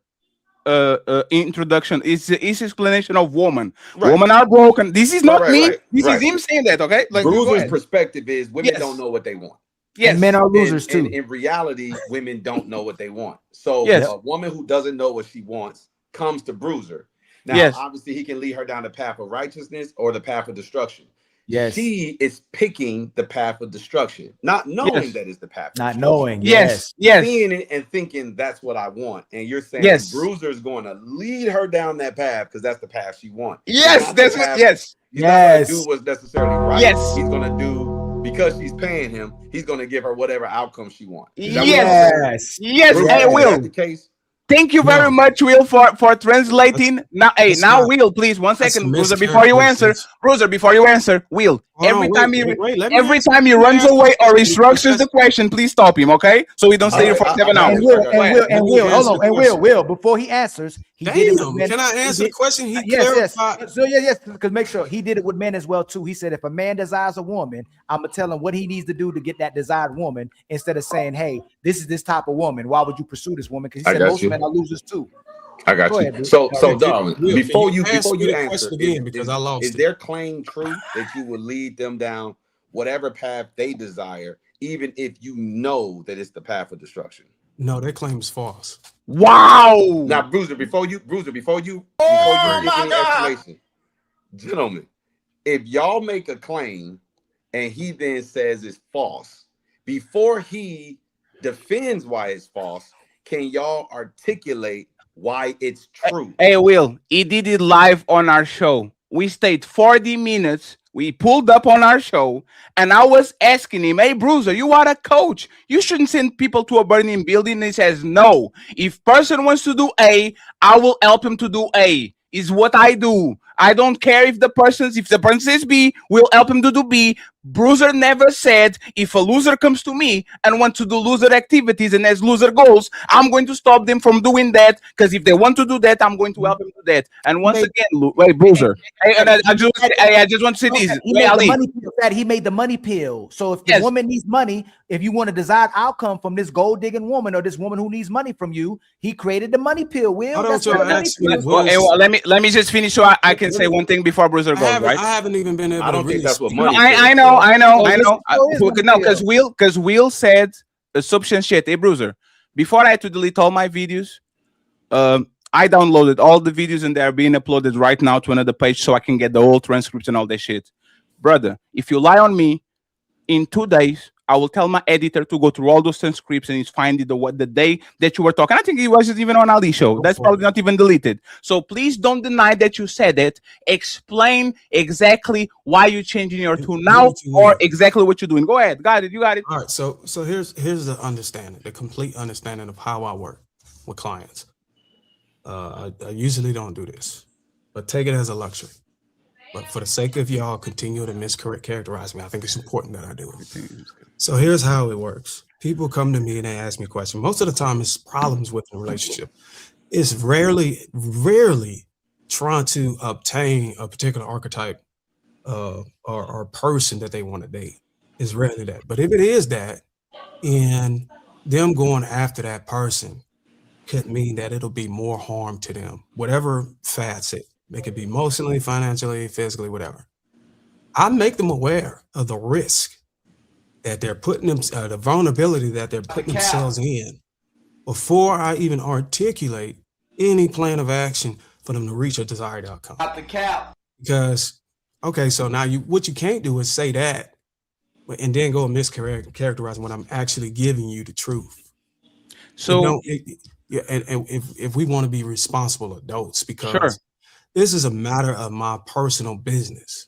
You know what I'm saying? So if you want to be righteous about it, this right here is serious. Sure. So for me to actually articulate the accuracy about it is important. And with that, and what does that mean? Ali wants to. Ali. So I don't matter because y'all are trying to. No, it's actually good, right? So you are saying. Hold on, wait, but you gotta let me land though. Oh, there's more. Yeah, I just want to make it clear that I do not send people out to a burning building. That's not the case.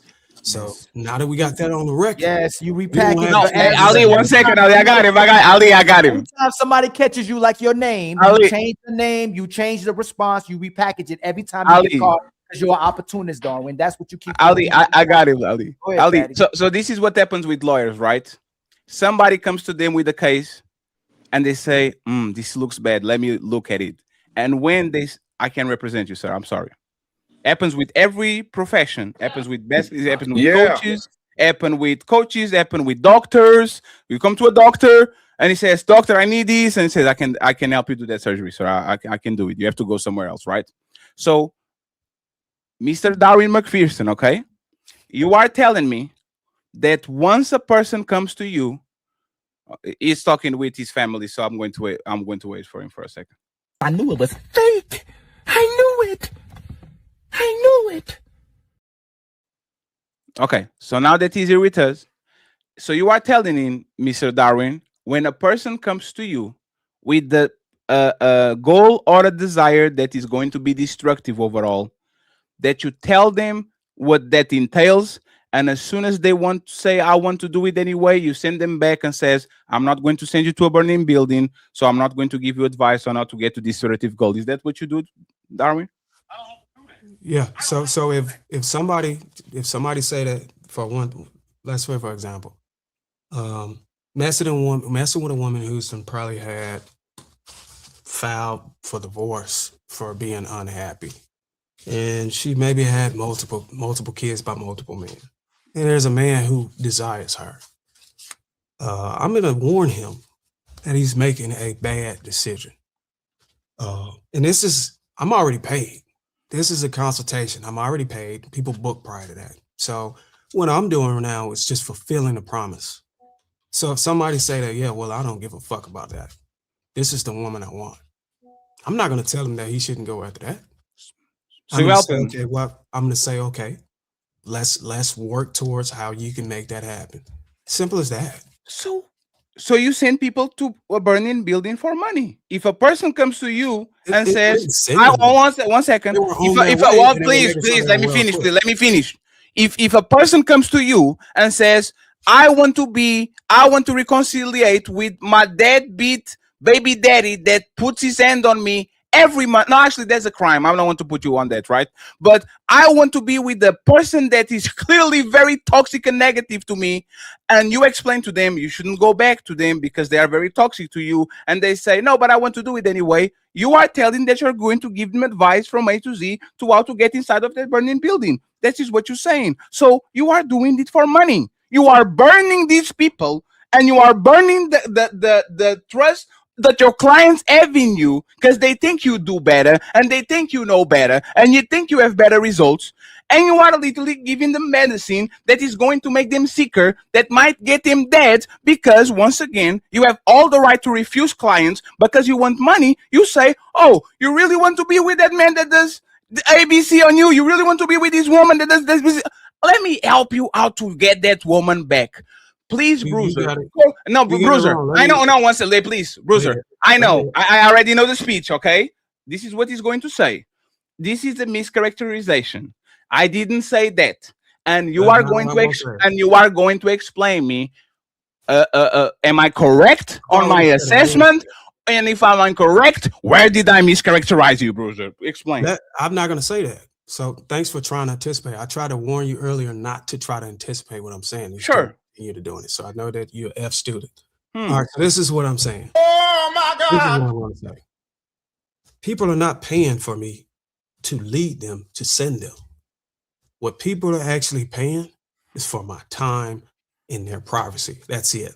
Anything other than that is up for grabs. Sure. What they're actually paying for is time and privacy that they wouldn't otherwise get, because I'm a content creator. When I'm on live, a lot of these stuff that they want to talk about is NSFW sometimes, and not appropriate for the public eye or the public ear. So they're not paying for what actually is happening. They're just paying to be able to talk to me privately in my time. That's it. So don't try to put the money on. So you're not the problem solver anymore? Money is on the time and the privacy. So you're not the problem solver anymore? Because I remember I prefaced these by, hey, Bruiser, are you a problem solver? You say, yes, right? And now it seems that you are just a prostitute. I pay you money. We sit on that bed. We do our thing. You listen to me. I listen to you. Okay, and so then now you go your way. I'm gonna respond, bro. Hey, sir, didn't you say that I was an F student in between? You threw a shot. No, respectfully. You threw a shot. Hey, respectfully.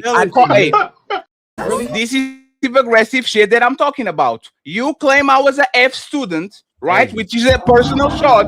And when I say that paying for your time is like a prostitute because you don't do that, all of a sudden now you are offended, right? You're a victim. It's not. Hey, Nobody's emotional. Ain't had a Everybody's conversation.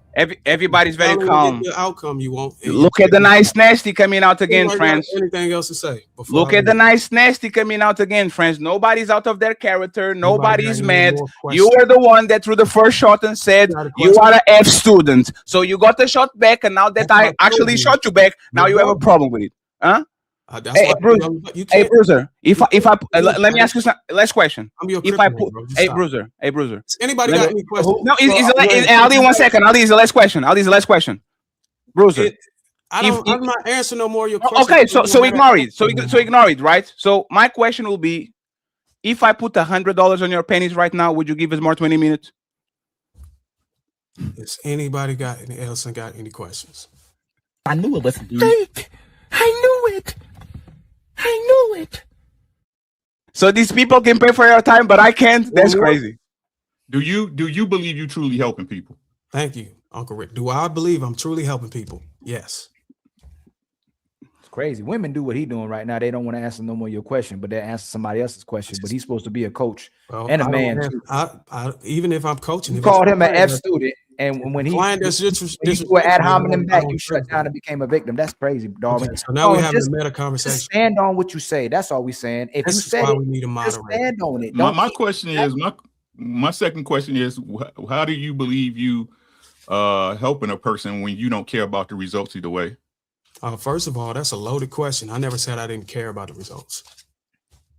You act like it.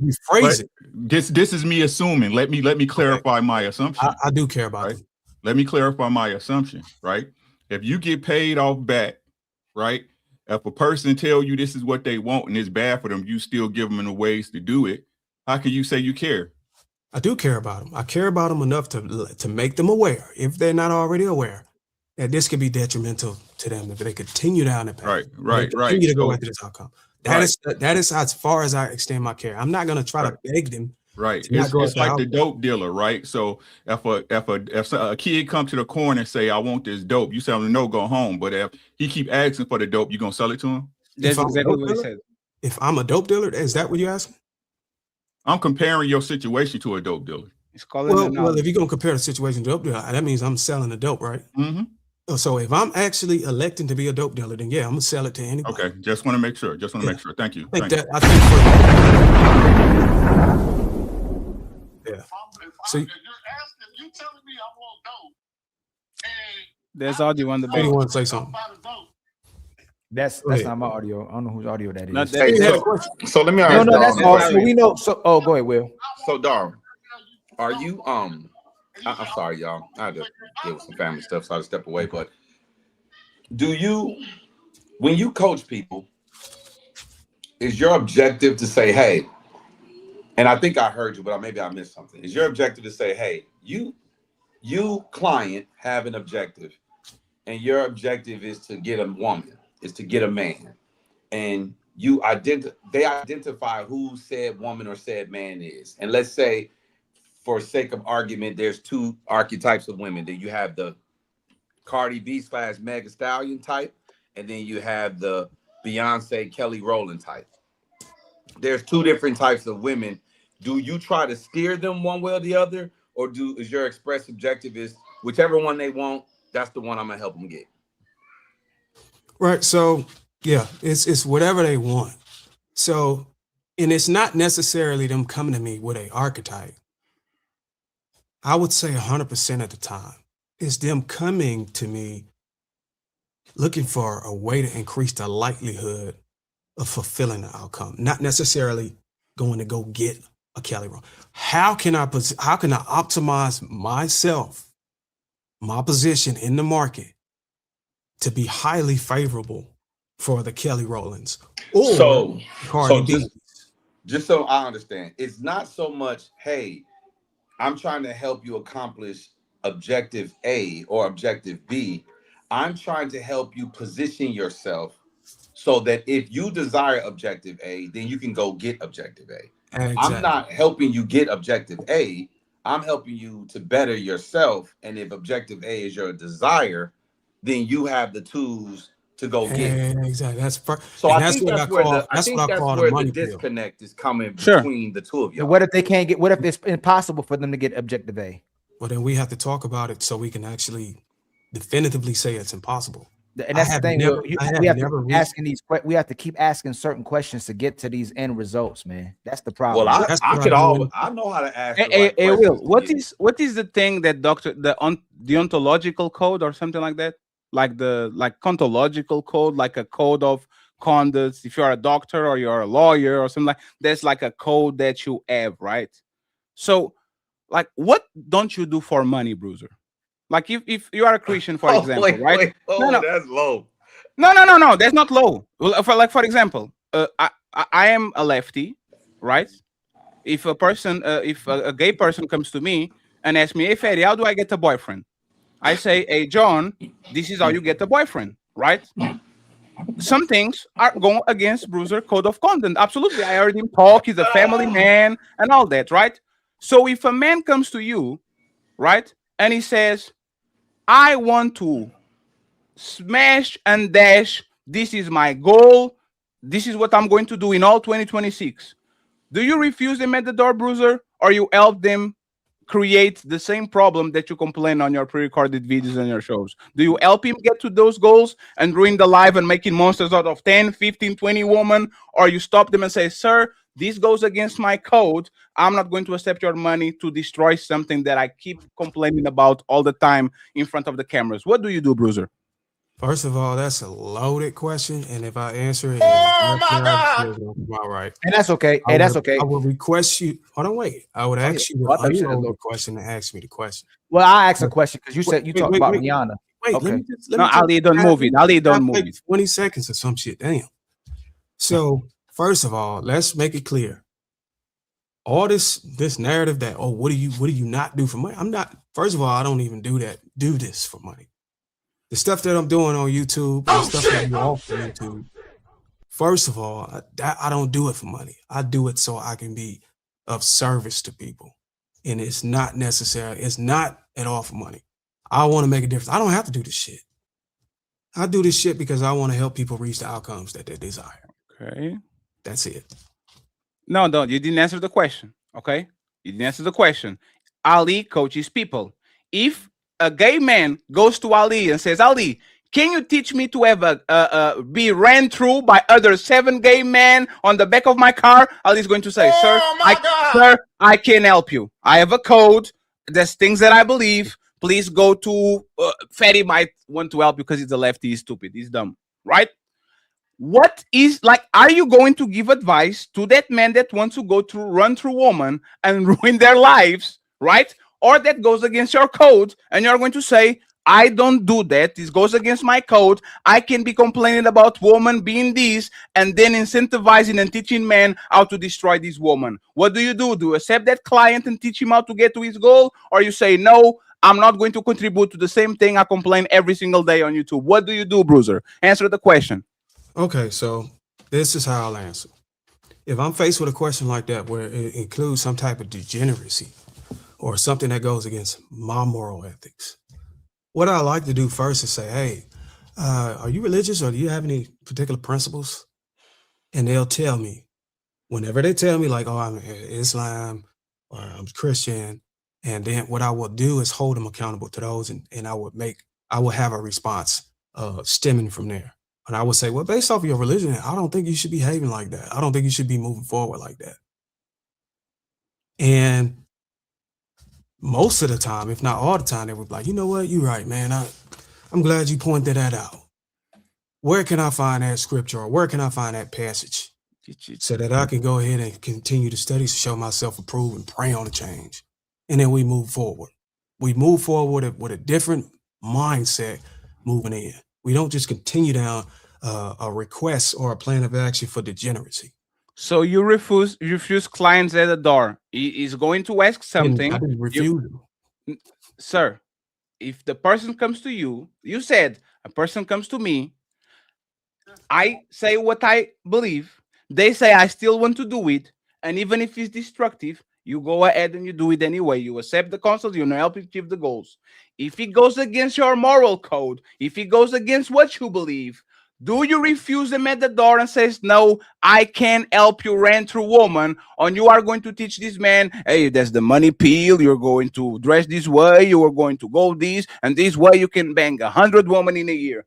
Do you accept that? Hey, I'm being very specific right now, Bruiser. Do you accept that man, or you refuse him at the door? I don't refuse nobody at the door. So you want to, hey, into the consultation. Hey, just like a hooker, she gets everybody. She gets money from all her clients, no matter what happens. Hey, you guys got it. I'll see you later. Let me finish what I'm saying. I don't refuse nobody consultations. If I can't effectively give them a solution or fix a problem, I will gladly refund them of their money and tell them I'm unable to help them. If they're asking me to do something that's illegal or that's totally against my moral principles and their moral principles, and I'll draw the conclusion and say, hey, look, I'm sorry. I thought I was competent to be able to help you fulfill your outcome, but I'm not the one. I will refund you your money, and I recommend you go to somebody else who might. Has that ever happened? Yeah, it's happened. Yeah, and I gave them their money back. Well, see, I don't have a problem with him accepting every consultation. I don't even sometimes you accept consultations and because you don't really know what a person is trying to do. You don't really know if you can help people. And sometimes people they think they want A, and you know A is no good for them, and you hear them out and you try to reason with them and say, hey, what about this option B? And if you can sway them to option B, then so be it. I don't know if that's Darwin's objective is to sway them to option B or not, but if you can sway them to option B, and then if they're adamant about option A, you can just be like, well, you know, that's not really my strong suit. And so you kind of tell people, hey, that's not what I do. You got to go find somebody else who's better equipped to help you achieve option A, because I'm not an option A guy. I'm an option B guy. But listen, gentlemen, I got to roll. I got to take care of some family stuff. What up, Wolf Stacks? What's up, brother? Before you roll, Will, I like that you pointed out, because one of the things I've been able to do is, I don't say option B, just to clarify what you think. What happens is, I would say most of the time, because people like are a fan of my content before they even become a client, they would ask me, what would you do? I'm interested to know how would you go about it? And I'm gonna tell you, that has so much influence on the outcome, because even if they do feel themselves going down a path where it may be a problematic for them, once they hear what I would do, it changes things drastically. Because then we start elongating the conversation. Why would you do that? Okay, so maybe I should do that. And it changes things, and they're actually better off at that point. But I'm glad you pointed that out. I'm about to get out of here. Hold up, Ali. I'm about to get out of here. I just want to preface, right? You or summarize. You're in business, right? Right. We're talking about business, correct? Right. I'm in business. So yeah, whatever. Right. For anybody who know anything about money in a corporation, Will, I'm sure you agree with this. The objective of any business is to make money. Right. So I'm gonna leave y'all with that. He's in business. He can tell y'all whatever he wants, but he's in business. Y'all remember that? Again, I stand by what I said. I'm mad I can't find that video, because I know I seen it on what's the name. I'm gonna find it for my own well-being. Even if you couldn't find that video, he admits that the men actually need money to get respect from women. They can't get love. So he even admits this himself. So when he says you don't need money, he tells men they need money for love, but then he'll come on here and say he doesn't do it for money. When you make videos for men to have money, or they won't get the respect from women or society. So like I said, what did you say? Okay, hold on. Let me get this off. It's never gonna be what he said, because we can't quote him verbatim. You know what I'm saying? Well, so let's just stop this, right? It's cool. Here, so you can ask. It's cool. Uncle Ricky. Damn. Uncle Ricky, hold on. I just needed him to do that real quick. Dating, money seems to carry more weight than ever. What does that really mean for respect in relationships? Women call it standards, men call it hypergamy. But here's the problem. Respect today isn't tied to character. It's tied to cash. Think about it like this. A man can be loyal, funny, even deeply caring. But if he doesn't have status, his respect level is capped. Let me give you an example. On dating apps, most men swipe for looks. Women, they filter by height, by income, even by lifestyle tags like entrepreneur or travel often. Therefore, even before a man says hello, he's ranked by money signals. The same thing happens in real life. A guy could be the nicest man in the room, but if he drives up in a beat-up car, people treat him differently. Meanwhile, another man walks in with status symbols, and suddenly the respect flows without him saying a word. Here's what most men miss. It's not just women doing this. It's society at large. Bosses, peers, even strangers subconsciously assign respect based on perceived resources. That's why the man who invests in himself, builds leverage, and set terms gets treated like a leader. The man who ignores his truth gets treated like an option. Therefore, respect isn't earned by character. It's given based on what you can provide. And when the money goes, the respect usually goes with it. It's not really about love. It's about leverage. You see this most clearly in marriages. When men lose their job or their income drops, the respect inside the home shifts almost overnight. Divorce statistics back it up. Financial stress is one of the top reasons couples split. Even when a man can't provide, he isn't just seen as struggling, he's seen as a liability. Even culture reflects this. Think about celebrities. When a man's career peak, he's surrounded by respect and admiration. But once the money fades, the same people who praised him are the first to vanish. And here's the deeper truth. It's not really about who he is. It's about what he can sustain. Character doesn't keep the lights on, and love doesn't pay the bills. Society has tied respect to provision so tightly that the moment a man loses leverage, he doesn't just lose admiration. He loses peace inside his own home. That's why so many men call it a trap. Because the moment money goes, respect goes with it. Respect without money in today's market, it doesn't exist. So why'd you say you didn't say that when you said it?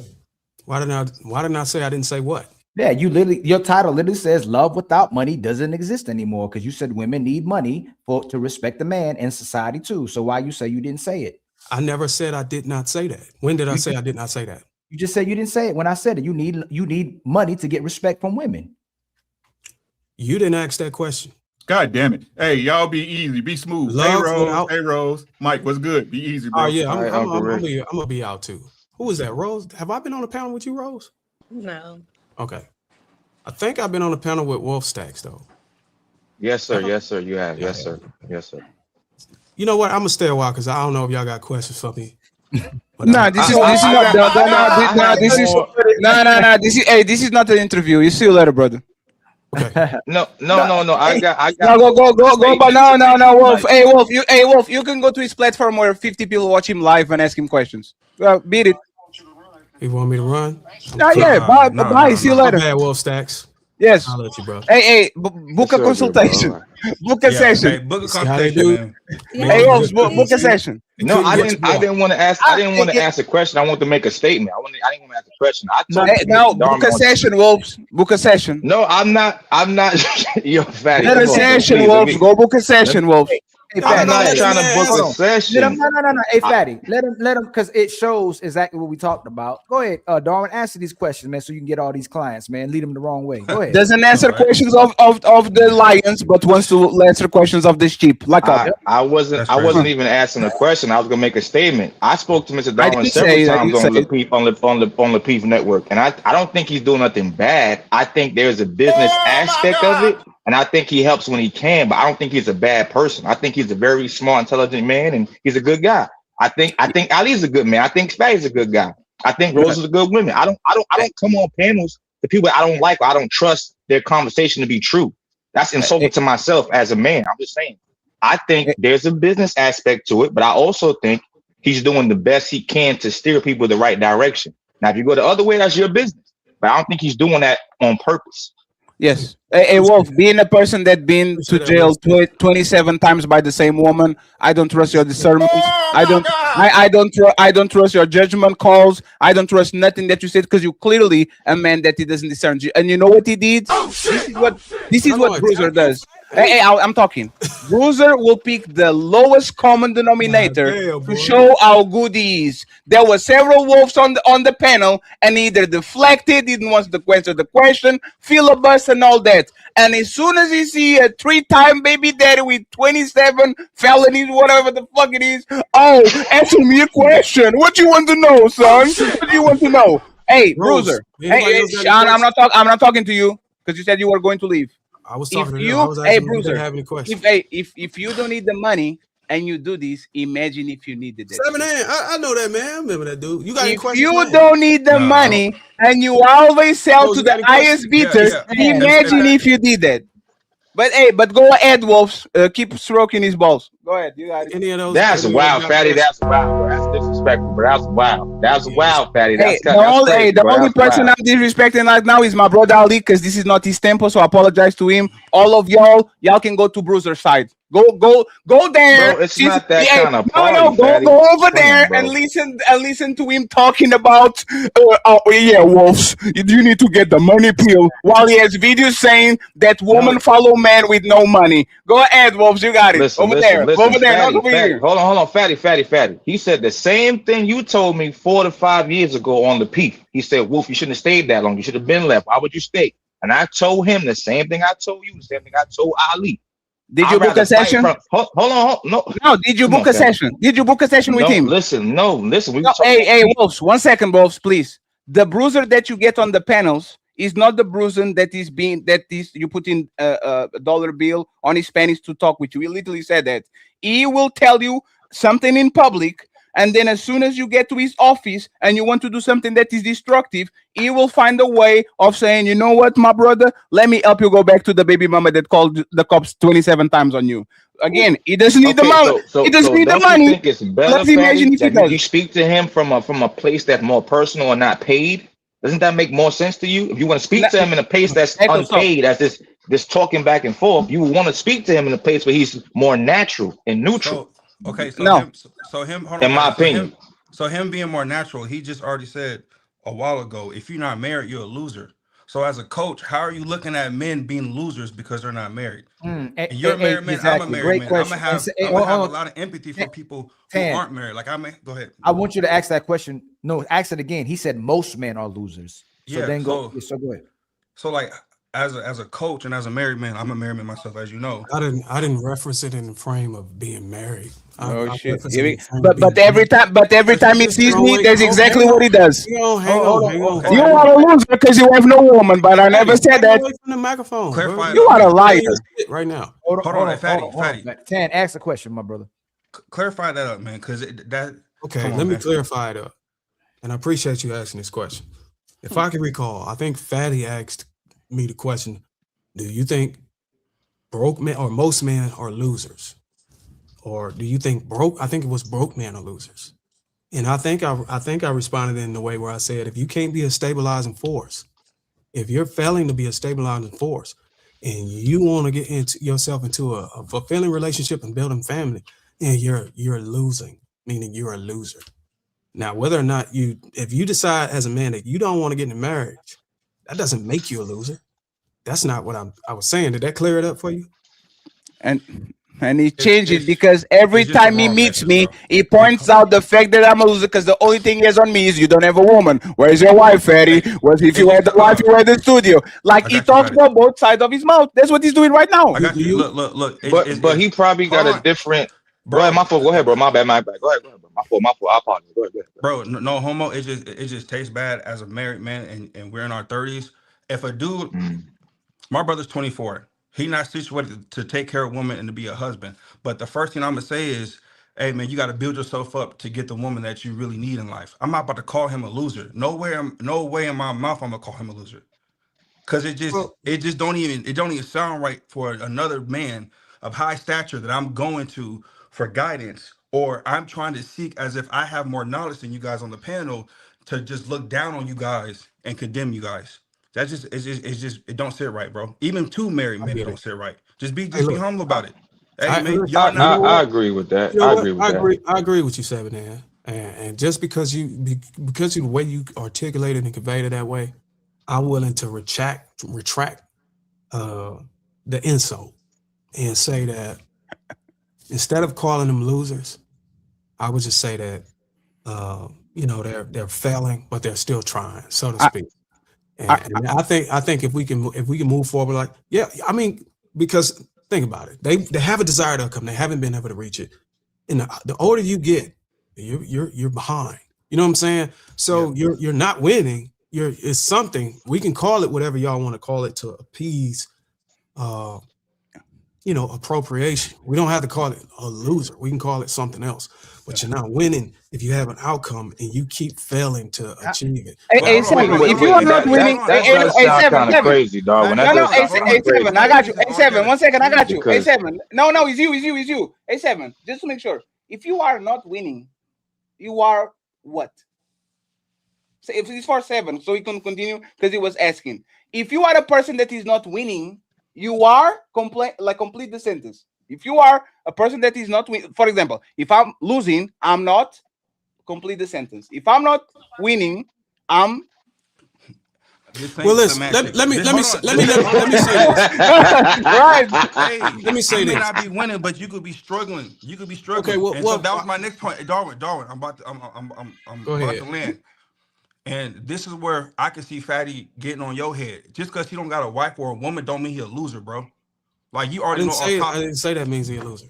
But you emphasize him. But he did say he took it back, though. He did say he retracted it. He did say he took it back. I hear what you're saying. If that is Fatty, what Fatty want, if that every day he wakes up, that is what he desired, and he's failing to get it. The reason why I call men losers in that situation is if they have all of the tools to be able to fulfill it and still can't fulfill it. They got the same 24 hours. We caught him. Okay. We caught him. So we caught him. We caught him. Don't let him finish. We caught him. We caught him. They got the same 24 hours in a day as you and me. Yeah. And they're giving practical plans of actions to be able to fulfill it. They have fucking ChatGPT for crying out loud. They still can't fulfill it. I will continue to call those guys losers because they have all of the everybody tools pause on this. Okay, to so fulfill hold it. on. Unless they Okay, so this is You what gotta I'm go talking on about. monologue. Hold You on. got hey Tan, you get the same enough time. No, Let no, him no. land. You get the same Mike, amount what of are you time. saying? You get the same amount of time, bro. Okay. Unless they could substantiate why they're losing via a health issue, some type of unique genetic disadvantage or something like that, then maybe we can have a different understanding. But until we had a conversation, that is where I'm going to stand. Sorry if it hurt your feelings. Okay. And I go after 10, please, because we caught him. You would be valid in saying all that if you don't say on the other end, most of these females are harlots and are not virtuous women. So this is where they have a problem with you on both sides of the fence. If there was a lot of virtuous women out here and a lot of these women were modern, but they were virtuous and modest and good women, then Fatty would have an issue with, hey, he don't got charisma, he can't get a female. But you can't have so many videos down and out the modern female like I would do too, but then also get on these niggas' heads, be like, oh, you niggas is whack. I'm putting it right here. So stay consistent, bro, 'cause you get on, but then you also get on dudes like, hey, maybe Fatty was like, you know what? I'm done. I'm just work on me, grow, be a man of God or whoever he believe in, and I'ma just, if she come my way, she come my way. But if a dude is like that and got a higher power than just marriage and kids and don't want to crash out because he's seen other crash out, stop calling that dude a loser, bro. Hey, 10. No. Let me. I said I was going to next. 10. Let me actually build on what you said, right? So this man is a liar. Let me explain why he's a liar. Hold on. Hey, sir. I don't need you. I don't need you to moderate. You're going to answer. We had a conversation. No. You are going to. You have to wait your turn, sir. You're going to have to turn. Oh, he bought a raise. He bought a raise. Because you We'll lying. I already caught you. I caught you in 2 lies. I caught you in 2 lies. Daddy knows I was about to cook after that. No, I caught you in 2 lies. I caught you in 2 lies. There's 2 lies. First one, 10. This is what is happening. And once again, 10. You are 100% right. So this man does this, right? He will go to his videos and say 80-90% of women are cooked. And then he will shame the man for not cuffing these 80 to 90% of women that are cooked. That's the first one. You're 100% right. The biggest lie that he says right now, if this is your desire and you want a woman and you don't get it, you are, I'm not going to call you a loser, but you're not winning. So this is why I hold it against you. This man knows I don't want to get married. And every time he goes in a debate, he says, and this is why you don't have a woman, Fatty. And this is why you don't have a woman, Fatty. And he knows I don't want to get married. So he's actually, once again, was caught on a lie. And he knows he was lying. So once again, he wants to talk with Wolf. Because Wolf is inquisitive and he's asking me softball questions. But as soon as he has a lion in front of him, he does what he does, and he puts his suit on, and he acts like a sassy, like, and I'm not going to say that. He acts like a strong man. One thing that I respect about Kevin Samuels, he didn't dodge no smoke.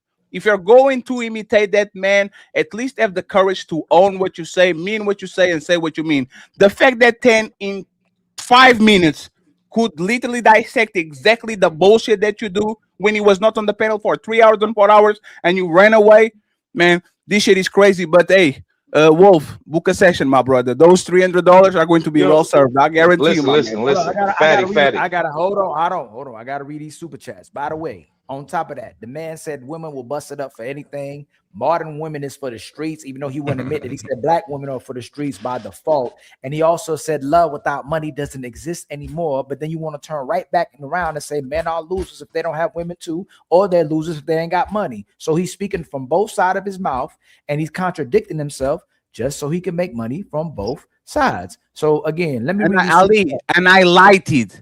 He doesn't need the money. He said it.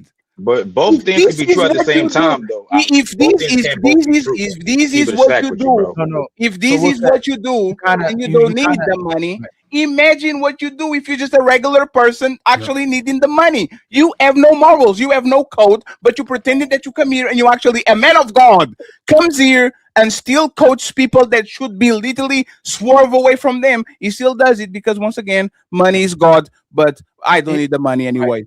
And Wolfsack, it seemed like you cheerleading a little bit, because if Ali said most men would do anything for women, and I said most women are not marriageable, most women don't respect men, then I turn right back around and say, oh, actually, men don't get women because they losers and they broke. What would you think about me?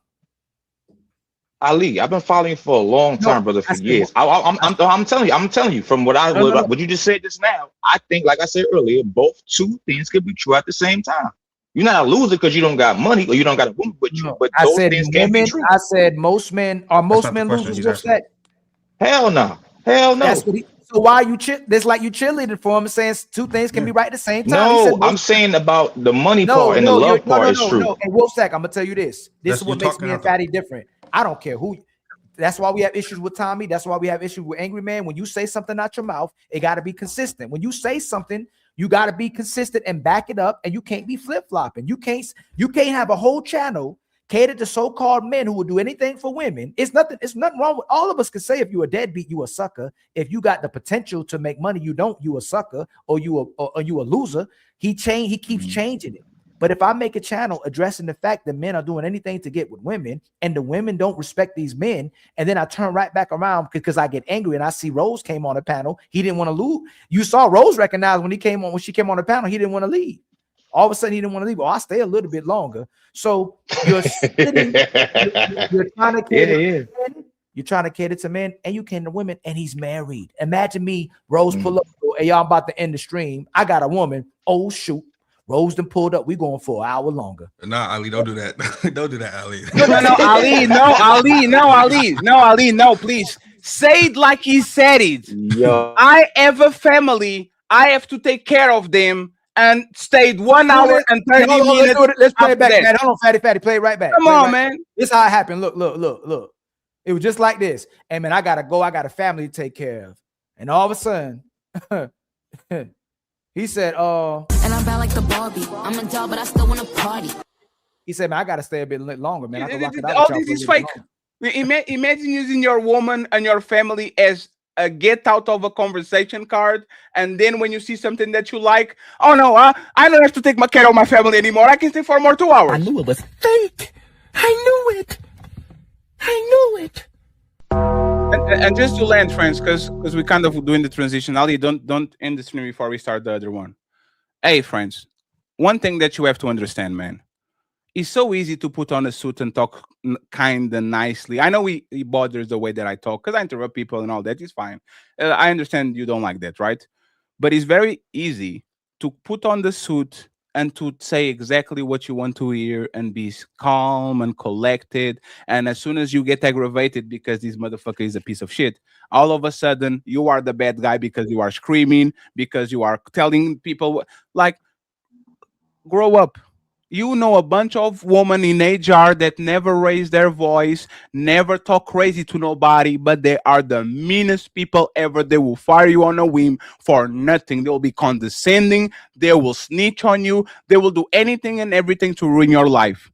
So pay attention not to the tone of the person or how they are dressing, they say they are. Pay attention to what they do. And once again, Bruiser is no different than a hooker. If you give him enough money, he stays 2 hours with you. If you don't have more money, we'll see you tomorrow.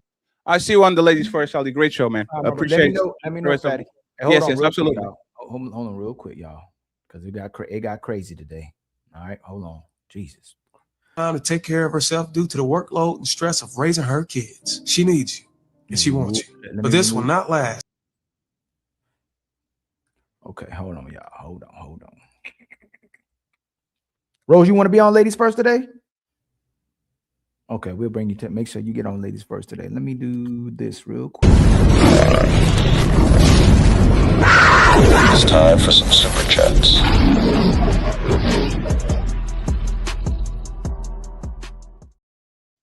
Hey, y'all, much love to the 300 people that's in the building. Please like and subscribe. Make sure y'all hit the share button at the bottom of the screen. Later on, we're going to be on ladies first. So make sure y'all get your drink and popcorn and get ready. Rose will be on the show now as well, too. My brother, Cool Kev, make sure y'all spam his emoji in the chat, please. Let me make sure I do it as well, too. Says, Bruiser is setting up young men for failure. Yes, he is. He talks from both sides.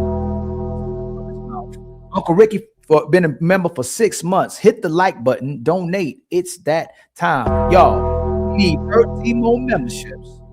And I believe like we've got our super chat goals. We need $53 more in the Cash App and just 13 more memberships to reach our goal for the show. My brother Cool Kev says pause with a $2 super chat. And then my brother, Mr. Wise, with the $5 super chat. Ali, how come Bruiser can't answer the question and is always deflecting and over talking you? Because when people get emotional, instead of being logical, they got to deflect and derail, and they got to do a lot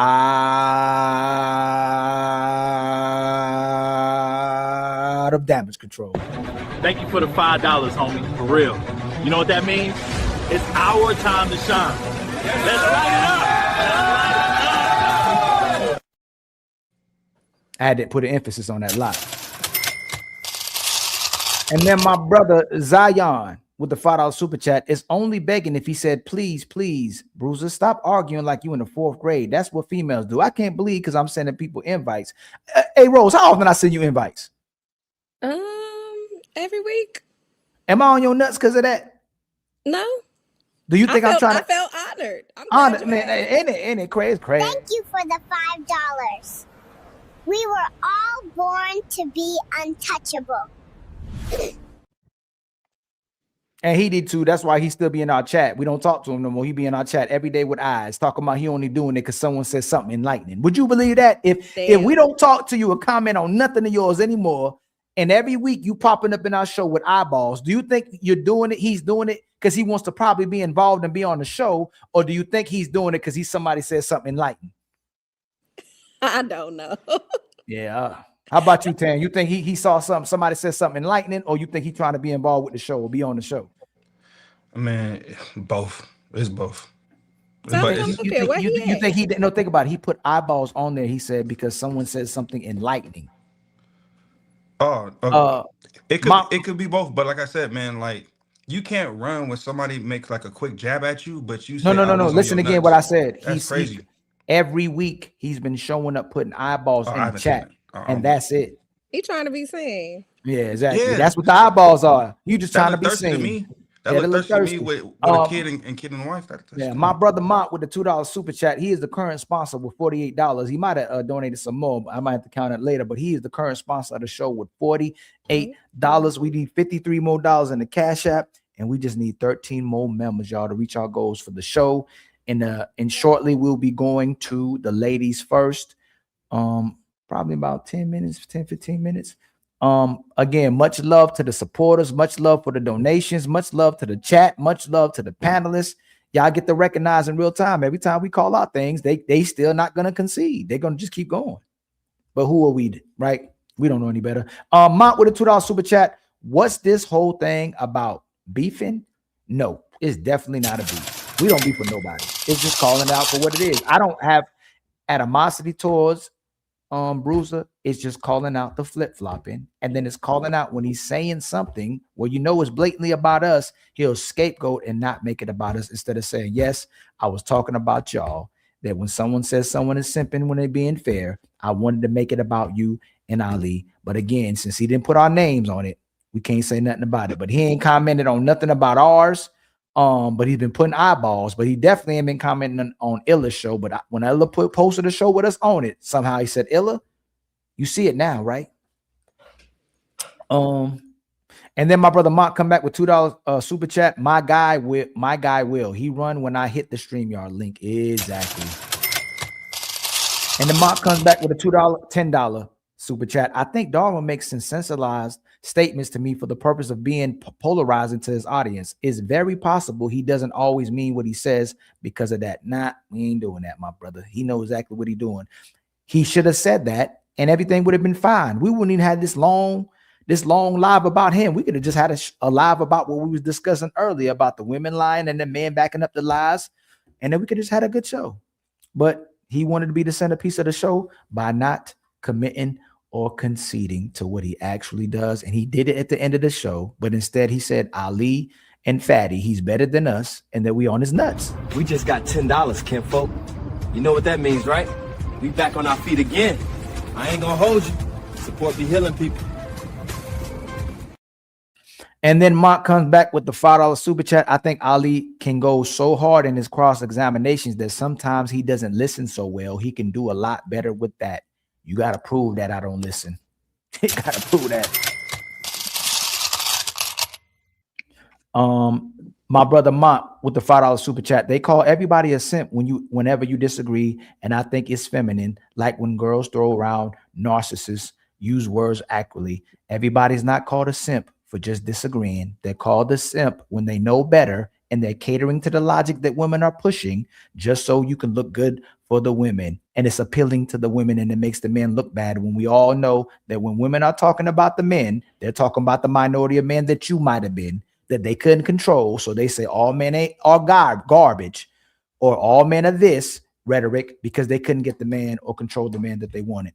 And I think it's feminine. I don't believe in that masculine, feminine energy discussion. Because every time, hey Rose, every time a man does something that a woman doesn't like, the woman will call him feminine.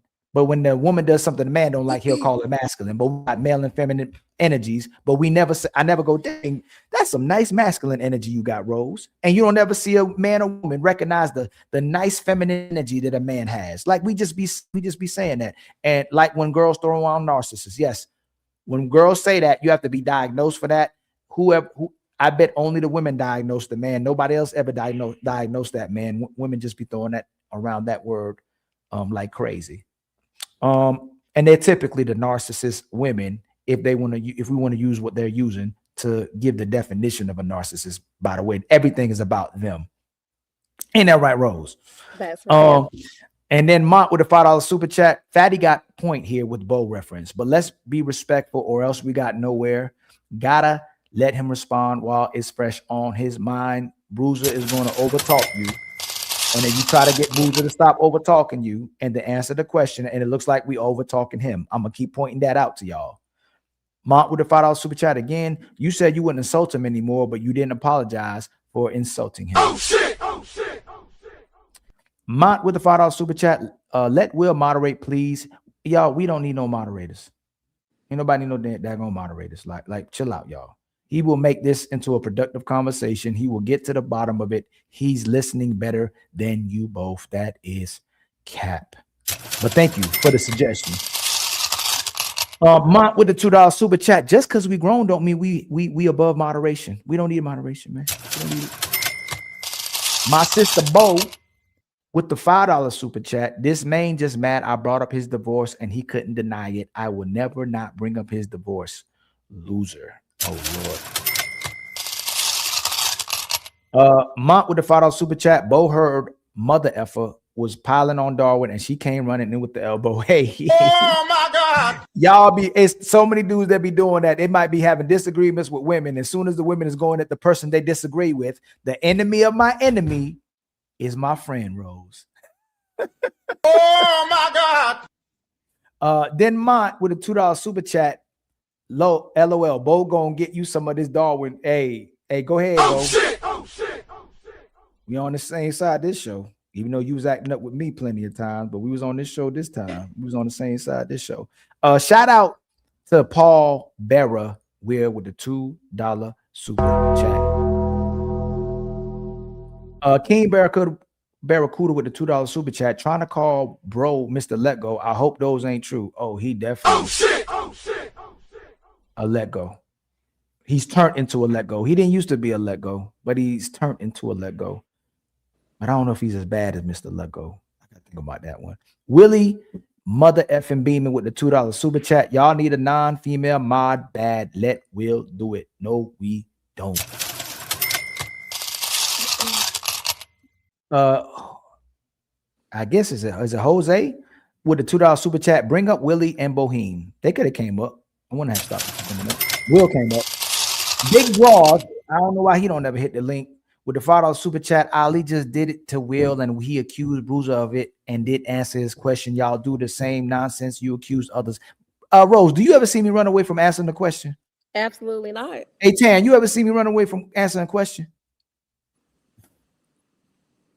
Jesus, boy. And then my brother T.O., one of the day ones with a $10 super chat.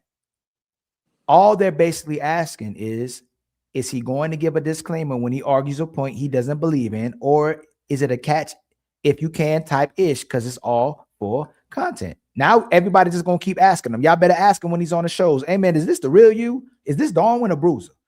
Boheme with a $2 super chat. You say what gets clicks. Just say GRIFT. Oh man. I got this. I got this.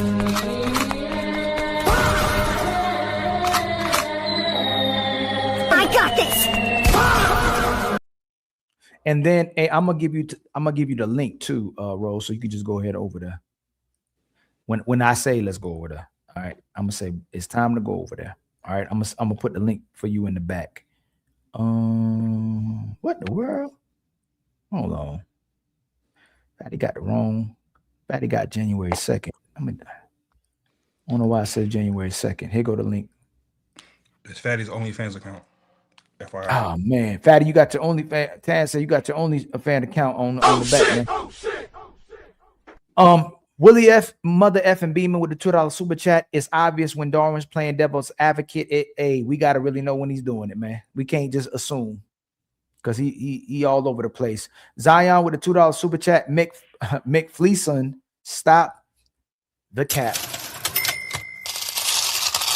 And then mother F and Willie Beeman with the $5 super chat. Let's have a separate one-on-one debate. Ollie versus Darwin. I'll mod it. Now that's a possibility. Oh my God! He gonna cook himself because all I'm gonna do is use his words against him. That's all I'm gonna do. I'm just gonna use his words against him. And so I don't know what he can debate because he'll believe in what I believe in, and then he just flip-flop, and then the debate's over. King Barracuda with a $2 super chat. Question is, what is determined a burning building? Typically, King Barracuda, a burning building is to send a woman or man somewhere where that environment or the person they're dealing with is going to be a chaotic person, catastrophic. It's going to be something that's not going to work out. It's not going to benefit the person, and this person is going to destroy that person's life. That's what we mean by setting them up to go into a burning building. Just like current marriages today are burning buildings for a lot of men because it's not working out for the best interest of men. It's incentivizing women to divorce. Women are pushing men to marry him just so they can divorce them. Fulio with the $10. You know the number one cause for divorce, Rose, is marriage. How is that? Just think about it. Fulio with a $10 super chat, supporting the team Untouchable Empire. Now that's on y'all from here on out. The Untouchable Empire, baby. And then is that my brother? Oh, Dynamic Fit Labs with the $5 super chat. Great panel, just showing support, man. Much love to you, my brother. Where's my I don't know why. Oh, there you go. And then Willie F. Beeman again with the $2 super chat. Uncle Rick is watching corn on his monitor. Man, come on, man. And then my brother Matreon Roberts with the $5 super chat. Man, I hope his clients don't watch this. Yeah, I hope his clients don't watch this either, man. Let me make sure I spam. Let me get this off my screen. Make sure I spam my brother Matreon too. And I know I spam my brother with Cool Kev. And then Jose Prince with the $5 super chat. You got to step up your vocab and catch phrases first, Bruiser. Loaded outcome and desire is the answer to everything. My God. And then my brother Cool Kev comes back with a $2 super chat. Bruiser is a grifter, 1,000%. What does that mean? A bruiser. A grifter means someone who's doing something for profit when they know better. They're selling a product, or they're selling a narrative. They're selling, like, let's say I believe that women are 304s, but I'm pushing women are angels so I can make money. That's a grifter. So you're selling something that you know that when you already know what the truth is, and you're just selling. Hold on, real quick. Oh, okay. I'm sorry. You're selling a lie to the people when you know what the truth is, so you can make profit from it. Car salesman or a politician, you don't trust them. Willie F. Beeman with the $5 super chat. Most men are losers in the eyes of women. That's why so many of them choose to remain single.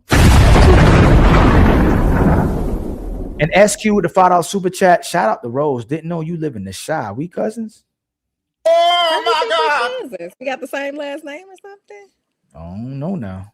And here's the link. This is the link right here, Rose. So, Rose, what do you think about the people that be contradicting themselves as well, too? Do you respect it? I ain't talking about Bruiser. I'm just talking about people in general.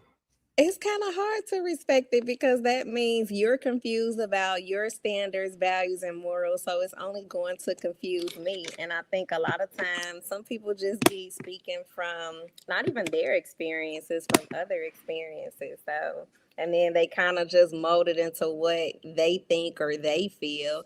So it's hard. It's hard to respect it. I've never even heard of him. But I'm gonna definitely go on his page and see what he's about. I got on here and Fadi was ripping him to shreds. I didn't know what was going on. Fatty. And it's so sad. She said Fadi. Fadi. Fadi. Fadi. It's so unfortunate because he's a handsome young man. Oh my goodness. A lot of the men that be lying too typically be in certain positions, and there's certain men as well too. You know, but we lie. I told you, man, we'll lie to make y'all happy, man. We'll lie to make some money off you, because women Rose, if I'm telling the truth to women and another brother that looks just like me is telling a lie to women, who you think they're gonna support the most? Now, why you gotta ask me that? I just want to ask it. I got a question. So hold on real quick. Hold on.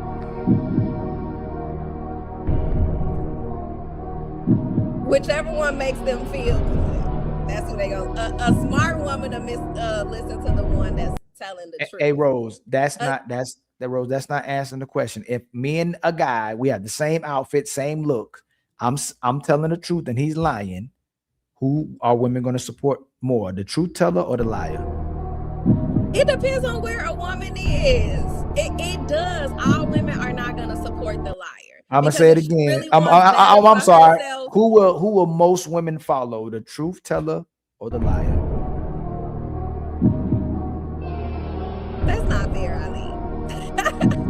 It's not fair. Man. Phone a friend. It really does. Go phone a friend. I'll let you know. Okay, Seven. What you think? So if you coming to me for advice on how to get married, because you see that I'm married with a family, and you're asking me, man, how do I find a good man out here? Why would you listen to me if I'm telling you that most niggas is losers? So I'm not even serving your best interest. I'm not even trying to tell you or show you how to get a good man that you may have to build with later on in your life, or when you was earlier. But I'm already off top, coming off very boastful and being like, oh, these niggas can't compare to me, so they're losers anyway. That's what a lot of people got problems with, is you just saying dudes are just losers because they're not married and they're just broke. And that's what Ali and Will was saying. You can't call a man a loser because he don't have money. So so hearing the truth is not hearing the truth, and what you should be listening to is somebody not just trying to stroke your ego. Because then you should be like, nigga, are you trying to get my pants? Or are you trying to give me the truth? My shit do stink. So I need you to let me know what it is. What you can see, what you can gauge off our interaction and our conversations and how I interact with your wife. What do you think I'm missing? That's straight down the middle. It seemed like Ali, and I said something to him a while ago. It seemed like you sway when somebody, it seemed like you sway whoever's watching your channel. Mhm. And that's called grifting. You're It's trying to good, please yeah. this people over here. You're trying to please this people over here. You know how much money we make if we did that? Rose, you know how much money I make if I act like Ace Metaphor? What's wrong with Ace? Oh my God. Oh my God. What's wrong with him? I mean, I've only listened to him maybe twice, and I went to one of the shows. He didn't say anything wrong. I didn't feel, but what's wrong with him? Nothing. Shit like that. Nothing. Shit like that. Shit like that. Shit like that. Shit like that. Nothing, Rose. Nothing wrong with him, Rose. He's the perfect. You know what? He is the perfect example of how a man should be. Like if man You say Ace don't. Metaphor? Yeah, man, he's the perfect type of guy that women should aspire to be with. You should listen to him, especially Derek Jackson. Like he's the man. Like I don't know why y'all don't listen to these brothers, but a lot of y'all do listen to these brothers, and I think you're right for listening to these brothers. I think I'm changing I'm taking up over a new leaf this month. You know what I'm saying? I'm gonna really tell the truth. I really think men are the losers. You know what I'm saying? I think. Oh, so you're on BRUZZIR side. You're men to losers now. Like, look at you switching up. I think BRUZZIR was right. I think I think the reason why women don't follow is because men can't lead. Hold on. If men were leading properly, then women would follow properly. You know what I'm saying? If men gave women something to follow, then maybe women would lead. I mean, follow. But no matter what, yeah, look what it does to you, Rose. Look at that. I mean, because it's true in certain situations. I'm not saying all men, but some men can't. And then some men desire a certain type of woman, but they don't carry the discipline to have that particular woman. It happens all the time. Exactly. And it be killing me. It's like, yo, a real man, like when he walks into a room, he commands the woman respect. He commands the woman's cooperation. And a real man, a woman will submit to. So if she don't submit to you, she don't respect and love you, you're not a real man. Who said that? No, I mean, like I did. Like, you don't think that's true? That doesn't make him a real man. You don't think if a man is a real man, the woman will cooperate and submit to that man if he's a real man? Why would women not commit to it and submit with a real man? Some women just don't know the true definition of submit. They couldn't submit if their life depended on it. That doesn't. But even if she didn't know the truth, when she just conformed to a real man, she'd be like, "Oh, that's a real man. I never seen a real man in my life, but there he go." I don't know, Ali. Man, I don't know. I'm telling you, like when men start leading, women will start following. Are you trolling? For real? No, I'm dead serious.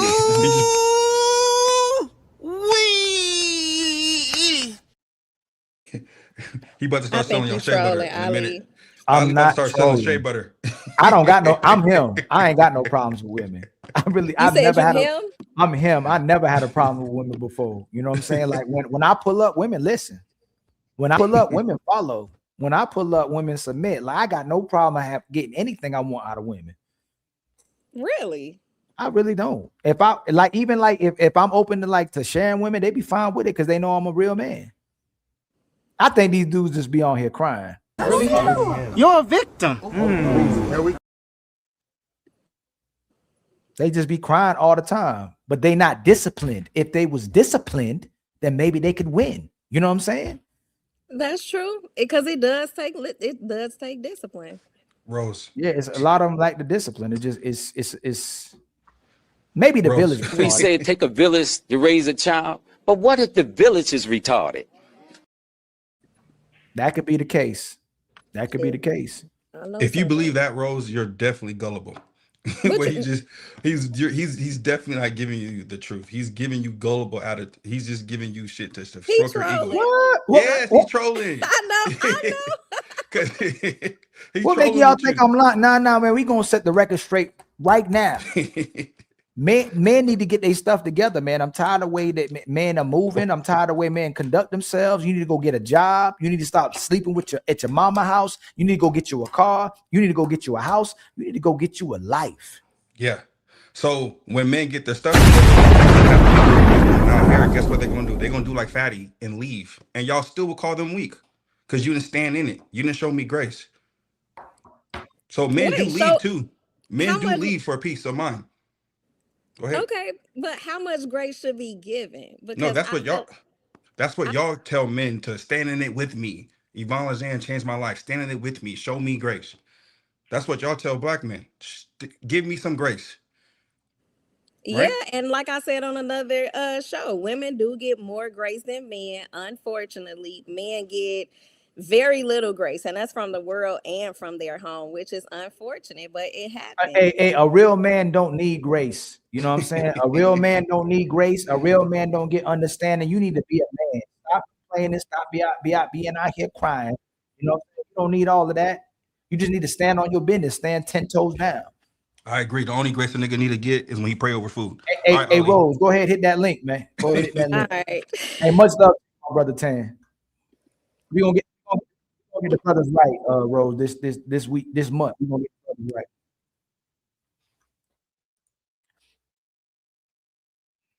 Hey, y'all, relax a little bit. We about to start the show. All right, it's about to go live. I'm about to redirect right now. Okay, and no, I'm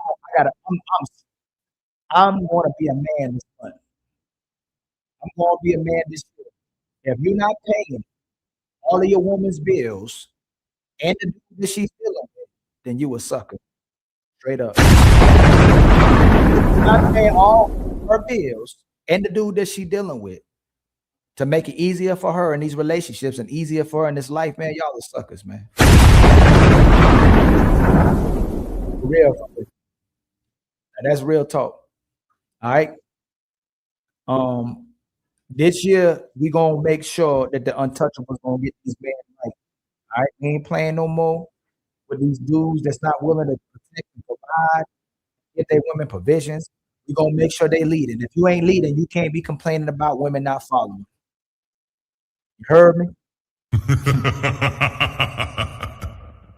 All right. So we gonna rock this out. Get ready. All right? I'm gonna end the stream, and then we're gonna start with the ladies first. All right. I'm gonna read it for y'all. Let me see. Hold on real quick, y'all.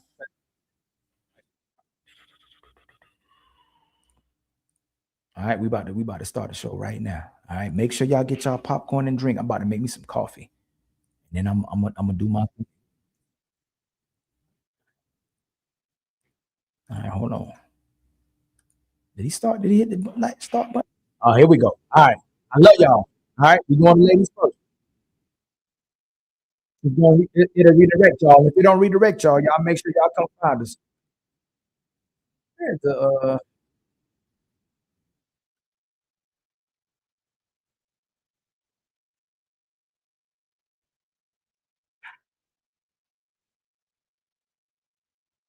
hey, that's the wrong one.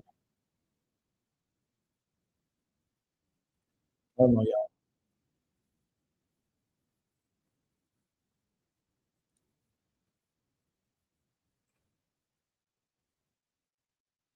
No, I ain't playing.